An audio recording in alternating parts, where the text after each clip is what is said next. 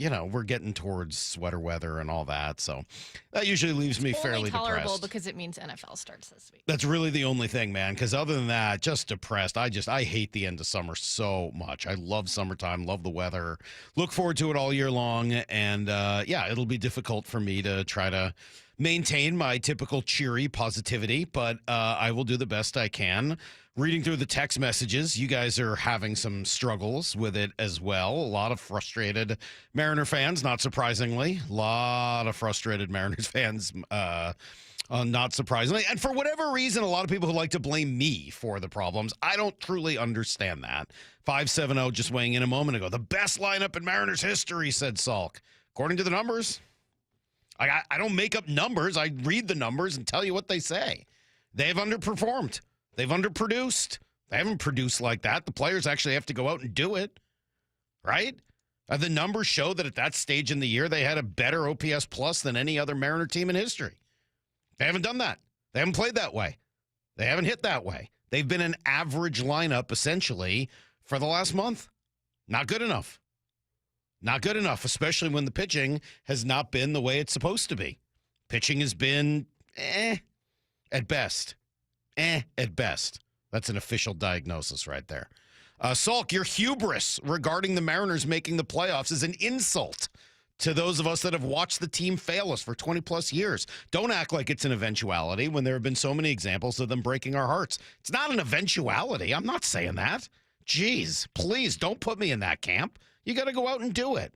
What I'm saying is how they're playing at any one given moment is not necessarily indicative of who they are, and I think we've seen that this year. When they have been incredible, and they have been at times, that has not lasted. They've unfortunately not seized on some of that momentum. And when they've been lousy, like they are right now, they've not necessarily kept that going either. And the moment you think that they're toast, that they're done, they've bounced back. Guys, we've seen this here for 3, 4, 5 years. This team has been remarkably inconsistent. It was true under Scott. It's true now under Dan. There is just a level of inconsistency to the way they play. Some of that is indicative of baseball today. Some of it is indicative of baseball today. But some of it does seem to be a little bit more apparent with this Mariner team than with others. And you're obviously watching the downside of that right now. At the worst possible time. This is the stretch. This is the time when you're supposed to start kicking it in a gear and locking it in. Well, I feel like the last couple of weeks it felt, even if fans were frustrated, it felt okay because other teams were faltering too. Mm-hmm. And now you're starting to see the Rangers get hot and coming up in your rear view. The Astros won last night, and things start to feel a little more frustrating. But don't you also think, all right, the Rangers have won 9 out of 10, and then the Rangers are also going to do what they've done, I would assume. I mean, again, that's Definitely just been the way happen, the game has been. It's just really hard always, and this is the constant message, to judge what's going to happen based on what's happening right now. It just isn't a great predictor of it. That being said, I think we can see a few things that are problematic with the Mariners right now. I think one of the biggest ones is they're tired. We're going to get into this a little bit later. They look tired. They're playing tired. And I got a couple of numbers that I think maybe relate to that. A lot of folks making a big deal out of some Luke Arkin's data. And I understand why, looking at Luis Castillo's fastball, and I got some stuff on that in the velo, and we'll come back to that at 7:30. But he had another grouping of numbers that actually jumped out to me even more. Most players who've appeared in 130-plus games this season. Mariners second on that list with 4, but it's 5 if you include Geno Suarez. Puts him second, behind only the Cubs. Those people are Randy Arozarena, J.P. Crawford, Cal Raleigh, Julio Rodriguez, and, yes, Geno Suarez. Josh Naylor right behind them at 125. I think it's now 126. That's a lot of guys who've played in a lot of games, and not 100% of them are going through a struggle right now, but a bunch of them are. And JP's struggles have been chronicled, and he's sort of back on the downside of it again. But I think of all the reasons to look at some of the Mariners' struggle, and I hate to do this, let's look at these numbers right here. I'm going to give you an August stat line, and I'd be curious if you could tell me who this is, Lyle Goldstein. Games played, 26. Batting average, 173 in August. On base percentage, 308. Slugging percentage 449 for an OPS of 757. You know who that is? That's Cal. That's Cal Raleigh. I mean, that's coming off a July that wasn't significantly different.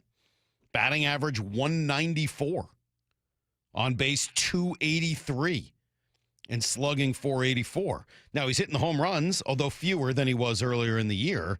But 9 and 8 home runs compared to the 10, 12, and 11 that he hit in the previous 3 months tells me a story. It tells me that Cal's getting tired. Batting average during those first 3 months, 233, 304, 300. Batting average since the All-Star break, 194, 173. Guys, it's not like we didn't say all along that catching every day was going to be a problem for Cal eventually. Said it over and over again. Over and over and over and over again. Geez, they're really catching him a lot. Geez, he's really in there a lot. Geez, I really hope that at some point Cal gets a day off or two. Now, 162 battles. Well, you can't have 162 battles with your catcher. He's got to play in like 140 battles, or else they get really tired when you need them most. And I think we're seeing some of the effect of that. Now, that's not to say he won't bounce back, but the effect of playing that position every single day is immense. It's immense. And I think we're seeing quite a bit of it. When Cal is hitting under 200 in the last 2 months, he's still hitting for a little bit of pop, a lot of bit of pop. I mean, he's been a really great player, and he's done some incredible things even during that time. And when he hits it, dear God, does it go a long way. But that's a lot of non-competitive at-bats to go with the great ones. Now, he's taken his walks. His on-base percentage is still 100-plus points higher than his batting average, which is great. But when the batting average is sub-200, right? And you're hitting in the number 2 spot, understandably, to try to, put fear into the other team and give him as many at-bats as possible. But all of those things are combining to show a guy that's exhausted. And he's playing that position every single day and just caught 3 in a row, including a day game after a night game in Cleveland. Would you have approached anything differently? Yes. How I would have played him less. And I've been saying that pretty steadily throughout the year. Yeah. You have to give a catcher days off. You have to. And I think you're seeing the effect of that. Or maybe nothing's happening and these things just occur over the course of a baseball season. There's no way to be sure. But my theory is that the guy's tired because that was sort of my assumption all along. So, yes, it's self-fulfilling in my mind. Totally admit that. Every baseball analyst we had on was saying that was their concern too, as they were talking about his incredible MVP run. It's just really hard to maintain that every day. You know what other position is really hard to maintain that every day? Shortstop.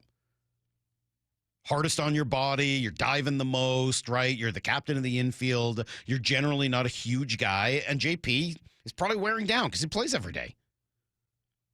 You can't play JP every day. You got to give him some breaks. So I don't know that those are the reasons the Mariners' offense is struggling. And certainly that says nothing about the pitching, and the pitching has been up and down. And I'm not telling you this is like the reason that the Mariners are kind of stuck where they are right now. But I look at where they are, and I keep coming back. They just look tired. And the travel is a part of that. You know what? It's a terrible excuse, and people get upset. It doesn't make it untrue. They do still log the most miles. Shannon was talking about it yesterday, and the back-to-back trips here to the East Coast and the humidity. Like, all those things factor in. They're not like one excuse, and you say, okay, this is the reason. But when you put all those things together, yeah, it looks like a team that's just sort of dog-tired right now and playing that way. They got to get out of it. I mean, there's no help coming. There's no help from the minor leagues. There's no help from outside the organization. Front office kind of did its job. You gotta deal with it. You gotta find your way through it. 469 says you can't use the excuse that they're tired. The whole league is tired. At this point in the season, a great manager should know how to handle his team through it. Yeah, I agree. I'm not using it as an excuse. I think they're tired because they weren't given enough days off. So, I'm not telling. I don't know what's going to get them out of it. Something will. They will. They'll turn around, play some good ball here. I fully believe it. And I just get that sense, and I think you might, in the back of your mind, if you're not too busy being mad, realize this is probably going to come down to a couple of moments at the very end of the season, and we'll see how those moments go. And can someone rise to the occasion or not? And if they do, they'll make the playoffs, and we'll see what happens. And if they don't, it's going to be a very, very depressing end to this season. So I think they will, but I have no idea. This isn't hubris. I'm not guaranteeing you anything. I'm not telling you they're the greatest. I'm just saying I think that they're going to make the playoffs because I think they're better than Texas. I think they're better than Kansas City. I still think they're better than Houston. But you got to prove it. You got to do it on the field because over the last month, they've done anything but. Touchdown, Seahawks! Celebrating 50 years of Seahawks football with the voice of the Seahawks, Steve Rabel. Number 71, Walter Jones. As strong as any defensive player he faced, he had the feet of a dancing bear, and he had hands that once they gripped you, he wasn't going to let go. The next great chapter in Seahawks history begins Sunday in the season opener against the 49ers at Lumen Field. Kickoff at 1:05. On the home of the Seahawks, Seattle Sports. When the heat's in 11, Cool AC would be heaven. dayandnight.net. You can stay cool and save a cool 10% off an air conditioner or heat pump right now with Day and Night. Northwest summers are beautiful, but there's always a long hot stretch that makes everyone say, man, AC sure would be nice. Well, except for that one annoying friend who won't stop talking about how great his AC is. Hi, I'm Bruce with Day and Night Plumbing and Heating. Don't sweat through another summer. Have Day and Night keep your house cool and comfortable by installing a high-efficiency AC or heat pump. Or if you have an existing system, we'll come and service it. Make sure it's running efficiently and ready to cool when you need it. When the summer is cooking, We're the place to be looking. dayandnight.net. Call Day and Night now and save 10% off an air conditioner or heat pump. Plus, make no payments and pay no interest for a year OAC. Restrictions apply. Call for details. Dayandnight.net. Hey, baseball fans, T-Mobile is turning up the excitement with the Grand Slam giveaway. Want to score 4 premium tickets to an upcoming professional baseball game? This is your shot to experience the action like a VIP. Stop by your nearest T-Mobile Experience store and enter for your chance to win. While you're there, check out all the amazing deals and perks waiting for you with T-Mobile, your hometown network. Don't strike out. The Grand Slam giveaway won't last forever. Visit your local T-Mobile Experience store today for your chance to win 4 premium professional baseball tickets. So my mother is thinking of switching from Verizon to Pure Talk, but she's worried the deal sounds too good to be true. Michael, she said, how can those Pure Talk people offer me the same basic service as Verizon for so much less money? I said, Mom, go ask Google how much Verizon spends on advertising and promotion. A few seconds later, my mother said, oh my goodness, $12 billion a year? That must be a typo. I'll tell you what I told my mom. It's not a typo. Verizon spends $12 billion a year on advertising and promotion, and their customers are paying for it.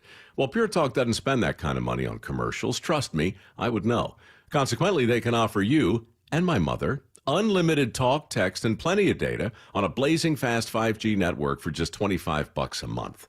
Dial pound 250 and say the words Mike Rowe, and you'll get an additional 50% off your first month. That's pound 250 Mike Rowe. Pure Talk. Everything you need and nothing you don't. The following is a paid advertisement for the Wellness Company. Hey there, it's Michelle Smallman from Unsportsmanlike. I'm thrilled to be joined by Dr. Drew from the Wellness Company. And Dr. Drew, you have something very exciting to talk about today, the medical emergency kit. Tell us a little bit about this. It is exciting. Look, I have been fighting to try to protect the patient-physician relationship my entire career, and we have lost. I finally decided I need to be involved with people that put the power back in the patient directly. These emergency kits give you everything you need so you don't have to spend $1,200 going to the emergency room. And we have a significant medical team, the medical board at TWC, and we just sat down and put together what we would want for our family, for our patients. Oh my gosh, so anything that anyone could need is in this and there's kit. a guidebook here to tell you exactly how to use it, and again, telehealth backup. It's remarkable. It's innovative. Everyone needs to get one. UrgentCareKit.com/sports, promo code sports to get $50 off your kit. That's UrgentCareKit.com/sports, promo code sports. Prescription required. Always consult your doctor to determine if this product is right for you. The home of the Mariners. It is gone! Cal Raleigh, 2-run home run! Hear every pitch on 710 and the Seattle Sports app. Paid for by Hims & Hers Health. Hims & Hers Weight Loss is not available everywhere. Compounded products are not FDA approved or verified for safety, effectiveness, or quality. Prescription required. Restrictions at 4hers.com apply. Wegovy and Ozempic are not compounded. Trying to lose weight? It's time to try Hers. At forhers.com/radio, you can access affordable, doctor-trusted weight loss treatments tailored to you. These include oral medication kits and compounded GLP-1 injections, the same active ingredient that's in Ozempic and Wegovy. Through Hers, pricing for oral medication kits starts at just $69 a month for a 10-month plan when paid in full upfront. No hidden fees, no membership fees. You shouldn't have to go out of your way to feel like yourself. Hers brings expert care straight to you with 100% online access to personalized treatments that put your goals first. Reach your weight loss goals with help from Hers. Get started at forhers.com/radio to access affordable, doctor-trusted weight loss plans. That's forhers.com/radio. forhers.com/radio. This might be the most surprising statistic I've shared in decades of doing local news. More than 75% of commuters will be involved in a car accident at some point. JP Pendergast of Pendergast Law with more. What makes it more surprising? The average person will be involved in 3 to 4 collisions in their lifetime. With accidents unbelievably prevalent, what are some safety tips if it happens to you? Safety first. Secondary collisions are not uncommon while awaiting help. Turn on those hazards and remain in a safe place. If a bystander witnessed the accident, capture their information and encourage them to remain at the scene. Seek medical attention immediately if needed, as delaying can be a costly mistake. Lastly, remember that statements made to police and insurance adjusters can affect your case. Collisions are more common than we'd like to think. If you find yourself in one, follow these helpful tips and then call my friends at Pendergast Law. If you or a loved one's injured in a car accident, call Pendergast Law. We can help. PendergastLaw.com. Need to know. 15 minutes past every hour with Brock and Salk. Here's what you need to know.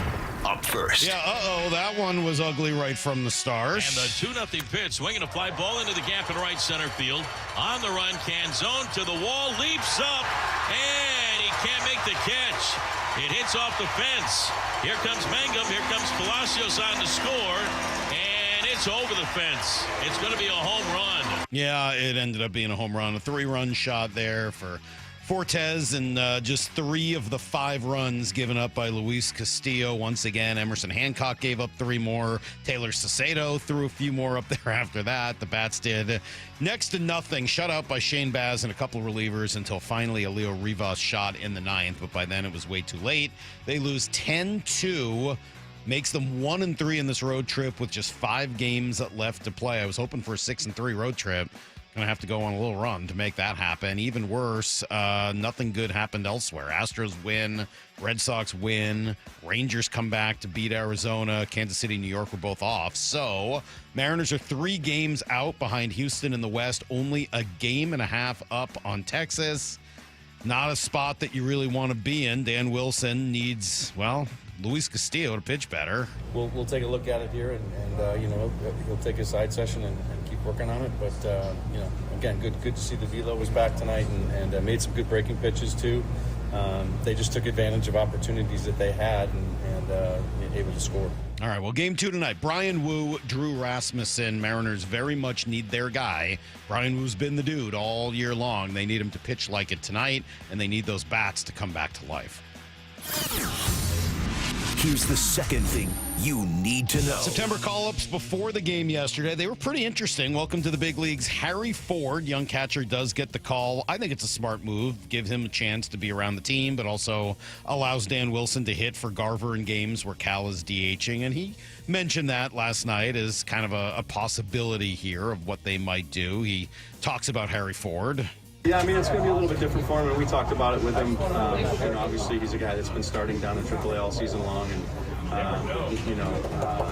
likely he would come in towards the end of the game at the early stages, and just understanding what that means, and again, getting to know the guys that he hasn't seen this year in the bullpen that have been with us all season long, so that's going to be a big part of his task as well. So, all those things just, play into it and play into him being prepared. Dan Wilson doing his pregame press conference in the middle of a restaurant, apparently, yesterday, which is nice. I was cutting that sound, and it was giving me anxiety. At one point, there was a phone ringing, all these people talking. Maybe just in somebody's office. unbelievable. Leo Rivas also called up. He did make an instant impact with the home run last night. It does mean the end for Donovan Solano, by all accounts, very well liked, but just never got it done. I do think it's a little interesting, though. They waited until September 1st to release him, which means he can't be on a playoff roster even if he ends up hooking on with another team. Some other guys like Carlos Santana and Isaiah Kiner-Falefa, when they were released, they did it before September 1st so that those guys could hook on elsewhere. Now, Pittsburgh and Cleveland probably aren't going to the playoffs, whereas the Mariners have a good shot. But, man, that stood out to me just a little bit. Here's the third thing you need to know. Seahawks going through game week practices, and Mike Macdonald not giving much away in terms of injuries, but it was good to see Horton, Bobo, and Knight all participating in warm-ups yesterday. Mike Macdonald on the young wide receiver. Yeah, Torrey's done a great job. He's on it. I feel like he's in a great spot mentally, Hasn't had a lot of game experience yet, so, my recommendation to him is just go out and do all the things that you're doing in practice. But he's on it. Does a great job. Interesting guy, intriguing guy, maybe an important guy. A lot being asked of a fifth-round rookie here for the Seahawks. So hopefully he lives up to that. Meanwhile, the Niners got a little boost to their banged-up wide receiving core as Juwan Jennings returned to practice yesterday. He had been out since July with a calf injury. Some talk that maybe he was just wanting a new contract, but either way, he's back and appears to be on track to play against the Seahawks in Week 1. Good news for the Rams as well. Sean McVay says Matt Stafford is good to go for Week 1. All right, that is everything you need to know. 1/4 every hour here on the Brock and Salk Show. Salk, travel miles are not a poor excuse. Think about those M's playoff teams and their lost steam come playoffs. Until that travel is recognized as not an excuse and accommodated for, the M's are going to wear harder than other teams. I've heard John Smoltz and Eduardo Perez remark on that effect specifically on the Mariners. Yeah, it does, but it's a tough thing to talk about. I totally understand anybody who's like, don't use travel as an excuse. I get it. Like, yeah, I totally understand that sounds terrible because it is what it is. It's not much you can do about it. You got to find a way through all that. But one of the ways I think you find a way through that is making sure guys are given enough rest over the course of the season to accommodate for it and make up for it, recognize it, and come up with a plan to deal with it. And having 4 or 5 guys play 130 plus games, I don't know if that is necessarily the best way to do that. A lot of people thinking that Harry Ford's here to give Cal a break. I don't think so, guys. I don't think that's the case at all. Now, maybe he's here so that Garver can catch more and Cal can DH more, and then you can pinch hit for Garver later and bring Harry Ford in. But I'd be pretty surprised if Cal's getting a break while Ford is in there. I don't think that's going to happen too much. Wilson said to start out he's going to be mostly at the end of games. Yeah, I don't see that happening. And before they even start playing him, they just want him to get used to some of these pitchers in practice. Yep. So. Yep. So anyway, let's take a break. We're going to come back. We're going to talk some football for a little while. We're going to get ourselves excited about this football season with Brady Henderson. He's got some details. He had a very surprising answer for the Seahawk most likely to break out this year. Stick around. You'll hear it next on Brock and Salk. It's the Mariners' push to the playoffs, and it's only on Seattle Sports. Swinging a high fly ball deep to left field, and goodbye baseball. Randy Arozarena with his 26th home run of the season. Up next, Game 2 in Tampa Bay this afternoon. Mariners, Rays. First pitch at 4:35. Pre-game at 3:30. Strike 3, the ball game is over. On Seattle Sports, on 710 and the Seattle Sports app. The home of the Mariners. Why choose a Sleep Number smart bed? Can I make my site softer? Can I make my site firmer? Can we sleep cooler? Sleep Number does that. Cools up to 8 times faster and lets you choose your ideal comfort on either side. Your Sleep Number setting. It's the final days of Sleep Number's biggest sale of the year. All beds on sale. Up to 50% off the limited edition smart bed. Ends Monday. All Sleep Number smart beds offer temperature solutions for your best sleep. Check it out at a Sleep Number store or sleepnumber.com today. Life doesn't wait, and neither should you. Aleve can help you deal with pain less throughout your day. Whether it's a long day on your feet, a demanding workout, or everyday aches and pains, you need relief that can keep up when pain persists. Aleve is here for you with longer-lasting body pain relief compared to leading OTC-branded pain relievers. With just one pill, Aleve lasts up to 12 hours. Don't let those aches hold you back from doing what's important to you. Use as directed. If you're 55 or older and into that whole saving money thing, T-Mobile has an exclusive phone and internet bundle just for you. Right now, get 2 unlimited phone lines plus 5G home internet for just $30 each per month with autopay, plus taxes and fees. And with 5G home internet, setup is easy with just 1 cord and no technician needed, which is great if you're also into that whole keeping it simple thing. Switch now and experience the best mobile network in the U.S. Visit your local store to start saving. T-Mobile, it's better over here. Based on analysis by Ookla of speed test intelligence data Q4 2024 to Q1 2025, Ookla trademarks used under license, unlimited on our network. Customers on voice plan may notice speeds lower than other customers and further reduction if using more than 50 gigs a month due to data prioritization, video streams, and SD on this plan. Home internet pricing after $20 in monthly bill credit plus $5 per line without autopay. Debit or bank account required. See 5G device coverage and access details at T-Mobile.com. Actual price will depend on product and subscription plan. Featured products are compounded drug products, which the FDA does not approve or verify for safety, effectiveness, or quality. Prescription products require an online consultation with a healthcare provider who will determine if appropriate. See website for details, restrictions, and important safety information. Want a boost in and out of the bedroom? Hims has you covered. Introducing a new 2-in-1 approach to level up your game. Tadalafil for better bedroom performance and zinc for testosterone support. Put it all together and you've got what you need to turn things all the way up. Getting started is simple. Just go to hims.com/joy to start your free online visit. Through Hims, you can access ED treatments including pills, chews, and more. 100% online. No office visits, no pharmacy lines. Just fill out a simple intake form and a licensed medical provider will determine if treatment's right for you. If prescribed, it ships free and discreetly to your door. Find affordable treatment options at up to 95% less than brand names at hims.com/joy. That's hims.com/joy, hims.com/joy. What does it take to get justice for a man paralyzed after a cycling accident? Thousands of documents reviewed, hundreds of thousands of dollars paid for experts and investigations, and over 6 years of hard-fought litigation fighting all the way to the Washington State Supreme Court. Because when King County said he deserved nothing, we proved he deserved better. $10 million better. Everything that could be done was being done to help us. Chris did a great job. Call Davis Law Group today at 206-888-8888. The home of the Mariners, Seattle Sports. Cal swinging a drive, deep to right field. Every pitch of every Mariners game is on the Seattle Sports app. Your time is money. So why are you wasting it stuck in I-5 gridlock, TSA slowdowns, and SeaTac crowds? Isn't it time to travel smarter?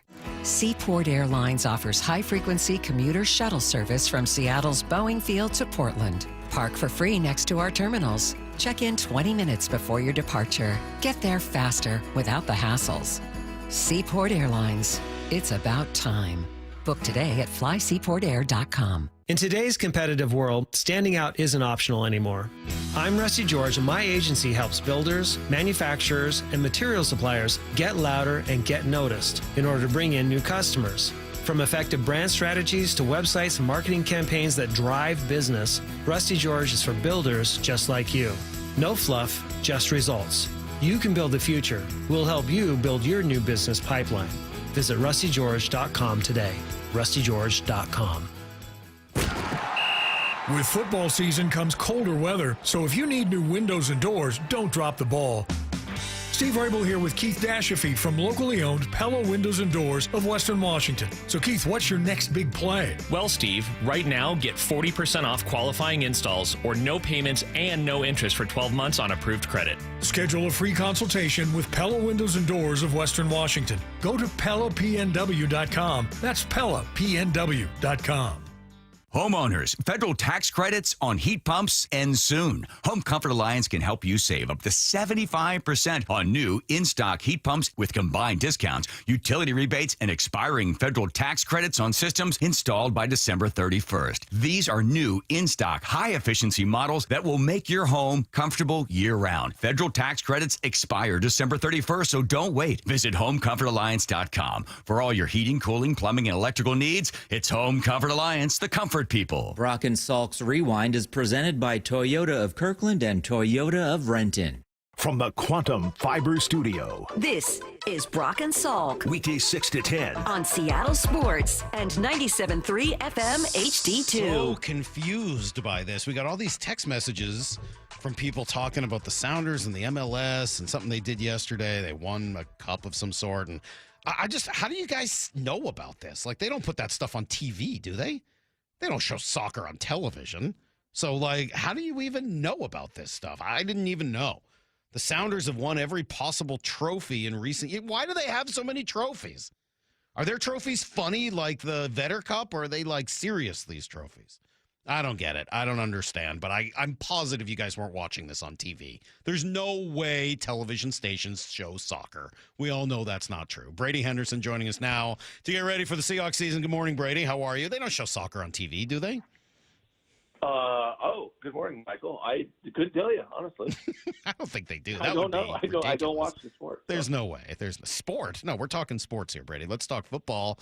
Seahawks are just a few days away. Do you the roster they have now? Is this the roster that they go into San Francisco, the game against San Francisco with? Do you see any last moment changes?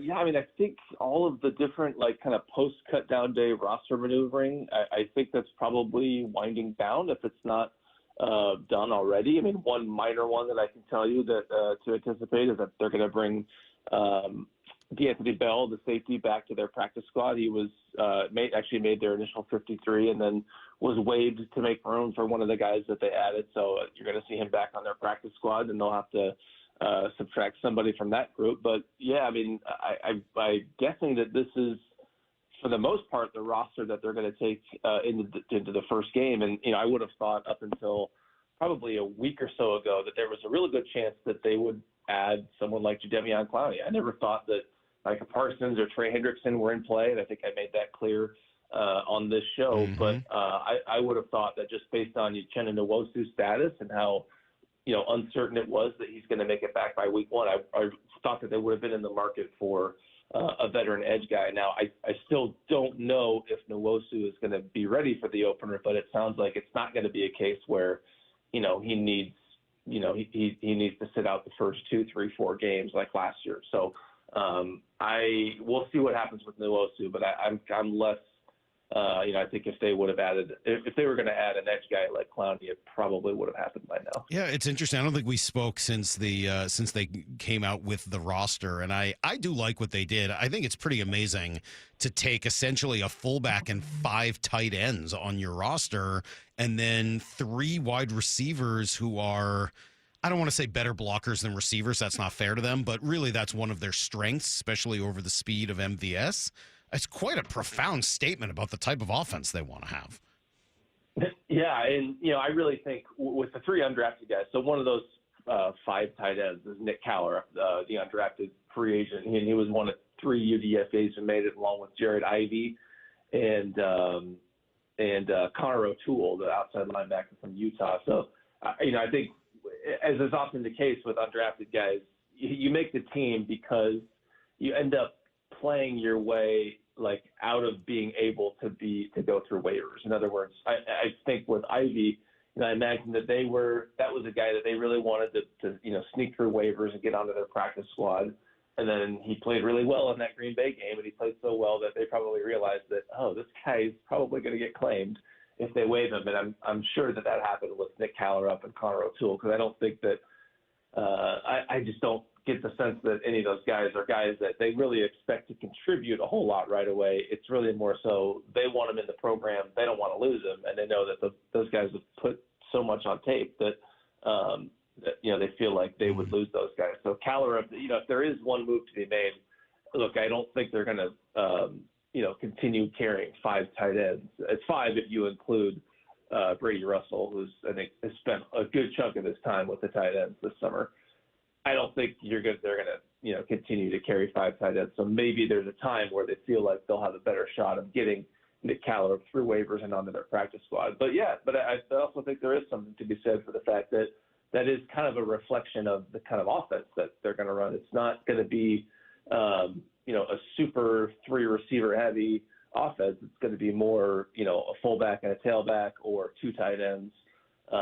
Those kind of personnel groupings. So in that sense, maybe there is reason to have another tight end, but still 5 is more than they're going to need. So I love that, by the way. I mean, like, I love what we saw offensively. We talked about what we saw, especially in that second preseason game, and I love the kind of physical, complementary aspect of it.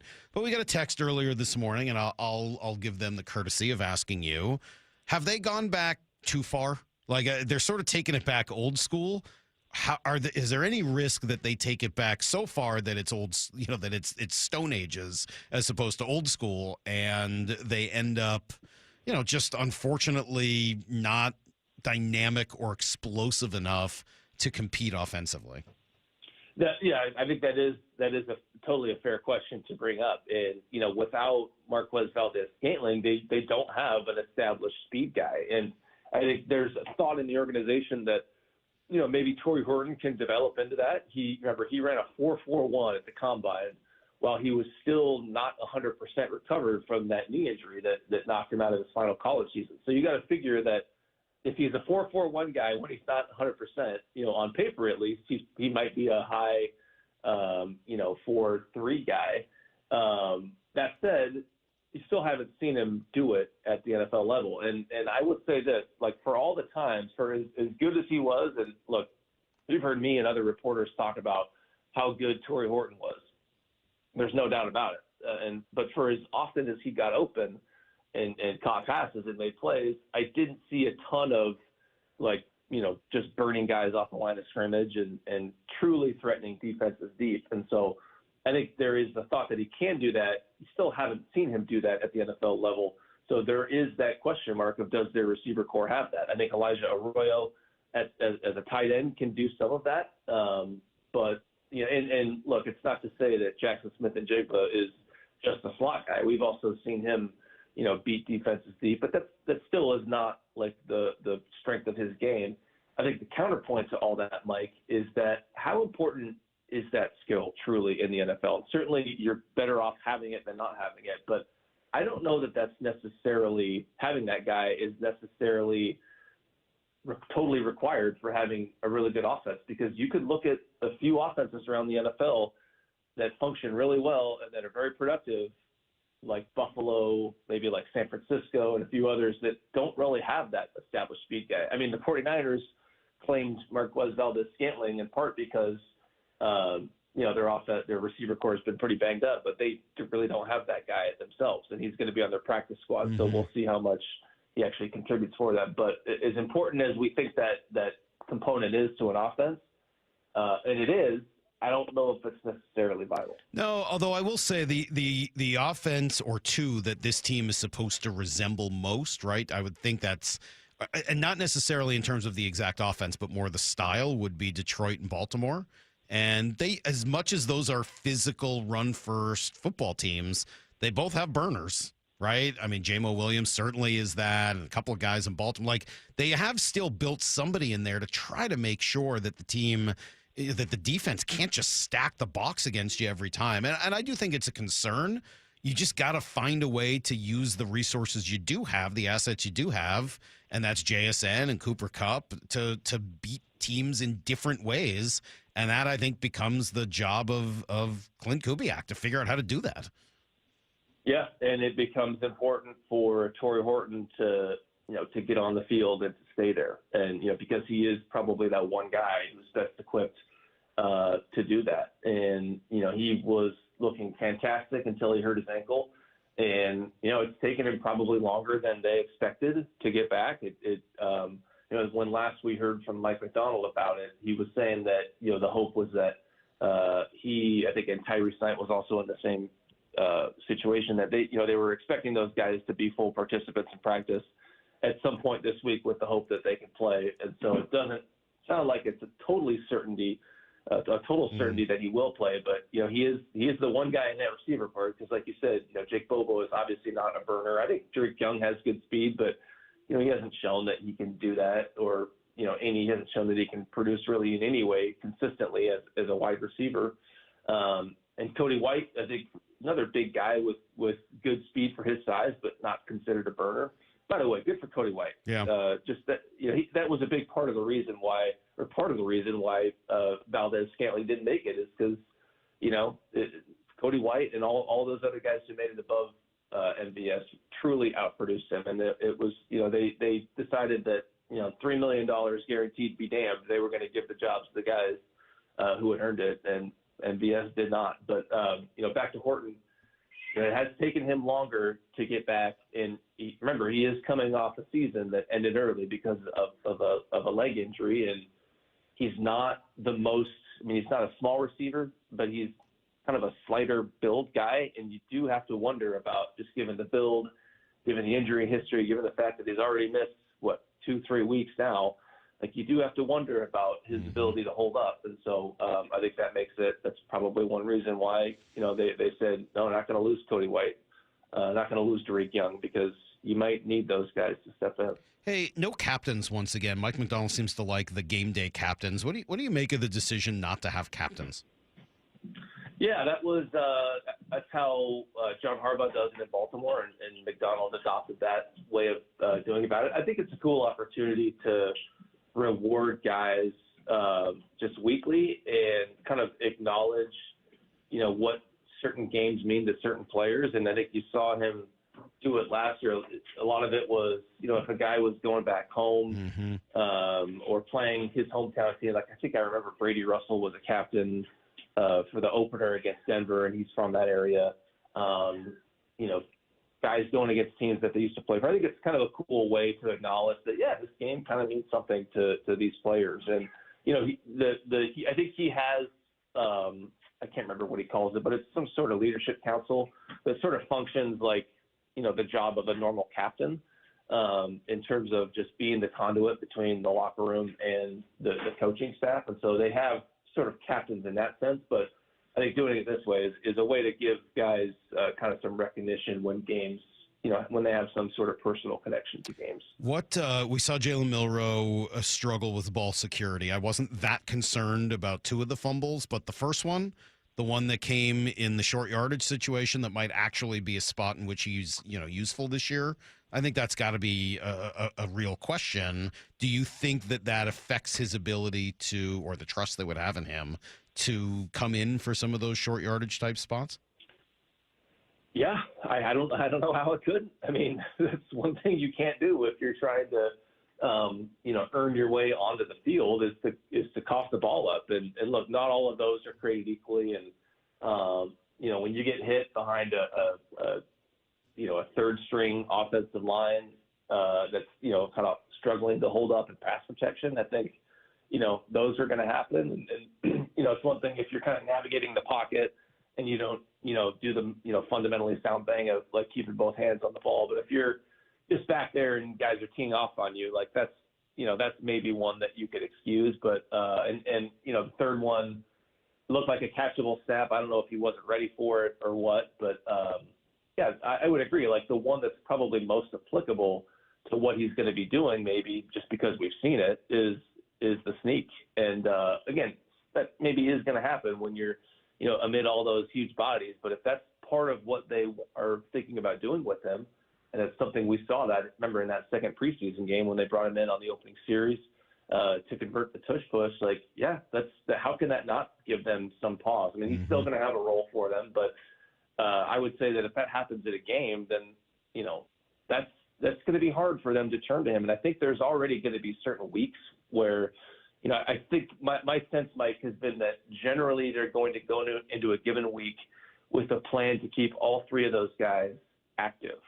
All three quarterbacks active. But there's going to be some weeks where you're just in a roster crunch, and it might be hard for them to activate Milroe, because I think that the pecking order is so clear. Like, he's so clearly the number 3 that if there's a situation where, Sam Darnold got hurt mid-game, they would certainly want to put Drew Lock in ahead of Milroe. And so that means I think Drew Lock, for the most part, is going to be the second guy active on game day. And when they can, they'll activate Milroe as the third guy. But if you are, putting the ball on the ground, you're making bad decisions, you're not sort of operationally running the show the way that they want it to be run, then I think when there are those situations where you get into a numbers crunch on game day, that may impact it, and we may not see him. That surprises me, Brady. I honestly figured that Milroe would be the backup on game day, and that Drew Lock would be the emergency quarterback, and then if you lose Darnold for a full game, obviously Drew would be the starter in the next week. But it seems surprising. I think you would be pretty hard-pressed to come up with a full roster when you've got 3 active quarterbacks. Yeah, I mean, and maybe that was like ideally the plan, but I just haven't seen enough from him to really feel like, and I imagine they're in the same position, to really feel good about, like, okay, if Darnold were to go down mid-game, that I really think that they would prefer to put Locke in there as opposed to him. And, like, some teams can get away with, having 3 quarterbacks active because it's, they take advantage of the third quarterback rule. I don't know if that would necessarily apply in this situation, because that is typically – I don't know if that would solve what they want to do, because I think when teams take advantage of that third quarterback rule, that guy can only play when the second quarterback gets hurt. So they're obviously looking to play Milroe whenever they want. And so I don't know if the third – and forgive me if I'm misunderstanding the rules, but I don't think that the third quarterback rule would really allow them to play Milroe the way that they want to play him. No, so, you would have to do it the other way. You would have to make Drew Lock the third emergency quarterback, and once he comes in, no one else can come in. That's the rules. Oh yeah, so right, so that would still be, I think, yeah, and in that case, Jalen Milroe would have to be hurt in order for Drew Lock to play. So I don't think that would solve their problems, right? No, it is a weird little part of this. What about Darnold? I mean, like, we're going to go watch this guy play on Sunday. I feel like I still don't really know what that's going to look like. I mean, I got an opportunity to see a little of it in the preseason game, but, God, I still don't really know what I'm going to see from Sam Darnold. Do you? I feel a lot more confident about that offense after watching them over the last, we'll call it 3 weeks or so. And that's not to say that, I saw them play excellent on one preseason drive and all of a sudden I'm a believer. It was that plus, every day in practice that I saw them, saw them go against a Green Bay defense in practice that day and, really perform pretty well. And just doing it against their own defense in practice. There was one day, I can't remember if I mentioned this when I talked to you last time or not, but, there was one day out in Seattle, I think it was before the joint practice, where the offense turned in the single most dominant period that I saw all training camp. And it was in a red zone period. I think it was 7-on-7, and they were just torching the defense. It was one touchdown after the other to the point where Mike Macdonald, laments out loud. He says, "We're officially getting shredded." And, I'm sure that the head coach and loves to see his quarterback and his offense do that well. But in that moment, he was wearing his defensive coordinator hat, and his defense was just, like you said, getting shredded. And so, early on in training camp, it was definitely the defense was definitely ahead of the offense. That was pretty clear. And why wouldn't it be when you consider all of the continuity they have on that side of the ball between the scheme, the coaching staff, the players, and for as much continuity as the defense has, the offense has a lack of that. With all, 6 new starters, new scheme, a lot of new coaches there, and one of your new starters is obviously your quarterback.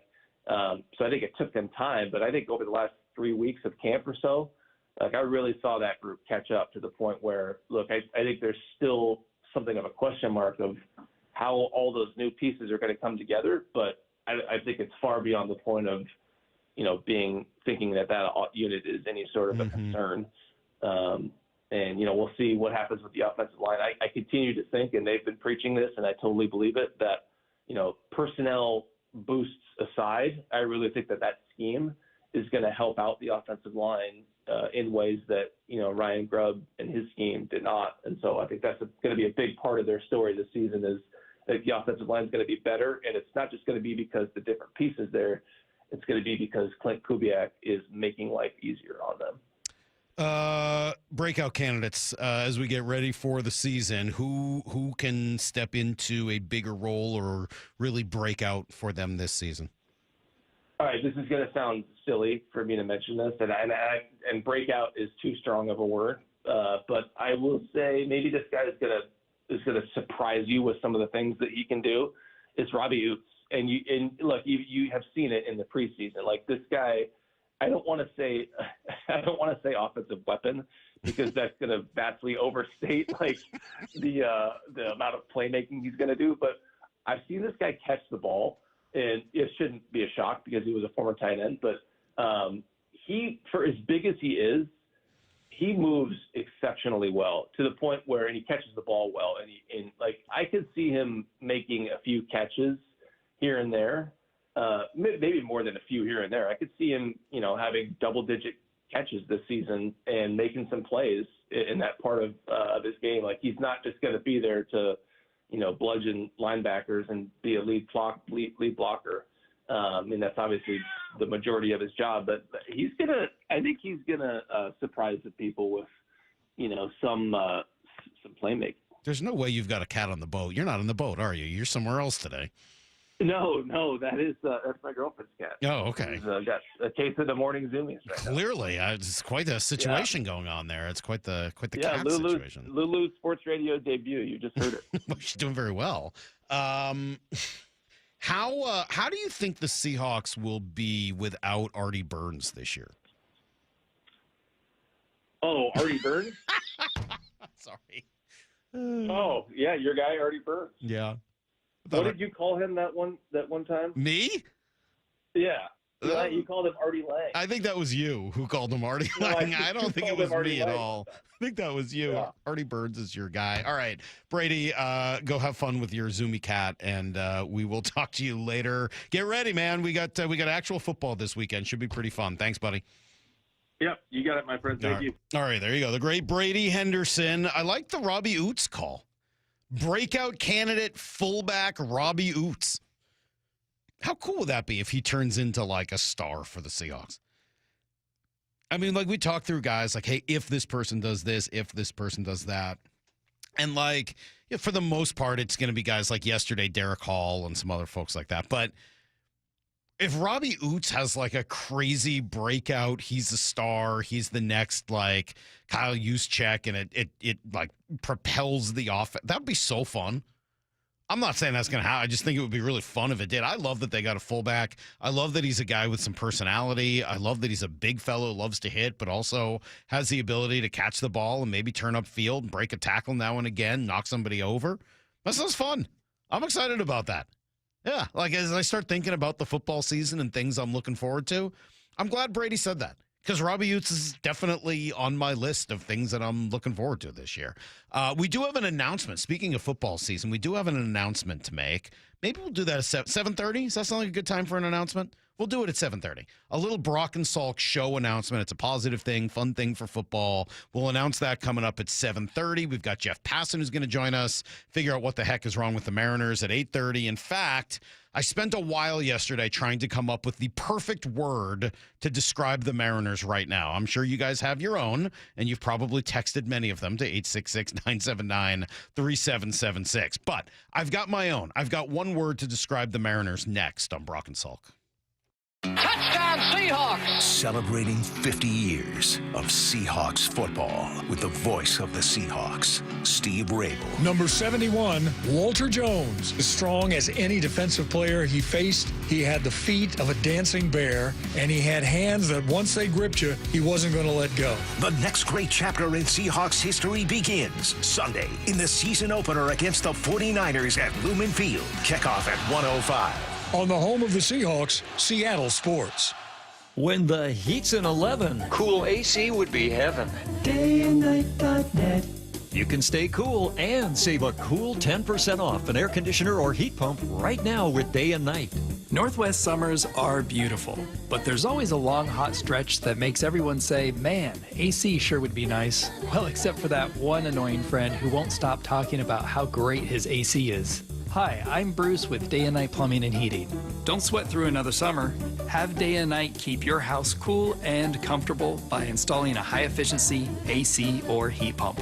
Or if you have an existing system, we'll come and service it. Make sure it's running efficiently and ready to cool when you need it. When the summer is cooking, We're the place to be looking. DayandNight.net.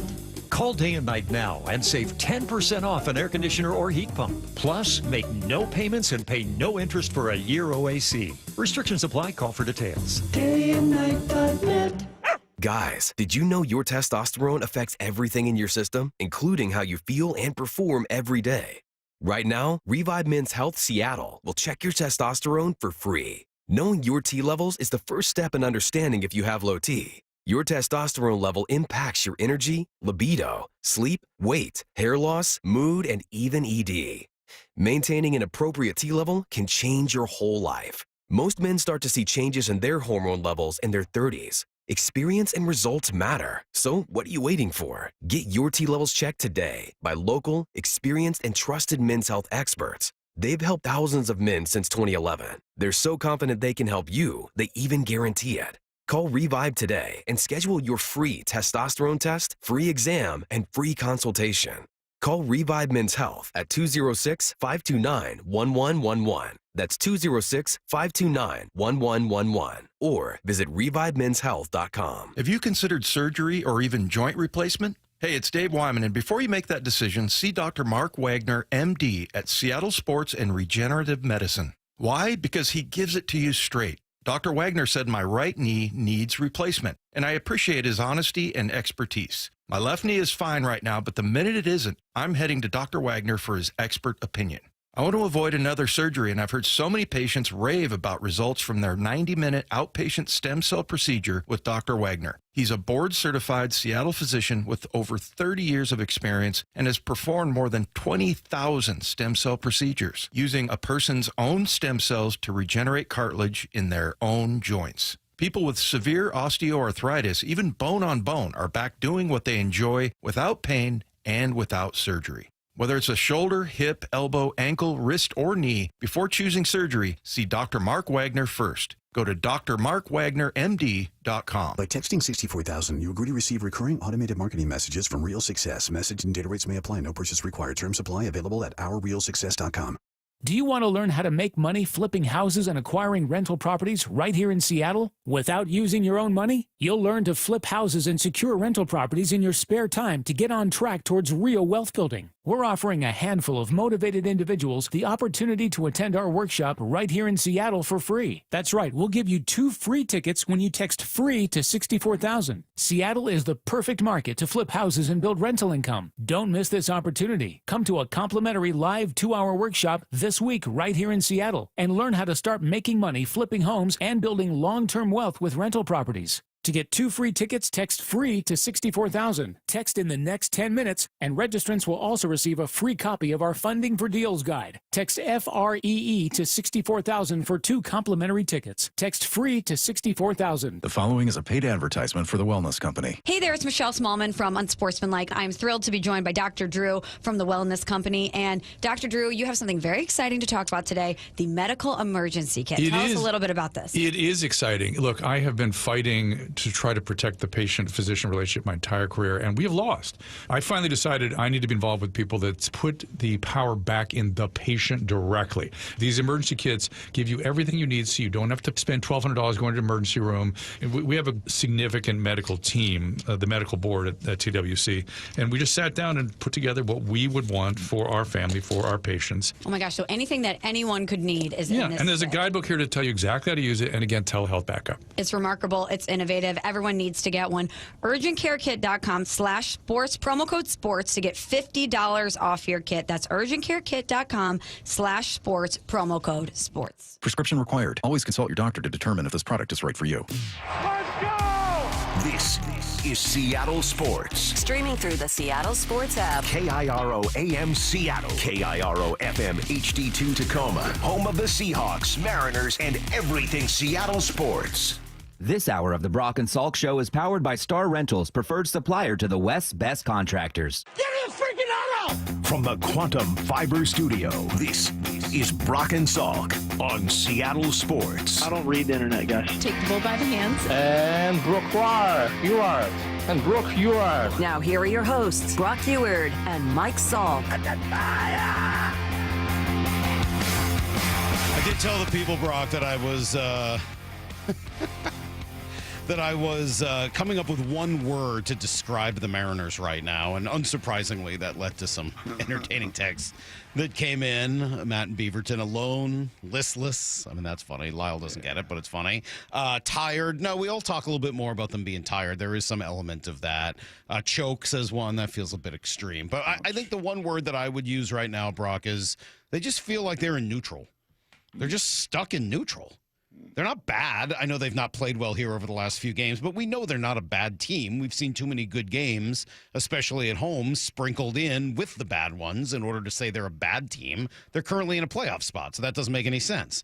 But it'd be really hard to say they're good because they're not playing very well right now, and they're not playing like a good team at the time of the year where you kind of expect that to happen. They've lost 8 of 9 on the road. They obviously needed to do better than 4 at home, 4-2 at home in order to make up for some of what they are doing on the road right now. So I can't say they're good. It's like that in that position. You're not in drive, you're not in reverse. Yeah. But you're definitely kind of stuck in neutral, and it's really hard to get going and gain momentum and get to where you want to be when you're sitting in neutral. You need a push. You need something. Is it fair to say that neutral is only used in car washes? Do you ever put your car or your vehicle in neutral for anything else? Absolutely. Growing up in the East Coast, you use neutral all the time. You did. Anytime you need to push the car off snow or anything like that, you put it in neutral and you push it back and forth until eventually you get your car going. Huh. Yeah. I think the only time I ever use neutral is, just in the car wash for the little roller. Well, you coaster definitely kinda. use it in the car wash. You use it you in have to. sometimes Otherwise with you're snow. screwed. Otherwise Right. you make a scene. Otherwise it's a disaster. So, yes. Otherwise you break the car wash and everyone's super Pretty mad much, at you. yes. And that's true. Well, and obviously if you have stick, then you use it all the time if you're driving a standard. Sure. They look stuck in neutral there, buddy. They look pretty stuck in neutral. Yeah. I was thinking about you a lot this weekend. So that's nice of had you. some extra time to think about you. Was running around a little bit, some football. I'll get to in Blue 88, my experience at Husky Stadium, which was phenomenal. And I sometimes worry about the lot that you've got to carry in life. You mean because it's my fault that the Mariners aren't playing well? I can't tell you how many text messages I've received about it. Yes. Pretty much. Yeah. Yes. No, it's all my fault. The Mariners are playing poorly, and it's my fault for saying at times they'd be good. Yeah. Yeah, and it really is nothing. You don't carry it, thankfully, for the Huskies or the Seahawks or seemingly anything else. It really is just the Mariners. Yeah, I just bear all the responsibility for what the Mariners are doing. Pretty much. No, Pretty much. nice. Because when you say someone is great, they go on just an absolute, struggle bus. And then when you say someone's not intriguing, they are very intriguing. Like it just whatever. Does it honestly feel as if the entire organization, every player, manager, coach, GM, everyone on the team is just out there to totally screw me? Like whatever I say, they will absolutely find a way to go the other way immediately. They got one of those dolls. They got one of those Salk dolls. God, does it ever feel that way, or am I crazy? And just when they just rope you in, and Naylor's this and Naylor's that, Naylor can't hit a thing on the road. I mean, I do. I feel like you carry such an immense burden is amazing for all of us. Yeah, and I'm sorry about that. I don't mean to. So are you ready to reverse drinks them? This team stinks. They're the worst. They'll never win again. Watch them win 10 in a row. I did say yesterday, and again, I shouldn't say anything. I should just not talk from here on out. But I did say yesterday, Brock, while you're out, and I'll repeat it again. I'm not that concerned with how they're playing right now. I know a lot of people are, and I'm not saying they're playing well. They're obviously not. I'm not that concerned about it. What they need to do is do just enough right now, not over forever, but right now. Get into the playoffs. And assuming they can do that, and that's a big assumption. I understand they're not playing that well right now. It only really matters how they're playing a month from now rather than how they're playing right now. If there's one thing we've seen from this Mariner team, and really most of the teams in baseball this year, it's that how they're playing on any given day and any given week is in no way related to how they're playing the next day or the next week. Because these teams, I mean, Texas was awful. Now they've won 9 out of 10. The Astros have had moments of being good, moments of being awful. The Mariners the same way. The Yankees, the Red Sox, all of these teams that we've seen at the top of their game and the lowest. And it seems like it just changes on a dime for no earthly reason. So I don't know that, look, they got to do enough to get in, obviously, and certainly it would be better to beat the Astros and get ahead of them. But what really matters most, I think, is how they're playing down the stretch. And when I say down the stretch, I mean like the end of the stretch. Like the last week of the season might be more impactful than anything else. Yeah, I saw your note on that and was listening to some of what you had to say there, and I found myself, obviously this guy 15, 20 years ago would have said that's just nuts, right? It would have been a real football mentality that you've got to build, that you've got to have your majors, that you've got even these things, that really, what you are comes to life. And then the home field advantage that is created through playing well and gaining all that confidence and that belief and connective tissue. But yeah, man, just being around this game for this long and seeing these ups and downs that everybody has, these hot streaks, these cold streaks, and it's almost inexplicable at times. You do need to get in. I do think that focus thing you talk about, though, you got to lock it in. You got to lock it in at some point. And that's part of the challenge of this stretch on the road. It's, it's Randy Arozarena, which is his bat has been phenomenal and has helped them. But, man, you can't get thrown out at third. Nope. You can't make some of these mistakes. You've got to just be locked in. Your at-bat's got to be locked in throughout, not just, hey, man, when it gets to, the late innings or gets to game time or we keep it. Like, it's just, I'm not feeling and I'm not sensing that homestand where they won 9 of 10. I know we talked a lot about that. And, man, they're playing great baseball and they're focused and they're locked in. But that road trip was disastrous. This road trip so far, you're very fortunate to get a call in Cleveland that if they called Julio out, they called him out on that play. They're not reversing it. Whatever the call was, but I think they got that call right for the record. I think he was safe. Oh, really? I watched that 100 times. I think he was safe. Did you? I think they got the call right. I'm not. I agree with you. I don't know that they're that close. They're a whisper away from being probably. Yeah, but I can't get. You know what? That's true. I love that play so much that I don't want to use it as the hustle from Julio, the hustle from Cole Young, heads up baseball. Like I don't want to use that as they were a whisper away or a bad call away. Like.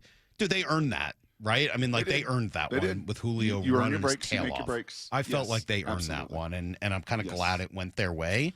But, Brock, you're right about all of that. They're not playing very well right now. And, 253 says, Salk, just ripped the Band-Aid off. We're ice cold at the most important time. Well, I'm there with you right until the very last part. It's not the most important time yet. The most important time is coming. It's getting shorter and shorter and shorter, and there's not a lot left.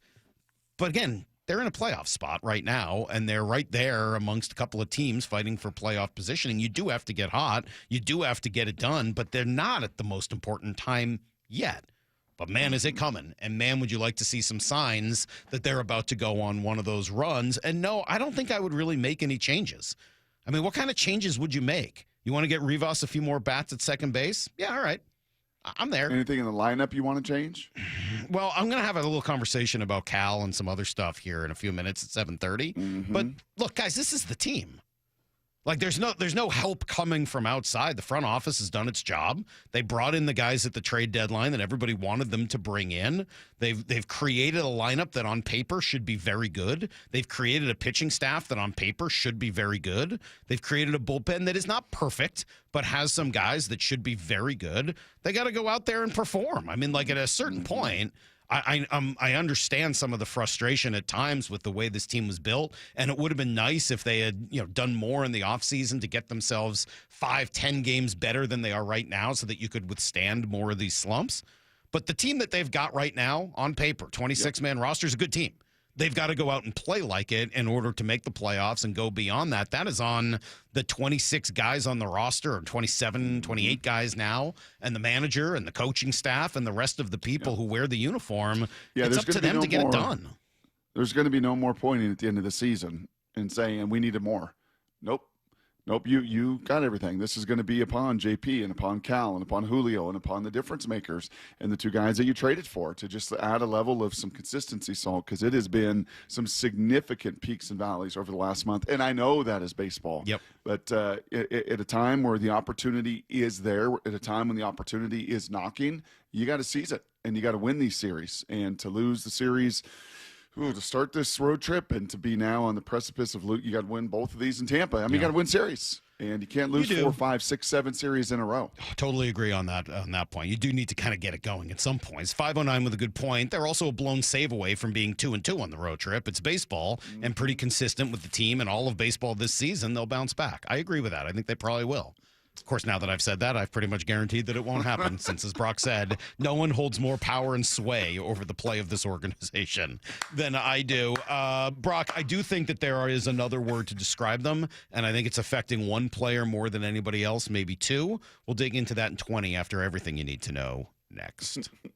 Touchdown Seahawks! Celebrating 50 years of Seahawks football with the voice of the Seahawks, Steve Rabel. Number 71, Walter Jones. As strong as any defensive player he faced, he had the feet of a dancing bear, and he had hands that once they gripped you, he wasn't going to let go. The next great chapter in Seahawks history begins Sunday in the season opener against the 49ers at Lumen Field. Kickoff at 1:05.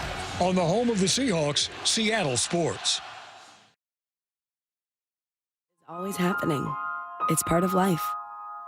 And when it comes to music, change is all around us. Songs are rewritten. Classics are remixed. Bands and artists come and go. Even our taste in music changes. Here at Xfinity, we know there's still good in keeping some things the same. That's why we want to do our part with a 5-year price guarantee on our internet. It means no matter what changes, you get 5 years of the most reliable Wi-Fi with our best equipment included for a price that stays exactly the same. Surprised? Life is full of them.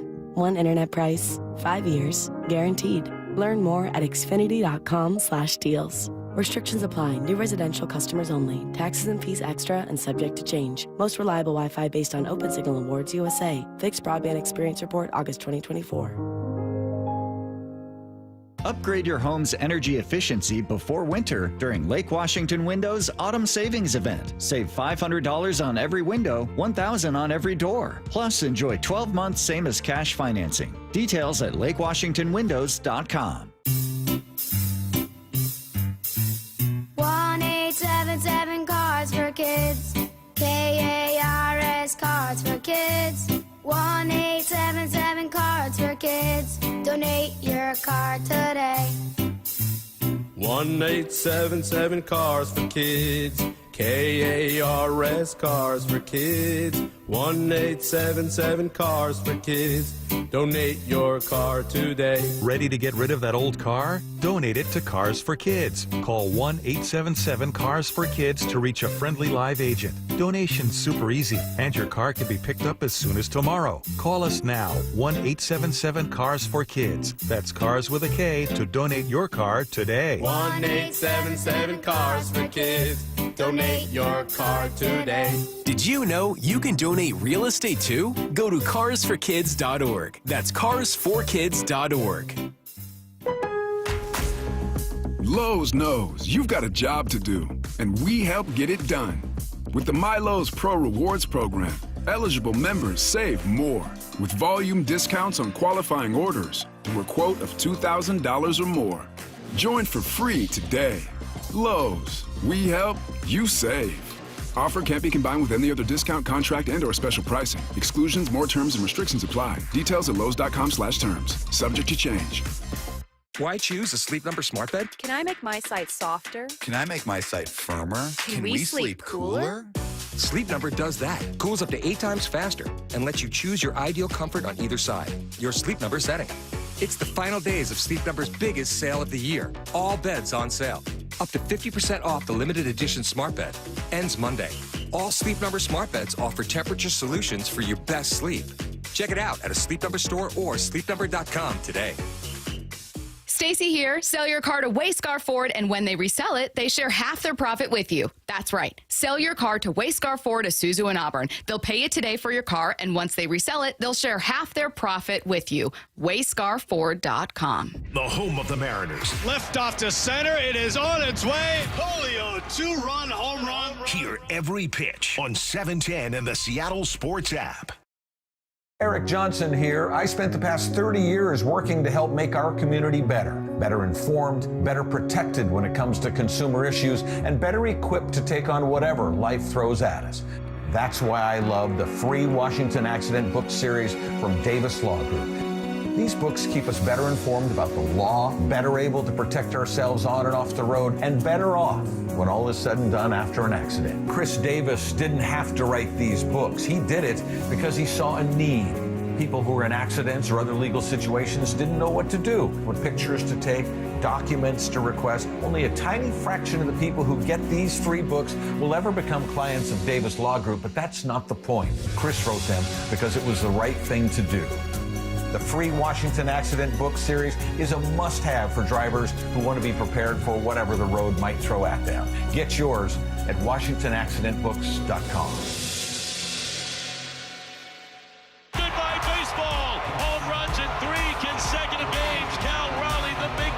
The Mariners' postseason push is on, and there's a whole new way to be part of the action. Introducing the Homestretch Flex Plan, a $500 membership that gives you the freedom to choose your games and seats for the rest of the season, all while saving 5% on tickets and no fees. Strike three call, triple digits to end it and complete the sweep. You can use your credit however you want. Go big with club seats for a couple high-stakes showdowns, or stretch it out into the final series against the Dodgers. And the best part, Homestretch Flex members get priority access to our postseason pre-sale. That means you're first in line when October comes calling. The team is locked in. J.P. Crawford! Game winner, walk-off fashion in the ninth inning. And now it's time to bring the energy down the stretch. Come on board today at Mariners.com/homestretch. Mariners baseball. Try dance up. Need to know. 15 minutes past every hour with Brock and Salk. Here's what you need to know. Up first. Yeah, that one was ugly, and it got ugly very early, right from the start. Pitching failed to show up. Luis Castillo giving up 5 runs once again. Emerson Hancock gave up 3 more. Taylor Cicero, a little gas on the fire. And then the bats did really next to nothing. Shut out by Shane Baz and a couple of relievers. Leo Rivas did come up with a pinch hit 2-run shot in the 9th, but other than that, Brock, there was not a lot of positive yesterday. A 10-2 loss. They're 1-3 in the road trip. Just 5 games left to play. Dan Wilson asked what Luis Castillo could do a little better. We'll take a look at it here, and he'll take a side session and keep working on it. But again, good to see the velo was back tonight and made some good breaking pitches too. They just took advantage of opportunities that they had and able to score. I don't know about that velo, Danny. I think that's been the problem. And our buddy Luke Arkins, went kind of next level when they actually look at the numbers. And I know for Dan, that's just watching it in game. He'll look at those numbers and actually see that four-seam fastball was at the lowest average of any start. Right? He's sitting there at 94. He can't sit at 94, especially as Lyle has said, without a changeup. Mm-hmm. I mean, I don't know how you get these lefties out. And it's been a problem now again and again and again. And I mean, it's 5 straight starts that have been problematic. That's now 3-10 on the road combined over these last 2 road trips. It's just not obviously going to get them to where they want to get to. No, it's not. Which is, remember we were talking about the 1 or 2 seed? Remember about talking about a first round bye? You remember talking about, having home field advantage and playing at home where you're playing markedly better than you are on the road? They may have played themselves out of that possibility. Even worse, Brock, Astros, Red Sox, Rangers all win. Rangers were down 5-3, end up coming back to win 7-5. Kansas City and New York were off, but it puts the Mariners 3 games behind Houston, only a game and a half up on Texas, who's won 9 out of 10. Game 2 tonight, Brian Wu and Drew Rasmussen go for the Rays. Here's the second thing you need to know. I like what they did before the game. I like the call-ups they made yesterday. I thought they handled that very well. Harry Ford, welcome to the big leagues. Young catcher does get the call. I think it's a smart move. Gives him a chance to be around the team, right? But also allows Dan to have some flexibility late. He can now pinch hit for Garver in games where Cal is DHing, which I would like to see happen a little bit more often. But the problem has been, all right, so Garver catches, Cal DHs. You want to pinch hit for Garver late in the game with Luke Raley or whomever, you can't do it because then Cal's got to come in and catch. Well, now you do, and then you lose the DH, you got to have the pitcher hit. That goes away now, right? Now you can have somebody pinch hit for Garver, and then you can bring Harry Ford in after that. So in my mind, that's actually probably the best move they could have made. Pretty cool testament to their last 5 first-round draft picks. This was floating around yesterday as well. Now currently all on this roster. Mm-hmm. If you're going to be a draft and develop kind of team, and we saw the trades over the trade deadline. If you're going to be that team, as Salky loves to say, be who you say you're going to be, and they certainly have. And not a great start for Emerson yesterday. No, that wasn't ideal. No, that was his first bullpen. Yeah, outing, right? didn't go great. Yes. Gave up 3. That wasn't ideal. But Leo Rivas also called up yesterday. Brock, he acquitted himself pretty well. There's a swing and a drive deep into right field. Low going back, looking up. Goodbye, baseball. Leo Rivas, welcome back to the Mariners. Little Leo with a big home run. I don't know how big it was. They were down 10-0, but give him credit. Little Leo did find a way to take it out of the park. Did I see what you saw on Twitter last night? Leonardo Rivas? Oh, was that his name? I believe. Lyle, you can. That's his real name? Leonardo? I like that. I'm MLB Centelled on this one. I don't know, but I saw a Leonardo Rivas. Wow. I think we should call him Leonardo from here on out. Maybe we will.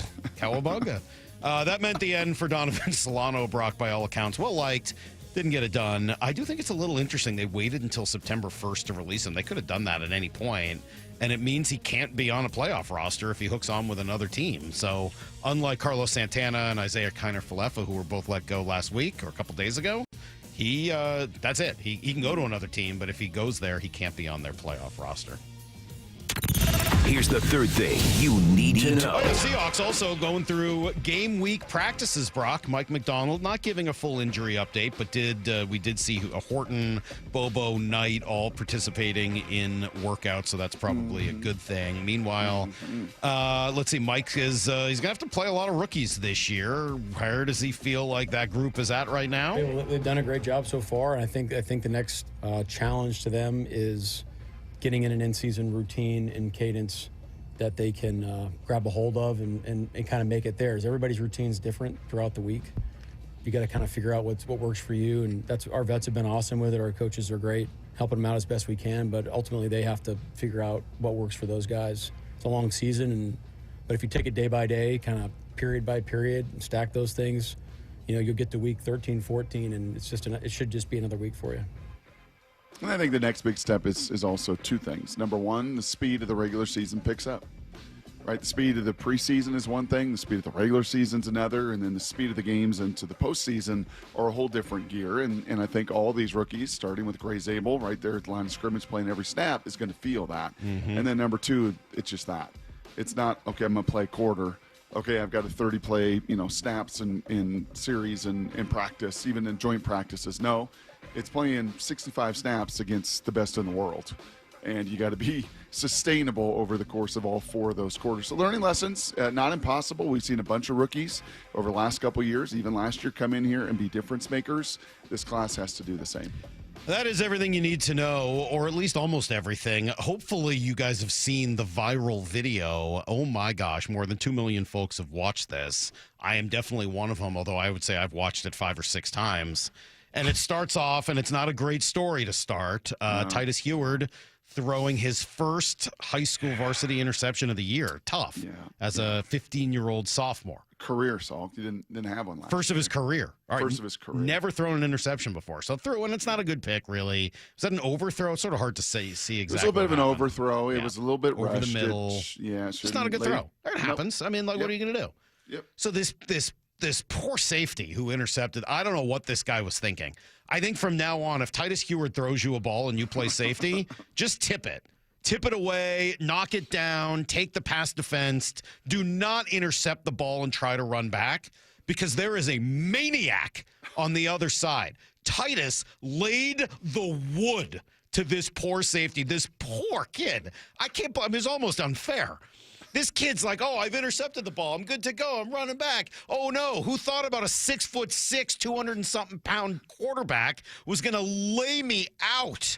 Oh, my. Is one of the best hits I've ever seen. Brock, that's going to be on Crunch Course, the NFL's hardest hitters. Yeah, I thought you'd like it. I thought Cecily would like it. It's kind of an enforcing moment. Did. She liked it quite a bit. Yeah, Cecily was a fan. Yeah. Did Titus like it? Did Titus like 2 million people seeing his interception? It was a little bittersweet for him, but that's what you do. You want to know something really funny? About a month ago, when Titus was out, we popped by your house. Actually, we had watched a Husky practice earlier in the day, and Uncle Damon said, "Hey, Titus, here's the deal. Let me give you some advice. When you throw an interception, go run over like you're going to tackle, and then just find a way to run to the sidelines. Just, take this angle, take that angle. No, he didn't do that at all. No, A pro football field is a crunch course that is filled with danger zones. Yeah, the danger zone is if Titus has thrown a pick. Stay the heck out of his way. All right, coming up next, Brock, you, seriously, congrats, Titus. I know it doesn't start great, but talk about a message of resilience. Coming up, you mentioned Luke Arkins in a tweet he had yesterday and some numbers he had. He had another one, actually, that I think might tell an even scarier story. It's next on Brock and Salk.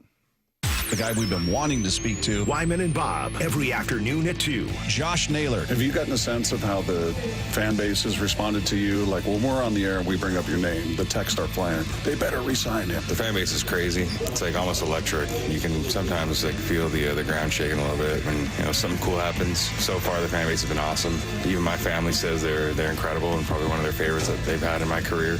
Dave Wyman and Bob Stelton, only on Seattle Sports and Seattle Sports on YouTube.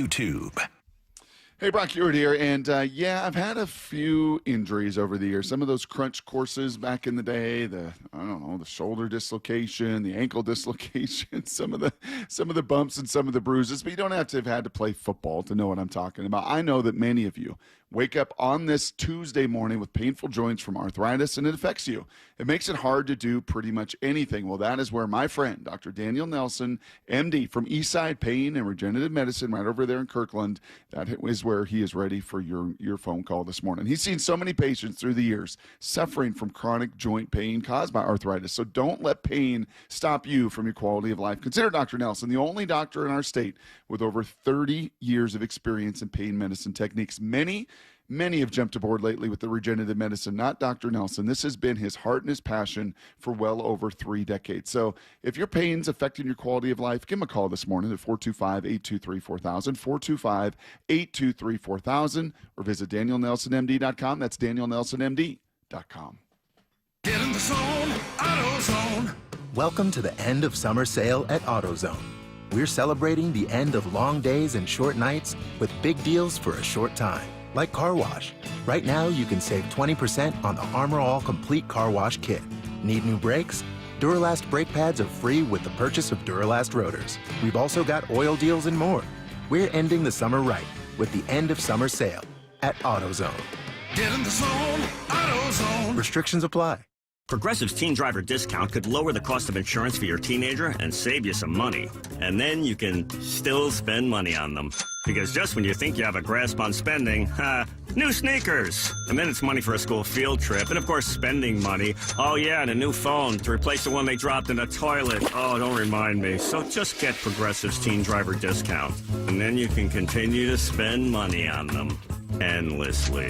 Progressive Casualty Insurance Company and affiliates. Discount not available in all states and subject to terms and conditions. This message comes from Viking, committed to exploring the world in comfort. Journey through the heart of Europe on an elegant Viking longship with thoughtful service, destination-focused dining, and cultural enrichment on board and on shore. With small ships that bring travelers closer to the destination, there's more time to explore. And every Viking voyage is all-inclusive, with no children and no casinos. Discover more at Viking.com.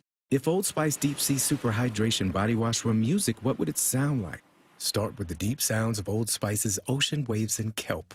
Layer on the smooth, renewing moisture. You wouldn't hear any parabens or phthalates because Old Spice Deep Sea hasn't got any. But you would hear that vitamin B3 for healthier looking skin. So while your regular body wash sounds like this, Old Spice sounds like this. Sounds like it smells amazing.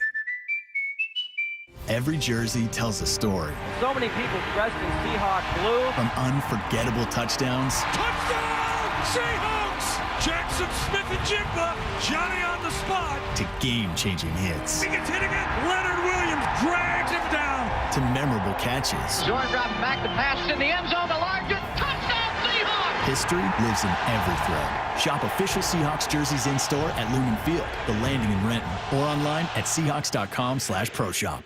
The home of the Mariners. One hopper snared at short. On a quick hop by J.P. Crawford. That guy's a magician over there at shortstop. Seattle Sports. Download the Seattle Sports app. Hey, Brock Heward here. For my friends at PCF Construction, it was a couple years ago. We were seeking a complete outdoor living space. Molly wanted a new deck. She wanted to really make our outdoor space pop. And boy, am I glad we called PCF. Why? Because whether it's a very specific project or outdoor living, like an underdeck ceiling, deck, patio cover, railings, PCF has you completely covered. You know, Molly's an interior designer. She knows construction. She knows attention to detail. And PCF, they checked every single box along the way. And right now is the time to make the call. Up to $6,000 off your project, plus no payments and no interest until 2027. And you can save an extra $1,500 when you bundle your deck with a patio cover. Find all the offer details, get project ideas, and browse photos at pcfgroup.com or simply call today at 425-629-8476. That's 425-629-8476, PCFgroup.com.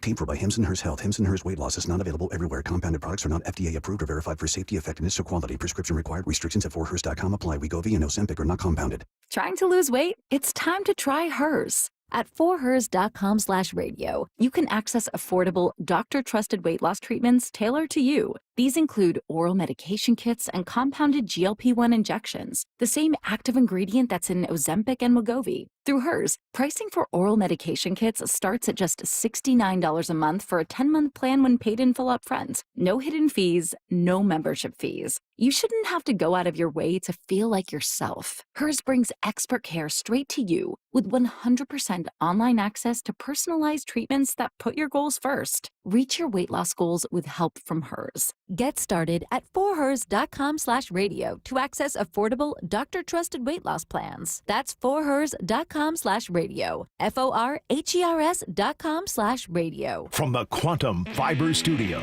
you're listening to Brock and Salk. Weekdays 6 to 10 on Seattle Sports and 97.3 FM HD2.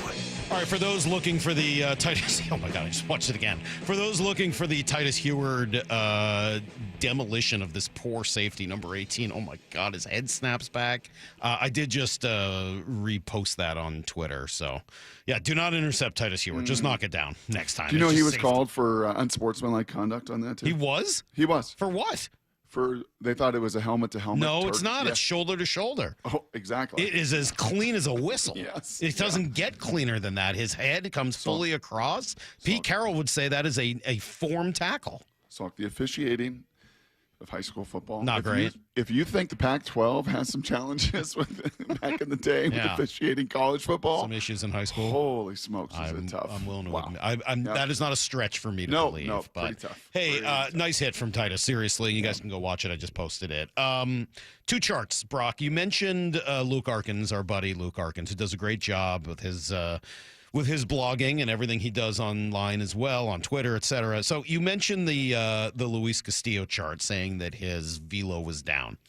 Not suggesting velocity is an issue for Luis, since I'm just an idiot blogger and not an expert on pitching or hitting, but Castillo's average four-seam fastball velo in August, wasn't just the start, but in the whole month of August, was the lowest it's been in any month of his career. This does seem suboptimal. So I did just a little secondary research to that, and I'm not an idiot blogger. I'm an idiot radio host, and I don't know what's going on. But I just looked up MLB innings pitched since 2023, so last almost 3 years. Mm-hmm. Where do you think Luis ranks? Ooh, he's got to be right in the top 5. He's number 5. Yeah. 510 2/3 innings pitched since the start of 2023. He's been the Rock. He's been the Rock, right? Mm-hmm. And that's part of who he is. But, is it possible you're seeing some of the effects of that? Yeah. Now, the other 4 guys, Zach Wheeler's in his own category. He's having some health problems that are not pitching related. But Logan Webb still pitching pretty well. Jose Barrios, pretty good. Framber Valdez is 4th. And then Luis Castillo is 5th. Mm-hmm. So, I mean, it's not like the guys around him are all falling apart. Zach Wheeler obviously has his own challenge. But, that's not in and of itself like a reason or an excuse to not pitch very well, but it would make sense that he's tired. He's pitched a lot. And that's the word I was going to use quite a bit, Brock, because I do think this team looks tired, not as an excuse, but that's how they look. They're playing like a team that's just kind of dead tired. So why is that? Well, I've thought about it. I don't have an answer for you. Some of it, you talked to Shannon yesterday, and Shannon says, travel. They've gone to the East Coast a bunch. This is 2 straight trips to the East Coast. We knew that was going to be brutal. The Mariners every year have a difficult travel schedule, and you do have to recognize that. You don't have to use it as an excuse, but it's something you have to deal with. And one of the ways you deal with it, I think, is you preemptively give guys days off. You got to manage the workload of your players. And the other thing that I saw yesterday from Luke was most players who've appeared in 130-plus games. And when you include Eugenio Suarez, the Mariners are at 5, which is number 2, behind just the Cubs. Yep. And those guys are Randy Arozarena, J.P. Crawford, Cal Raleigh, and Julio Rodriguez. And Josh Naylor's right behind them, 125, I think now 126 games since he posted that. I don't think that's an accident, that this team is looking a little tired while there are guys that have played as often as they have. And the one that's going to come up the most is Cal Raleigh, because we've been talking about it all year. It's really hard to catch every day and go out there and produce the way he has. Have you looked at Cal's numbers in July and then more specifically in August? Have you looked at them? Do you want to look at him? You might not. I kind of chose, after the All-Star game and some of those struggles, I kind of chose not to look at him. His numbers in August, Brock, hit 173 with a 308 on-base percentage, 449 slugging for a 757 OPS. I mean, it's a little above average, right? OPS plus of, I think it's like 106, something like that. It's just above average. But it's not MVP level. Oh, my gosh, Cal's killing it. He did hit 8 home runs in the month, which certainly helped. And he walked a lot. I mean, the on-base percentage is, 140 points higher than his batting average. So he's taking his walks, but he's striking out a lot, and he's just not getting enough hits. By the way, in July, 194 with a 283 on-base percentage and a 484 slug. There were 9 home runs. Yep. That was great, and the home run chase has been unbelievable, and Cal's value is incredible. But you can't tell me he's not slowing down. His batting average by month, April and March, 233, then 304, 300, and then 194, 173. Right. This is sort of the way it was always predicted to go, that if you play a catcher every day and barely give him a day off, there's going to be a consequence to that. That said, how many days has he DH'd? He's DH'd a lot. I feel like they've gotten him off of his legs a lot. They have, but on those, but he's not off, mentally off. Correct. Cal's got to, he's being asked to do so much. Yes. And the idea of just being mentally off, not even just physically, just mentally off for that, hey, you're not going to play today. Just take the day off. That's your just rest, recuperate. The mind gets exhausted in addition to the legs, and I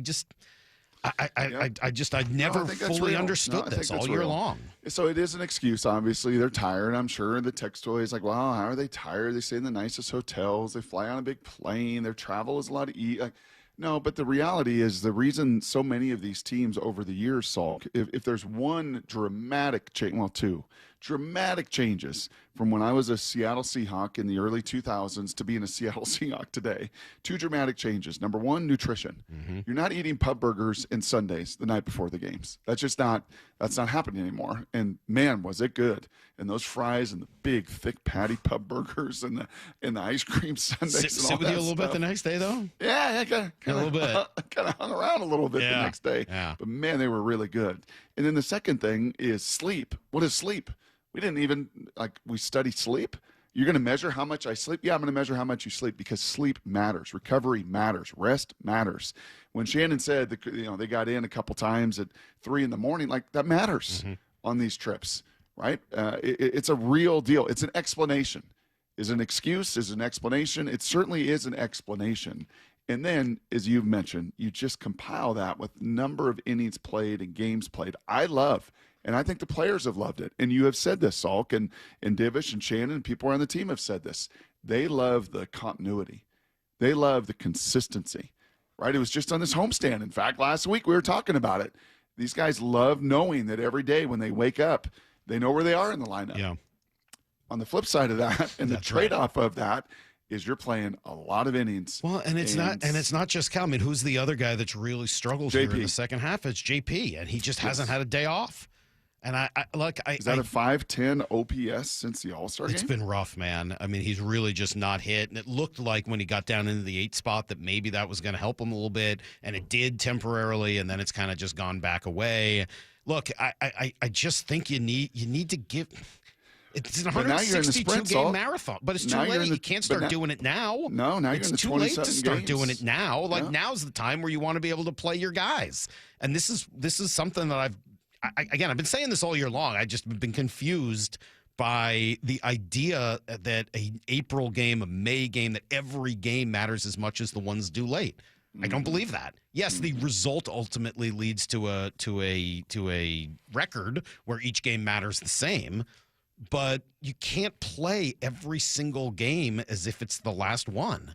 And so Dan asked yesterday, is there a chance that Gino, maybe JP would get some days off now that Rivas is up? Yeah, I mean, again, that's Leo allows us to do that, and that's what the kind of thing that we'll be looking for as we go forward here, and being able to spell guys when they need it, and helping out where they can, and that's definitely something that we consider as we go. Again, hard to know exactly when and where that'll be, but as we keep moving forward, we keep looking at that kind of stuff. And now you probably have to do it just to get JP back to revive him a little bit. But it's too bad that it gets to the point where you have to watch a 500 OPS, Brock, for 2 months before you can start to give the guy a couple of days off. And Dan did say yesterday they are tired. This time of year, fatigue. It's everybody's got it, and this is the time of year we all play for, and being in this stretch run is what we're excited about, and a lot of that, you got to find a way, and I think. That's what our guys will do. It's where it really tests your resolve, and I would think your mental toughness as much as your physical toughness. Your body is tired.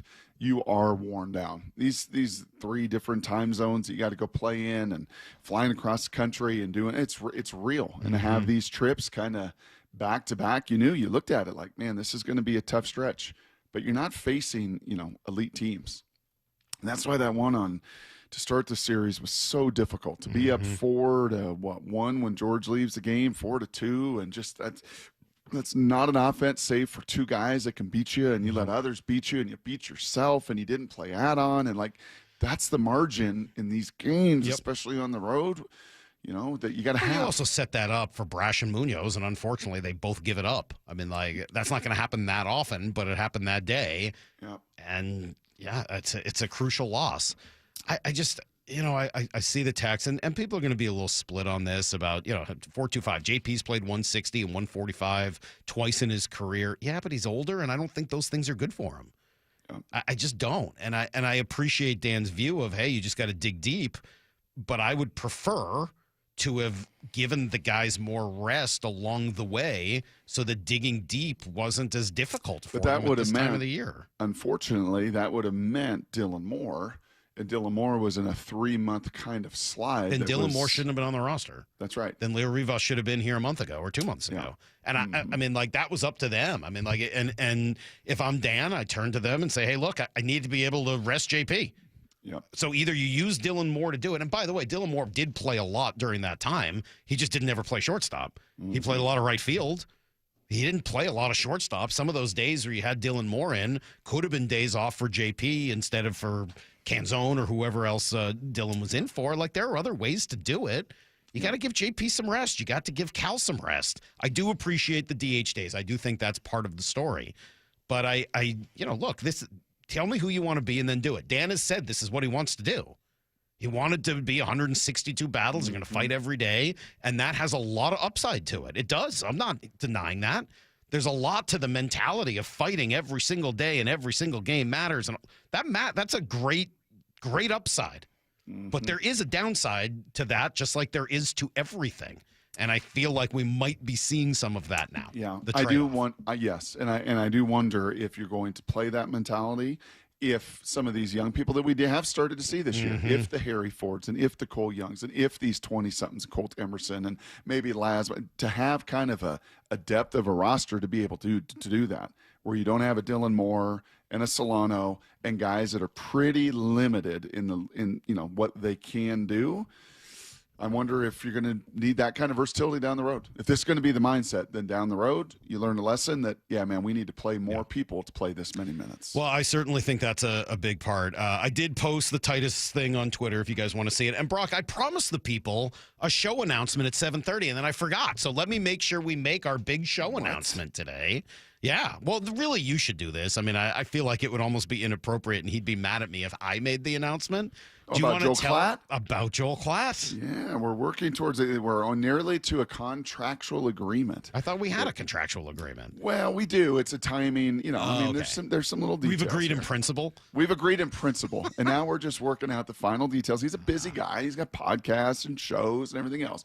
We've agreed in principle that Joel Klatt and Daniel Jeremiah will be joining us over the course of the football season. Every week? Every week. Both of them. Every week? Yes. Sounds now, pretty DJ's in Are Brazil. you trying to ruin the season? Yeah. My gosh. You have that guy every day, every week. Wow. It's more Meanwhile, like Salk didn't even watch the Ohio State game, and he's blabbering on about JJ doesn't make throws. Yeah, that guy. Are you prepared for that, Salky? No. In fact, I argued vociferously against this. I did not want him every week. Okay. I strenuously objected to the idea of him coming on. But the people not only want him every week, As they G need says, we him got to get the every people week. what they want. Is this That's really right. what the people want? Joel Klatt being mean to me? Well, you'll get it Yes. every single week this year. Thank God DJ will be here as well. Not together. 2 separate days. We'll talk to Joel. We'll talk to DJ. We're working out the details. Right now, some Blue 88. This is Brock and Salk's Blue 88. We're going to go red, right, tight, close, sprint left, G, U corner, halfback, flat, on one. Ready? Brock Heward tackles 3 football questions as only he can. Presented by Xfinity. Blue 88. Now here's your hosts, Brock Heward and Mike Salk. All right, Brock, 3 good football questions. Let's start here.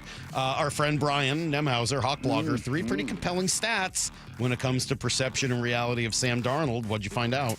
Yeah, I like all 3 of these, and Brian posted these yesterday as far as NFC West quarterbacks, where they rank in game-winning drives. One of Salk's most important stats, if not the most important stat of an NFL quarterback.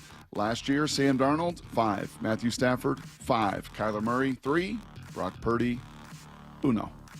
When it came to leaders in passing rating, in close games, clutch moments, right? What's your passer rating in close/late games? Because the perception is what? Not good in the clutch. The reality is Sam Darnold in the NFL was number 1, 136.5. Number 1. Actually, Geno Smith, number 2. Not surprising. We watched Geno for a couple years be good in those late and clutch moments. Stafford, 11. Purdy, 20. Kyler Murray, not a surprise, 24th. And then lastly, Sam Darnold is just bad under pressure, Salk. He's frantic. His feet are bad. His eyes are bad. He doesn't listen to his feet. NFL leaders in passing touchdowns and the 6th best passer rating when under pressure last season, that would be Sam Darnold. So Sam Darnold was the tops in the NFC West with an 89 rating. Purdy, 75. Murray, 63. Stafford, 55.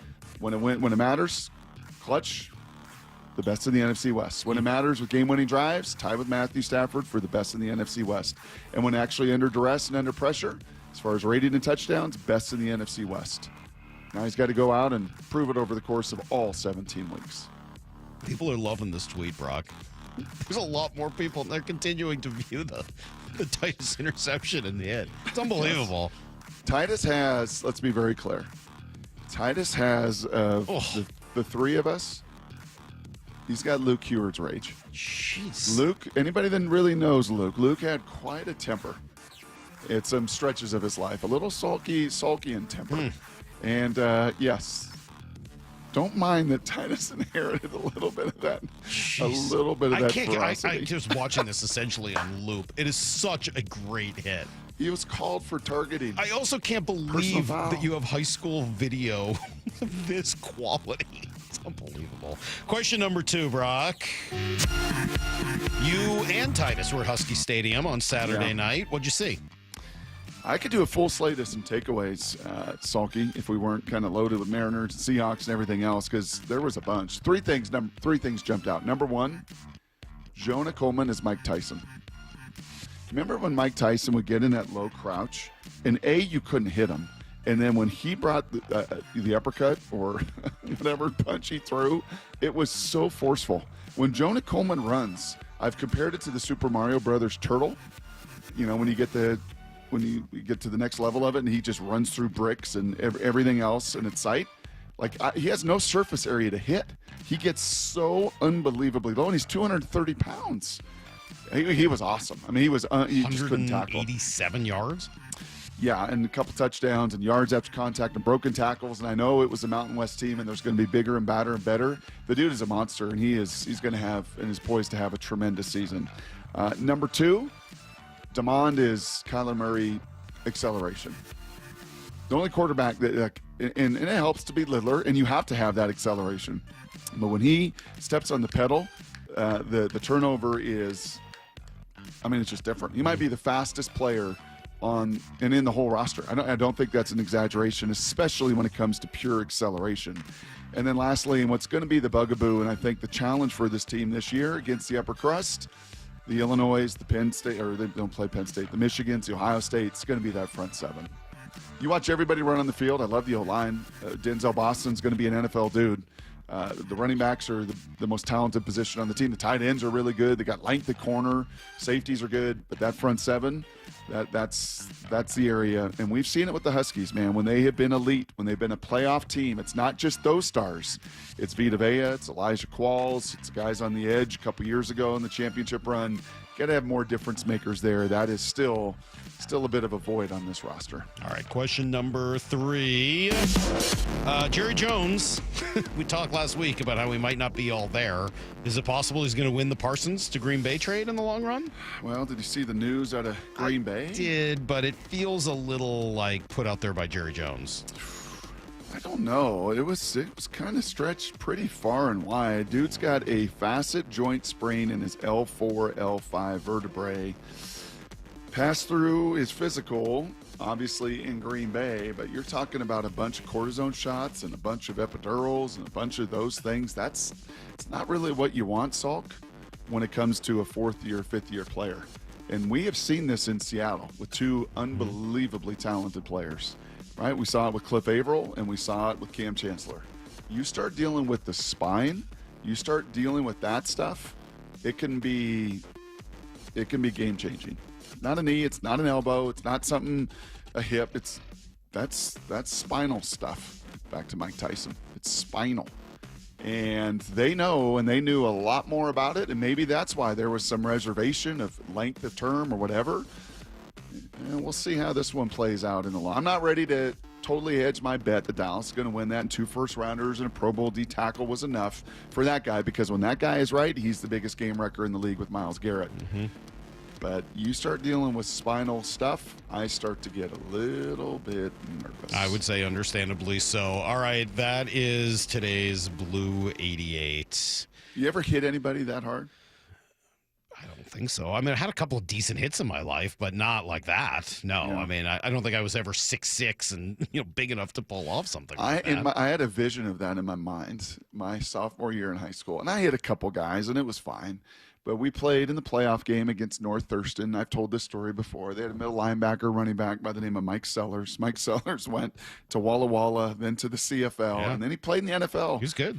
For Washington, a bunch of teams, because Mike Sellers was like 6'2", 245. Played against him in Summer League. I should have learned my lesson in Summer League basketball. He was the lone human being. He sort of like what was the guy for the Panthers a few years ago? The running back, just stout. Yes, yeah, the guy that Cam Chancellor knocked backwards. Yes, yeah, he was not quite as low to the ground. That guy was about 6 foot. Sellers 6'2", 6'3". Sellers put the point guard on his basketball team on his back, piggybacked, and went up and dunked. And at that moment, I was like, you know what? I probably shouldn't peel back on this screen. And I had visions, like totally visions of I'm going to peel back when you could peel back, and I'm going to knock this dude out.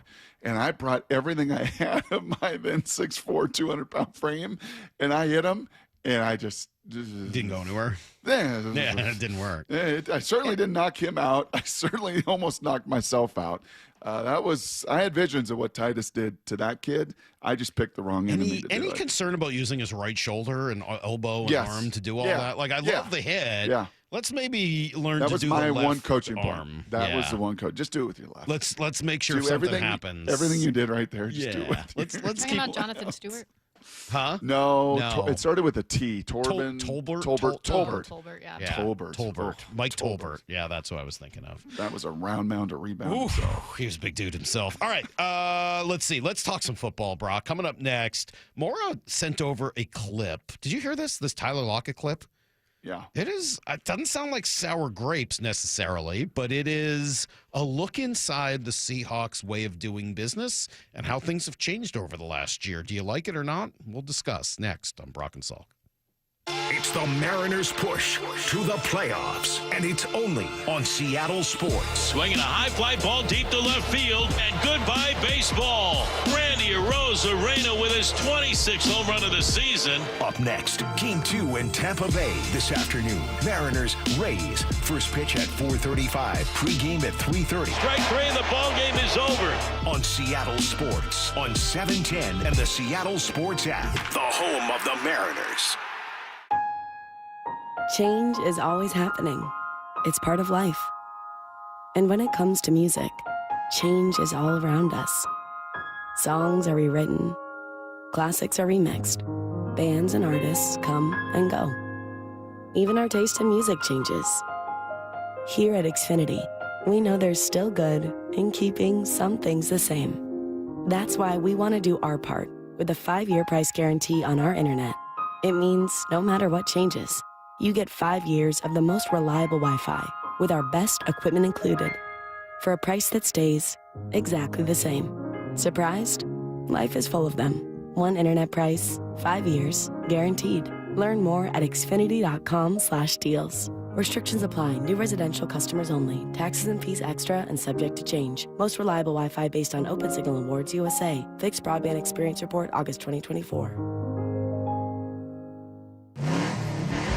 It's the biggest car giveaway in the Northwest. We're giving away 30 cars in 30 days, September 1st through 30th. Mustang Madness at Emerald Queen Casino and Hotel, Tacoma and Fife. Get one free entry daily. Earn additional entries just by playing your favorite games. Drawings every day at Tacoma and Fife. It's 30 cars in 30 days in September. Mustang Madness, only at Emerald Queen Casino and Hotel, Tacoma and Fife. The entertainment capital of the Northwest, where excitement lives. Visit emeraldqueen.com for details. It is that time of year. I cannot wait for the weather to get warm like it is now on consecutive days. That means I can break the motorcycle out, ride to work, ride all over the place, and I love it more than just about anything. But I also know that it's not a matter of if, but when you get in an accident, what are you going to do? Well, I'll tell you, when you're injured in a motorcycle crash, don't settle for firms that say they're motorcycle lawyers. Trust the ones who live it. Law Tigers has been a part of the writing community for nearly 25 years nationwide. They're here 24/7. 365 days a year because writers deserve real support when they need it. Law Tigers is the resource writers can turn to when they are in need. Law Tigers is out at all the events and supporting all clubs and shops. The Law Tigers are always by your side. Your case evaluation is always free. There are no fees until your case settles. The Law Tigers, you never ride alone. Law Tigers, Washington's motorcycle lawyers. Jimmy Cook, 539 Broadway, Unit 104, Tacoma, Washington, 98402. What is that sound? Ugh, that sounds like a plumbing sound. Luckily, there's a company that fixes all the plumbing sounds across Puget Sound. That's All Sound Plumbing. Puget Sound's plumbing experts. Have a sound? Visit allsoundplumbing.com. In today's competitive world, standing out isn't optional anymore. I'm Rusty George. My agency builds websites and marketing strategies to help builders, manufacturers, and material suppliers get louder, get noticed, and bring in new customers. Visit us today at rustygeorge.com. Coach Saban here, and let me tell you, every second matters. Preparation is everything, and that's why I trust Kidde Smoke Alarms. And as North America's #1 home fire safety brand, they're built to respond over 25% faster to smoke detection. Kidde helps protect what matters the most. Find it at the Home Depot. How doers get more done. #1 claim based on total household installations as of December 2023. 29% faster average smoke detection based on internal testing of smoldering wood fires for Kidde 9th edition versus leading competitor 8th edition product. With Robinhood, not only can you trade individual stocks and ETFs, you can also seamlessly buy and sell crypto at low costs. Trade all in one place. Get started now on Robinhood. Trading crypto involves significant risk. Crypto trading is offered through an account with Robinhood Crypto LLC. Robinhood Crypto is licensed to engage in virtual currency business activity by the New York State Department of Financial Services. Crypto held through Robinhood Crypto is not FDIC insured or SIPC protected. Investing involves risk, including loss of principal. Securities trading is offered through an account with Robinhood Financial LLC, member SIPC, a registered broker-dealer. If you love to travel, Capital One has a rewards credit card that's perfect for you. With the Capital One Venture X card, you earn unlimited double miles on everything you buy. Plus, you get premium benefits at a collection of luxury hotels when you book on Capital One Travel. And with Venture X, you get access to over 1,000 airport lounges worldwide. Open up a world of travel possibilities with the Capital One Venture X card. What's in your wallet? Terms apply. Lounge access is subject to change. See CapitalOne.com for details. When you bundle renters and auto with Progressive, you can save while protecting your most valuable possessions. Like your really expensive limited edition sneakers and your new suit for your cousin's wedding. Except you never actually bought the suit because you can't stop buying sneakers. So you show up to the wedding looking like you're going grocery shopping. But hey, at least your sneakers will look good in the pictures. Until you're cropped out of every last one of them. So go ahead and get Progressive so you can save while protecting the things that matter to you. Progressive Casualty Insurance Company and affiliates and other insurers. Not available in all states or situations. Let's go! This is Seattle Sports. Streaming through the Seattle Sports app. KIRO AM Seattle. KIRO FM HD2 Tacoma. Home of the Seahawks, Mariners, and everything Seattle sports. Give me a freaking auto! From the Quantum Fiber Studio, this is Brock and Salk on Seattle Sports. Brock Heward and Matt Marcus. Sorry about Mike. Heward, not exactly Joe Cap there in the pocket. Now here are your hosts, Brock Heward and Mike Salk. Bert Breer's texting me. He just saw the Titus interception. Yeah, Bert liked it. Yeah. That's funny. He wants me to call him right now. Bert, I'm on the air, man. I do the show, Bert. I can't call you. I have a job to do. I have to do the show. That'd be really fun for all of us. If though, I just called Bert right now. If now? you just called him and Yeah. he didn't know he was on the air. And the number of well, I don't think that'd be good for the FCC. No, I don't. I think the dumb Actually, button. you know what? Never mind. The dumb button's not ready for just like an unprompted, no knowledge call of Albert Breer. Yeah, no, that's a non-starter actually. In any event, it's quite a hit. Okay, let me play this Tyler Lockett sound. So this is from Bussin' with the Boys, right, Maura? This is a Bussin' with the Boys cut. Yeah. So Tyler Lockett goes on the show, and he's asked about the biggest difference culturally between being now with the Titans and what he experienced in Seattle with Pete and then Macdonald. And the answer is quite the look into how things have changed here in the last year or two. What is the biggest difference culturally that you've seen between like the Titans and Seattle? I think it just depends on the head coach because everybody's different. With Pete, it was come as you are. Like, I'm not going to tell you what you can and can't do as long as it doesn't become a detriment to the team. You had to be self-aware and you had to be self-motivated because we did things that was like in a competitive level, like shooting hoops and doing all these things. And people could have so much fun, but if you weren't doing the work, you weren't going to be on the team. And then, you know, when Mike came, Mike's more of like a military style coach. So kind of similar to when I was with Coach Snyder in college. And so like a lot of his stuff and how he goes about it is a lot different, like time consuming and a lot more work oriented. And then coming out here with Callie, it's like, I think it's kind of the best of both worlds because he's come from a lot of different places where, you know, he's been within the Peyton Manning systems, understanding the new age of how to be able to tailor things to get the most out of your players. That's kind of like what Callie's starting to do here. Okay, so first of all, you got to at least start with the fact that he's there to sell what he's in now, right? I mean, like every player is going to do that. I think what I'm doing now is the best possible scenario. Of course, he's going to say that. Mm-hmm.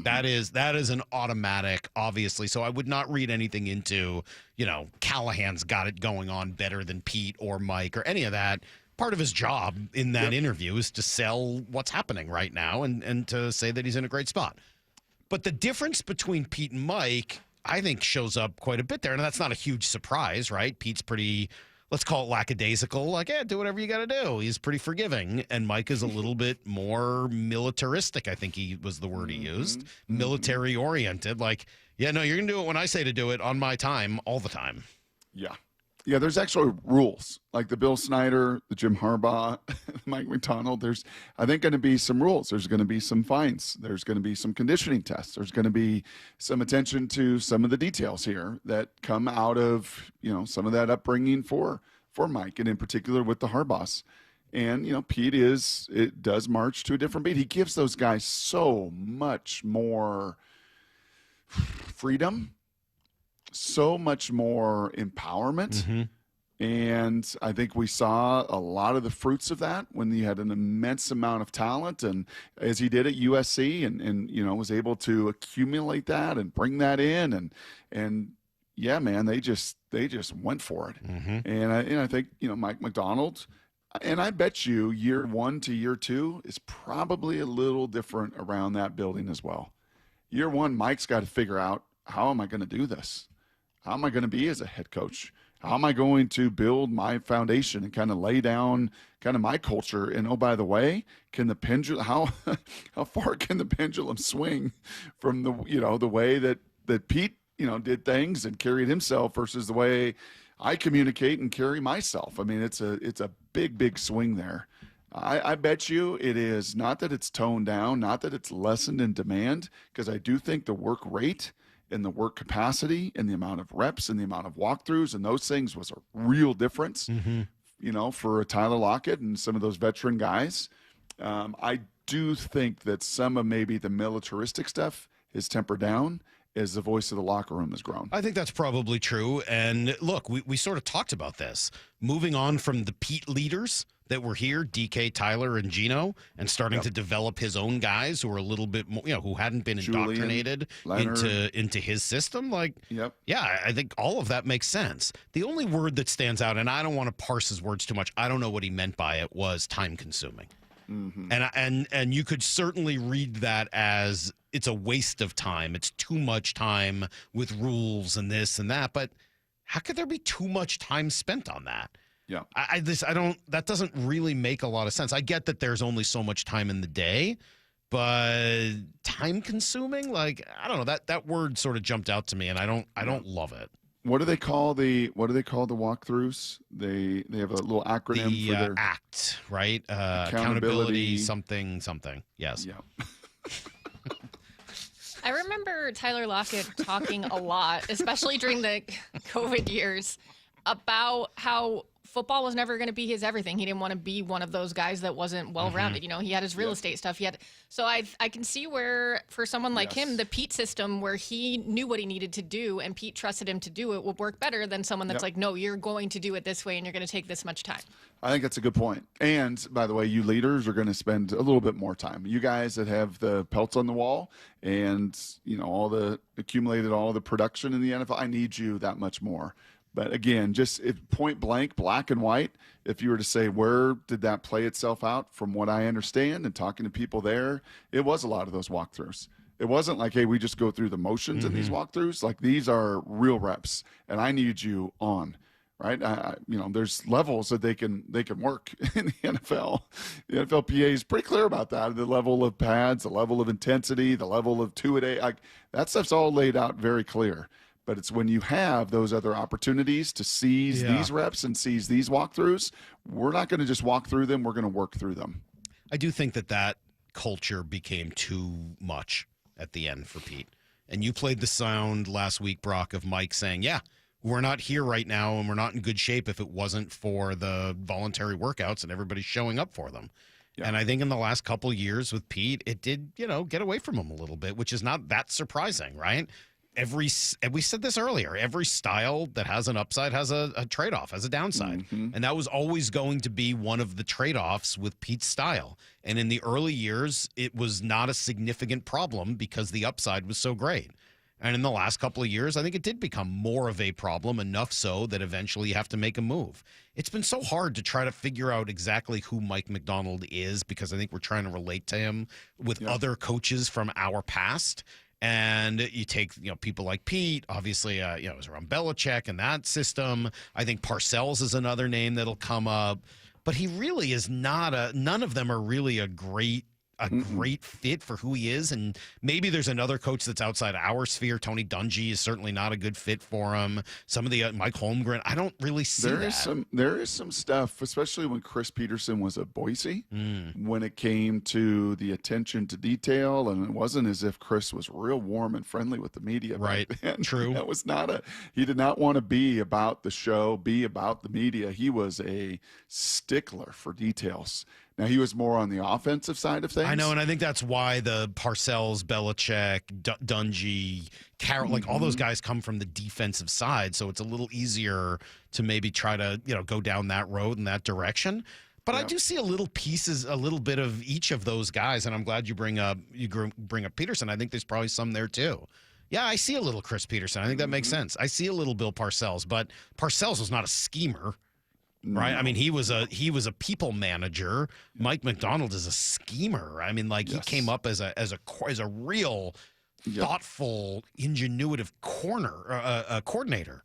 Yeah, that's very different. different. And again, Parcells was on the offensive side. He was the play caller, and he was an offensive. But that wasn't his thing. He was not special because he knew how to design an offense.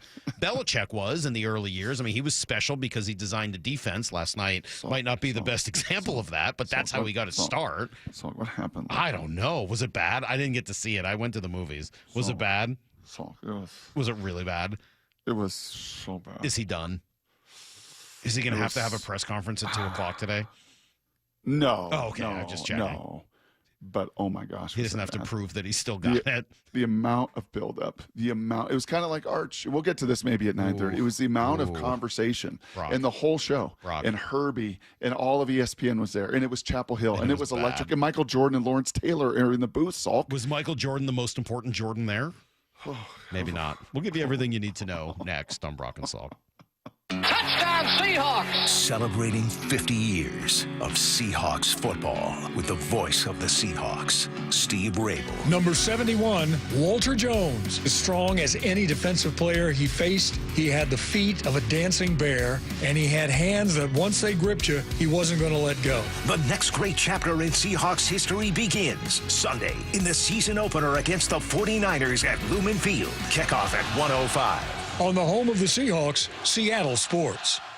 When the heat's in 11, cool AC would be heaven. DayandNight.net. You can stay cool and save a cool 10% off an air conditioner or heat pump right now with Day and Night. Northwest summers are beautiful, but there's always a long hot stretch that makes everyone say, man, AC sure would be nice. Well, except for that one annoying friend who won't stop talking about how great his AC is. Hi, I'm Bruce with Day and Night Plumbing and Heating. Don't sweat through another summer. Have Day and Night keep your house cool and comfortable by installing a high-efficiency AC or heat pump. Or if you have an existing system, we'll come and service it. Make sure it's running efficiently and ready to cool when you need it. When the summer is cooking, we're the place to be looking. DayandNight.net. Call Day and Night now and save 10% off an air conditioner or heat pump. Plus, make no payments and pay no interest for a year OAC. Restrictions apply. Call for details. DayandNight.net. When you own a business, it feels like everything's on you. Orders, deliveries, employees, on you. That's why Comcast Business is giving you a year of mobile on us with your internet service. Really? Yep. We'll cover your first line of mobile for 1 year. So calling customers, getting directions, texting Janine and shipping, on us. The broken coffee maker? That one's still on you. Which means you'll save hundreds for your business and get the fastest mobile service with 5G cellular and Wi-Fi hotspots on us. But hurry, this deal won't last long. Get a mobile plan and free up the budget to maybe, I don't know, fix that coffee maker? Get mobile on us for 1 year, you guessed it, on us.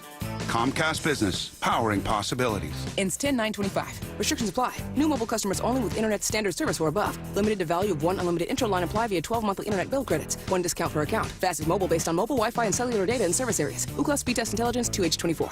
Hey, it's Bob Stelton here, and I can see clearly now. It's amazing. Let me tell you about one of the best decisions I've ever made in my life. That's when I went to K2 Vision for Refractive Lens Exchange, or RLE. Dr. Kopstein started K2 Vision with Dr. King from King LASIK, the most experienced LASIK surgeon in the Northwest. King LASIK plus K2 Vision equals freedom vision for every stage of life. No glasses, contacts, readers, or cataracts. So if you're somebody that struggles with distance vision and now you always need a pair of reading glasses, K2 Vision RLE could be your perfect permanent solution to spending your good active years not needing reading glasses. And here's the capper. You're never going to develop a cataract. I'm somebody that needed readers in every room of the house. I needed to see the scoreboard out at ball games. I just couldn't see clearly. That has all changed thanks to RLE. Whether it's LASIK, EVO ICL, or RLE, trust the most experienced team of doctors to point you in the right direction. Schedule your free Zoom consultation today at K2VisionRLE.com. That's K2VisionRLE.com. When the weather changes, your home shouldn't be the one left unprepared. Hi, I'm Justin Shirley, CEO of State Roofing and Exteriors here. We offer the strongest solutions in roofing, siding, decking, windows, and gutters, made for the Pacific Northwest. And right now, get 0 down, 0 payments, and 0 interest for 24 months or up to $3,000 off your next project. No gimmicks, no stress, just reliability you can count on. Visit stateroofing.com or call 866-ROOF-ROOF to schedule your free estimate today. State Roofing, the best roof you'll ever need. The home of the Mariners. It is gone! Cal Raleigh, 2-run home run! Hear every pitch on 710 and the Seattle Sports app. Hey, Brock Heward here. For my friends at PCF Construction, it was a couple years ago. We were seeking a complete outdoor living space. Molly wanted a new deck. She wanted to really make our outdoor space pop. And boy, am I glad we called PCF. Why? Because whether it's a very specific project or outdoor living, like an underdeck ceiling, deck, patio cover, railings, PCF has you completely covered. You know, Molly's an interior designer. She knows construction. She knows attention to detail. And PCF, they checked every single box along the way. And right now is the time to make the call. Up to $6,000 off your project, plus no payments and no interest until 2027. And you can save an extra $1,500 when you bundle your deck with a patio cover. Find all the offer details, get project ideas, and browse photos at pcfgroup.com or simply call today at 425-629-8476. That's 425-629-8476, PCFgroup.com. By texting 64,000, you agree to receive recurring automated marketing messages from Real Success. Message and data rates may apply. No purchase required. Terms apply. Available at ourrealsuccess.com. Do you want to learn how to make money flipping houses and acquiring rental properties right here in Seattle without using your own money? You'll learn to flip houses and secure rental properties in your spare time to get on track towards real wealth building. We're offering a handful of motivated individuals the opportunity to attend our workshop right here in Seattle for free. That's right, we'll give you 2 free tickets when you text FREE to 64,000. Seattle is the perfect market to flip houses and build rental income. Don't miss this opportunity. Come to a complimentary live 2-hour workshop this week right here in Seattle and learn how to start making money flipping homes and building long-term wealth with rental properties. To get 2 free tickets, text FREE to 64,000. Text in the next 10 minutes, and registrants will also receive a free copy of our Funding for Deals guide. Text FREE to 64,000 for 2 complimentary tickets. Text FREE to 64,000. Need to know. 15 minutes past every hour with Brock and Salk. Here's what you need to know. Up first. Ugly one yesterday for the Mariners. Got away from them early as Luis Castillo didn't have it, and they made him pay. And a 2-0 pitch, swinging a fly ball into the gap in right center field. On the run, Canzone to the wall, leaps up, and he can't make the catch. It hits off the fence. Here comes Mangum, here comes Palacios on the score, and it's over the fence. It's going to be a home run. Beyond the reach of Canzone, reaching over the top of the wall, and I was watching Cortez. He kept running hard, but it's a home run just beyond the reach of Canzone. A 3-run home run for Cortez. His 4th home run of the season, and the Rays have a 3-0 lead. Yeah, they would just add on. Emerson Hancock gave up 3. Taylor Saucedo gave up a couple more, and before you know it, it's 10-0. They end up getting 2 back late, but not what you needed. A 10-2 loss, 1-3 now on the road trip, Brock, and then even worse, Astros, Red Sox, Rangers all win. Rangers with a comeback late. So Mariners 3 games behind Houston, only a game and a half up on Texas. I mean, they're still in decent shape, but you got to start winning some games. Yeah, Evaldi out for the year. That helps a little bit down there in Texas. But you look at their numbers, Salk, they're a plus 90-something run differential. Far superior to you and Houston in this division. Still have names like Simeon and Seager and some difference makers. And if the guys that they have counted on to do anything, Garcia, Jock, what's Jock's last name? Jock Peterson, actually do something and contribute like anything, that could be a dangerous team as well. Now just a game and a half back of you in the wild card chase. Yep, game 2 tonight. Brian Wu on the hill for the Mariners, and that's exactly what you would want, right? Nobody else you would want right now on the hill than Brian Wu. He's been tremendous all year long. Drew Rasmussen, who's had a lot of success against the Mariners, will go for Tampa. Here's the second thing you need to know. All right, September call-ups before the game. I do like what the Mariners did yesterday. It was time. Harry Ford makes his way to the big leagues. And again, a few reasons why. One, this is what September call-ups used to be. Just an opportunity to get guys around the major league clubhouse, to be with the team, to see how it's done. And for a young catcher like him, that's important. As Ryan Divish mentioned, he's going to be Rule 5 eligible next year anyway, so you got to put him on the big league roster. Why not give him the opportunity now to end the season? 2, they've been in a bind all year long on days where Mitch Garver is caught and Kalen's up DHing. You can't pinch hit for Garver because then you'd have to bring Kalen to the game, and then you'd lose your DH. Well, this prevents that. Now you have a third catcher on the roster, which I think is a huge help for Dan Wilson late in game, something he hasn't had before. Yep, and then you get Leonardo Rivas, too, to hopefully maybe give J.P. Crawford time to get off his legs a little bit there at shortstop. He had a nice 2-run bomb at the end of the 9th inning last night, playing in a minor league park. Probably felt right at home. And then what do we know? Anything about the pitcher they brought up as well? I don't know a lot about him. My guess is he's going to be the guy at the back of the of the bullpen. Do we know anything about the pitcher they brought up at all? Mike Jackson? Luke Jackson? Luke Jackson. Well, he was part of that Braves 2021 team that won it all. He was a big part of that bullpen. Huh. Really? He was? Yeah. How did they get him? He hasn't been that same guy since then. Well, how'd they get him? The Mariners? Yeah. How did he come here? Just as a free agent? Either that or they... Yeah, I think they just signed him as a minor league He wasn't agent. part of the Kelnick trade, was he? No. He wasn't the other part of that? No. Okay. Getting, Harry up here is first chance to be activated here in the big leagues, and really excited to have that. It gives us a little more depth at the catching position, which just allows us to be a little bit more flexible during game. You have that third catcher availability, which is super helpful. And then Leo Rivas, obviously has played this role before and knows it well. Great to have Papa back, and his versatility on the infield helps us out a ton, and he's had a great season down in Tacoma as well. So excited to, and then Jackson in the bullpen, guy that good fastball and real good spin and has the experience in the postseason, and so always looking to add that and sets us up for this last 25 game stretch. Yeah, they just went to like a local office in Tampa to do all the interviews with Dan yesterday. I don't know what's going on. Moore said there's phones ringing in one of them. It's just like... I was cutting it, and I looked at Chris and said, "This is giving me anxiety." Yeah. They just went to like a random office, and we're like, "Hey, you guys want to do it here? Sure." I mean, there's people working, but let's just get it done. What does Chris say back to you in that moment? He just laughed. Is the sound hound is barking, doing your work, working your tail off? I was like, there is so much going on in the background of this interview. I'm getting anxious. Here's the third thing you need to know. Seahawks game week practice, Brock. Mike Macdonald, no real injury update, but we did see Brady and others reporting. Horton, Bobo, Knight all participated in warm-ups before practice yesterday, which is a good sign. They're going to need Torrey Horton. Yeah, Torrey's done a great job. He's on it. I feel like he's in a great spot mentally, Hasn't had a lot of game experience yet, so, my recommendation to him is just go out and do all the things that you're doing in practice. But he's on it. He does a great job. Of all the things I like about the Seahawks heading into this season, one thing that does make me nervous is they're putting a lot on a fifth-round rookie. It does feel like a lot of the offensive outside, wide receiver. There's a lot on a fifth-round rookie. I think that's because you didn't see much Coop and JSN in the preseason. Okay, good. Those are still going to be the guys in your middle of your lineup. Because it feels like maybe they're relying a lot on a fifth-round rookie.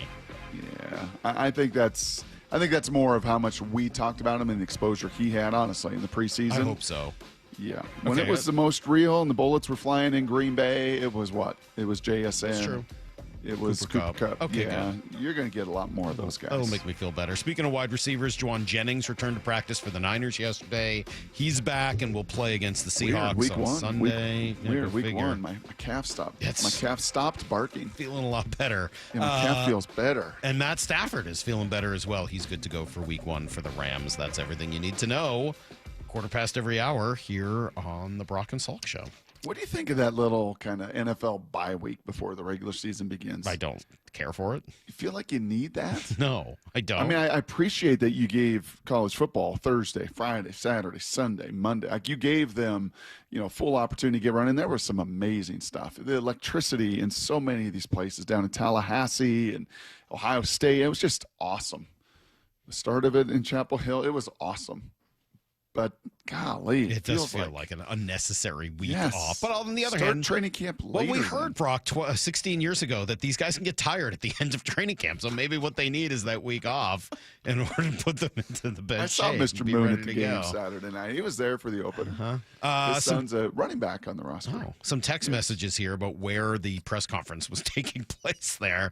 So if you have more thoughts, you can offer them. 866-979-3776. Dan over there doing a press conference at Chipotle.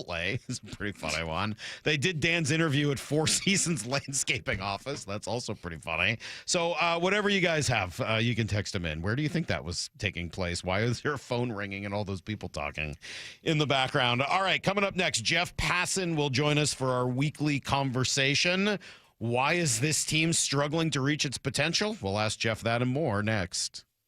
Wyman and Bob. We've got Gray Zabel, rookie guard. Every afternoon at 2. Our texters that text into the show will give you, some restaurant advice. Which way should they direct you? Man, the simple thing is just you run the damn ball with like a steak and potato type restaurant. I would certainly start with El Gaucho. That's my favorite. Oh, yeah. I'm getting cultured by my left tackle, Charles Cross. So I just tried sushi for the first time like a week ago. That was all right. Dave Wyman and Bob Stelton, only on Seattle Sports and Seattle Sports on YouTube. Been telling you guys for the last couple of weeks, this new casino and hotel, the hotel is unbelievable at Snoqualmie. Unreal. They did such a good job. The rooms are beautiful. The views are incredible. The whole pool, indoor, outdoor pool area, I never really seen anything quite like it. I loved it, and the view from there is magnificent. Then you got the sports bar, which has a similar kind of concept. You got the new spa. You got the new entertainment space and convention center, which is going to have some really great concerts coming up. The whole deal, man. You got to go check it out. Go to snocasino.com. Book a room. Seattle's closest is now Snoqualmie Casino and Hotel. Your new beginning starts now. D.R. Horton has new construction homes available throughout the greater Seattle area. With spacious floor plans, flexible living spaces, and home technology packages, you can enjoy more cozy moments and sweet memories in your beautiful new home. With new home communities opening throughout the Seattle area, D.R. Horton has the ideal home for you. Visit drhorton.com to learn more. D.R. Horton, America's builder, an equal housing opportunity builder. At Fisher Investments, we may seem like other money managers, but we're different. Are you really that different than the rest of us? We are. As a fiduciary, we always focus on what's best for our clients. What services do you offer besides investing? We have a team of specialists in financial planning, estate planning, and more. Your clients rely on you for all that? Yes, we ensure clients receive unparalleled service at every step of the relationship. Okay, but you still sell commission-based products, right? No, because we believe that's a conflict of interest. We prioritize service over sales goals. So, then how do your fees work? We have a simple and transparent fee that's a percentage of our clients' portfolios. So we do better when our clients do better. Wow, we're more different than I thought. At Fisher Investments, we're clearly different. Learn more at fisherinvestments.com. Investing in securities involves the risk of loss. Get in the zone, AutoZone. Welcome to the end of summer sale at AutoZone. We're celebrating the end of long days and short nights with big deals for a short time, like car wash. Right now, you can save 20% on the Armor All Complete Car Wash Kit. Need new brakes? Duralast brake pads are free with the purchase of Duralast rotors. We've also got oil deals and more. We're ending the summer right with the end of summer sale at AutoZone. Get in the zone, AutoZone. Restrictions apply. If you've got a gas-powered engine, keep it running like new at every fill-up. Stable in-season protection is your engine's preventative medicine, cleaning and protecting the entire fuel system in season. In outdoor power equipment, prevent gum and varnish buildup that could cause a rough or non-running engine. For cars and trucks, increase fuel efficiency and power by removing deposits, ensuring your engine's long-term health. Stable outperforms the competition in independent lab testing. So at every fill-up, start with Stable. Bonneville International radio station contests are open to participants 18 years of age or older that are residents of Washington State unless otherwise specified. Employees or agents of the station, Bonneville International Corporation, other area radio stations, or any entity associated with the contests are not eligible to win unless the station otherwise specifies at its own discretion. Persons who have won in the last 60 days from a station contest or event may not be eligible. Full general contest rules are available on seattlesports.com or in person at the station during regular business hours. The home of the Mariners, Seattle Sports. Cal swinging a drive, deep to right field. Every pitch of every Mariners game is on the Seattle Sports app. 1-877 Cards for Kids. KARS Cards for Kids. Ready to get rid of that old car? Donate it to Cars for Kids. Call 1-877-CARS-FOR-KIDS to reach a friendly live agent. Donation's super easy, and your car can be picked up as soon as tomorrow. Call us now, 1-877-CARS-FOR-KIDS. 1-877-CARS-FOR-KIDS. Donate your car today. Did you know you can donate real estate too? Homeowners, federal tax credits on heat pumps end soon. Home Comfort Alliance can help you save up to 75% on new in-stock heat pumps with combined discounts, utility rebates, and expiring federal tax credits on systems installed by December 31st. These are new in-stock high-efficiency models that will make your home comfortable year-round. Federal tax credits expire December 31st, so don't wait. Visit homecomfortalliance.com. For all your heating, cooling, plumbing, and electrical needs, it's Home Comfort Alliance, the comfort people.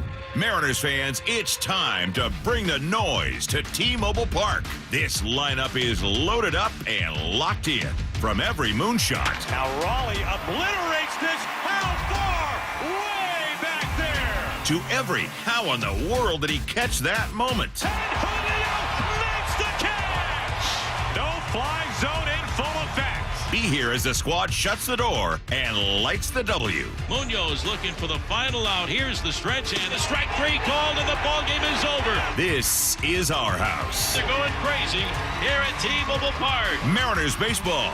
Try dance up. Be here for the stretch run at T-Mobile Park. The Mariners are kicking off their next homestand with a 3-day Logan Gilbert Funko Pop giveaway against the Cardinals, September 8th to 10th. Plus, don't miss the final Mariners fireworks night of the season, September 12th against the Angels, presented by T-Mobile. Get your tickets today at mariners.com. From the Quantum Fiber Studio. This is Brock and Salk. Weekdays 6 to 10. On Seattle Sports and 97.3 FM HD2. Some suggestion it was a timeshare sales call center, Brock, or maybe a 1980s newsroom drama movie. I don't know. I don't know where all that was going down. But Jeff Passan joins us now, I suppose, from his house. Good morning, Jeff. How are you? This is all your fault, Mike. Yeah, I own it. Brock had told people earlier. It's all me. I don't know why you would ever do this to not just your adoring listeners, but to the city of Seattle. Mm-hmm. How you could put a pox, a hex, a jinx, any word with an X on this team. Are you just that sad about your life that you feel like you need to inflict misery on others? It's not that. I'm just a natural mush. I don't know what to say. I am the ultimate mush. I have been my whole life. I'm a mush. Like, if you ever watch that movie, The Cooler, with William H. Macy. Absolutely. That's me. I'm the mush, man. There's nothing I can do about it. I'm just a mush. All right. Well, if that's the case, it's been great talking with you. Brock, how are you doing? Oh, you know how I'm doing. I think of the three of us. Great. I just wear some of that nervous Mariners fandom because it's what I've known. It's what Molly says to me. Like, will you just settle down? No, I won't just settle down. You know how this goes. You've been a Mariner fan your whole life, these ups and these downs and these challenges and these building you up. And, yeah, I certainly, of the three of us, Jeff, wear quite a bit of that on a nightly basis watching this team. How nervous should me and the rest of Nervous Mariners fandom be? I'll tell you two different answers, and this is like a choose your own adventure thing. Answer number one, you should be really nervous because when September comes around and a team looks like it's playing with little clenched areas there, and it's looking tight, and it's getting blown out in the first game of this new month that was supposed to start things like they started in August after the trade deadline, and against Tampa Bay, no less, against Shane Boz, who's just been absolutely horrendous over his last 10 or so starts. And for him to go and throw a 6 shutout against the Mariners, it's indicative of where they are, and it's indicative of where they're going. But the real me, like the thing I actually believe, and not just saying it to join in, misery loves company, I think they're going to be fine. I still think they're a better team than the Rangers. I still think they're a better team than the Royals. And I understand that they haven't played that way. And I understand it's very easy for me to sit here and say, oh, I believe in the, 30 worst. What are we at now? How many weeks are in a season? 24. So we got 4 weeks left. I believe in how they played in the first 18 weeks rather than the last 2. And I understand even in those 18 weeks, there were ups and downs. This, I think, is going to maybe blow Mariners fans' minds if they haven't delved in as deep enough as I have. Do you realize that August was actually the second best month by winning percentage of their season? That's not to, like, I don't mean for anyone to take solace in that. Because when you start off as hot as they did and end up as cold as they did, it leaves a bad feeling in your mouth. But I'll just ask if things were reversed, if they had ended the month really hot and started the month really cold, your feelings would be completely flipped, and yet they would have wound up with the same record either way. I think we just assign too much in baseball to periods of time that we determine when they begin and end. Mm-hmm. And I get the rancor among Mariners fans right now. It's warranted. It is completely warranted, but it does not foretell doom necessarily. It might. Like, this may be the beginning of what turns out to be an incredible collapse. But, man, I just look at the Royals roster, and I just look at the no Nathan Eovaldi, no Marcus Semien, no Corey Seager, Jacob deGrom running up against, I'm not going to say an innings limit, but throwing a lot more than he ever. I look at all of these factors and considerations, and I look at who the Mariners have on their roster, and I still buy it. I still believe in them. I'm not changing the idea that I think they can go to the World Series because I think they can. So I think that's all very well said, Jeff, and it's a good long answer, and I think you answer it probably the same way I would. Yeah, there's a chance it all gets screwed up, but also they have a pretty good roster. The one thing I might disagree with is that I don't think they look like they've been playing tight. I think they look like they're dog tired, and that's not an excuse. But I mean, Cal's played in almost every game. They got 5 guys who've played in 130 plus games already this year. I think they're tired, and I'm not really sure what to do about that once you get to September. It feels like those are things you got to take care of a little bit earlier in the season. Yeah, there's nothing you can do about that. But they've been playing this season, Mike, like every game matters, right? They've been playing that way because they knew they were going to be in a tough race with someone in the West and thought that someone was going to be Texas, and at least I thought so. I picked the Rangers to win the American League West going into the season, and Houston surprised everyone. And I think the most frustrating part of this whole thing is that the Astros are very much within striking distance still. Like, by Friday, the Mariners could be in first place. Mm-hmm. I think that's what gets lost in all of this. It's so easy to get sucked into the doldrums. They're a very powerful force. And yet, I don't mean to be like Mr. Sunshine or Mr. Rose-colored glasses, but I'm just speaking facts here. Like, as hot as the Mariners were at the beginning of August, rather, and the beginning of April, I suppose. But as hot as they were at the beginning of those months, that's how cold they've been lately. And it's been ugly to see. But just as it switched from hot to cold, right, it can switch from cold to hot, too. So that's why I was asking earlier, Jeff. Does it really matter how they're playing right now? Not whether they're winning or losing, because you got to get in. But does it really matter how they're playing on September 2nd, or does it matter how they're playing on September 29th? I think it does matter how they're playing on September 2nd, because by the time September 29th rolls around, they may have blown the lead already. Right. Fair. But if they haven't, does it matter how you're playing now? No, I think that the losses actually are not a bad thing.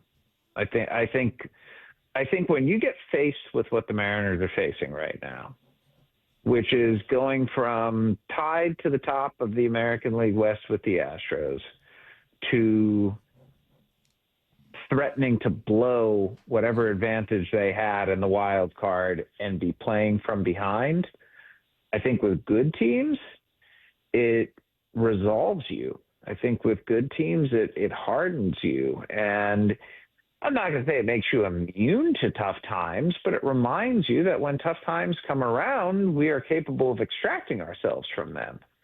And I think it's a real test for this team, because winning culture, man, like it takes time to build. And I do, like, I believe it's a real thing. I buy culture. I buy winning. I buy all of these ideals that can't be measured, but I firmly believe exist. Mm-hmm.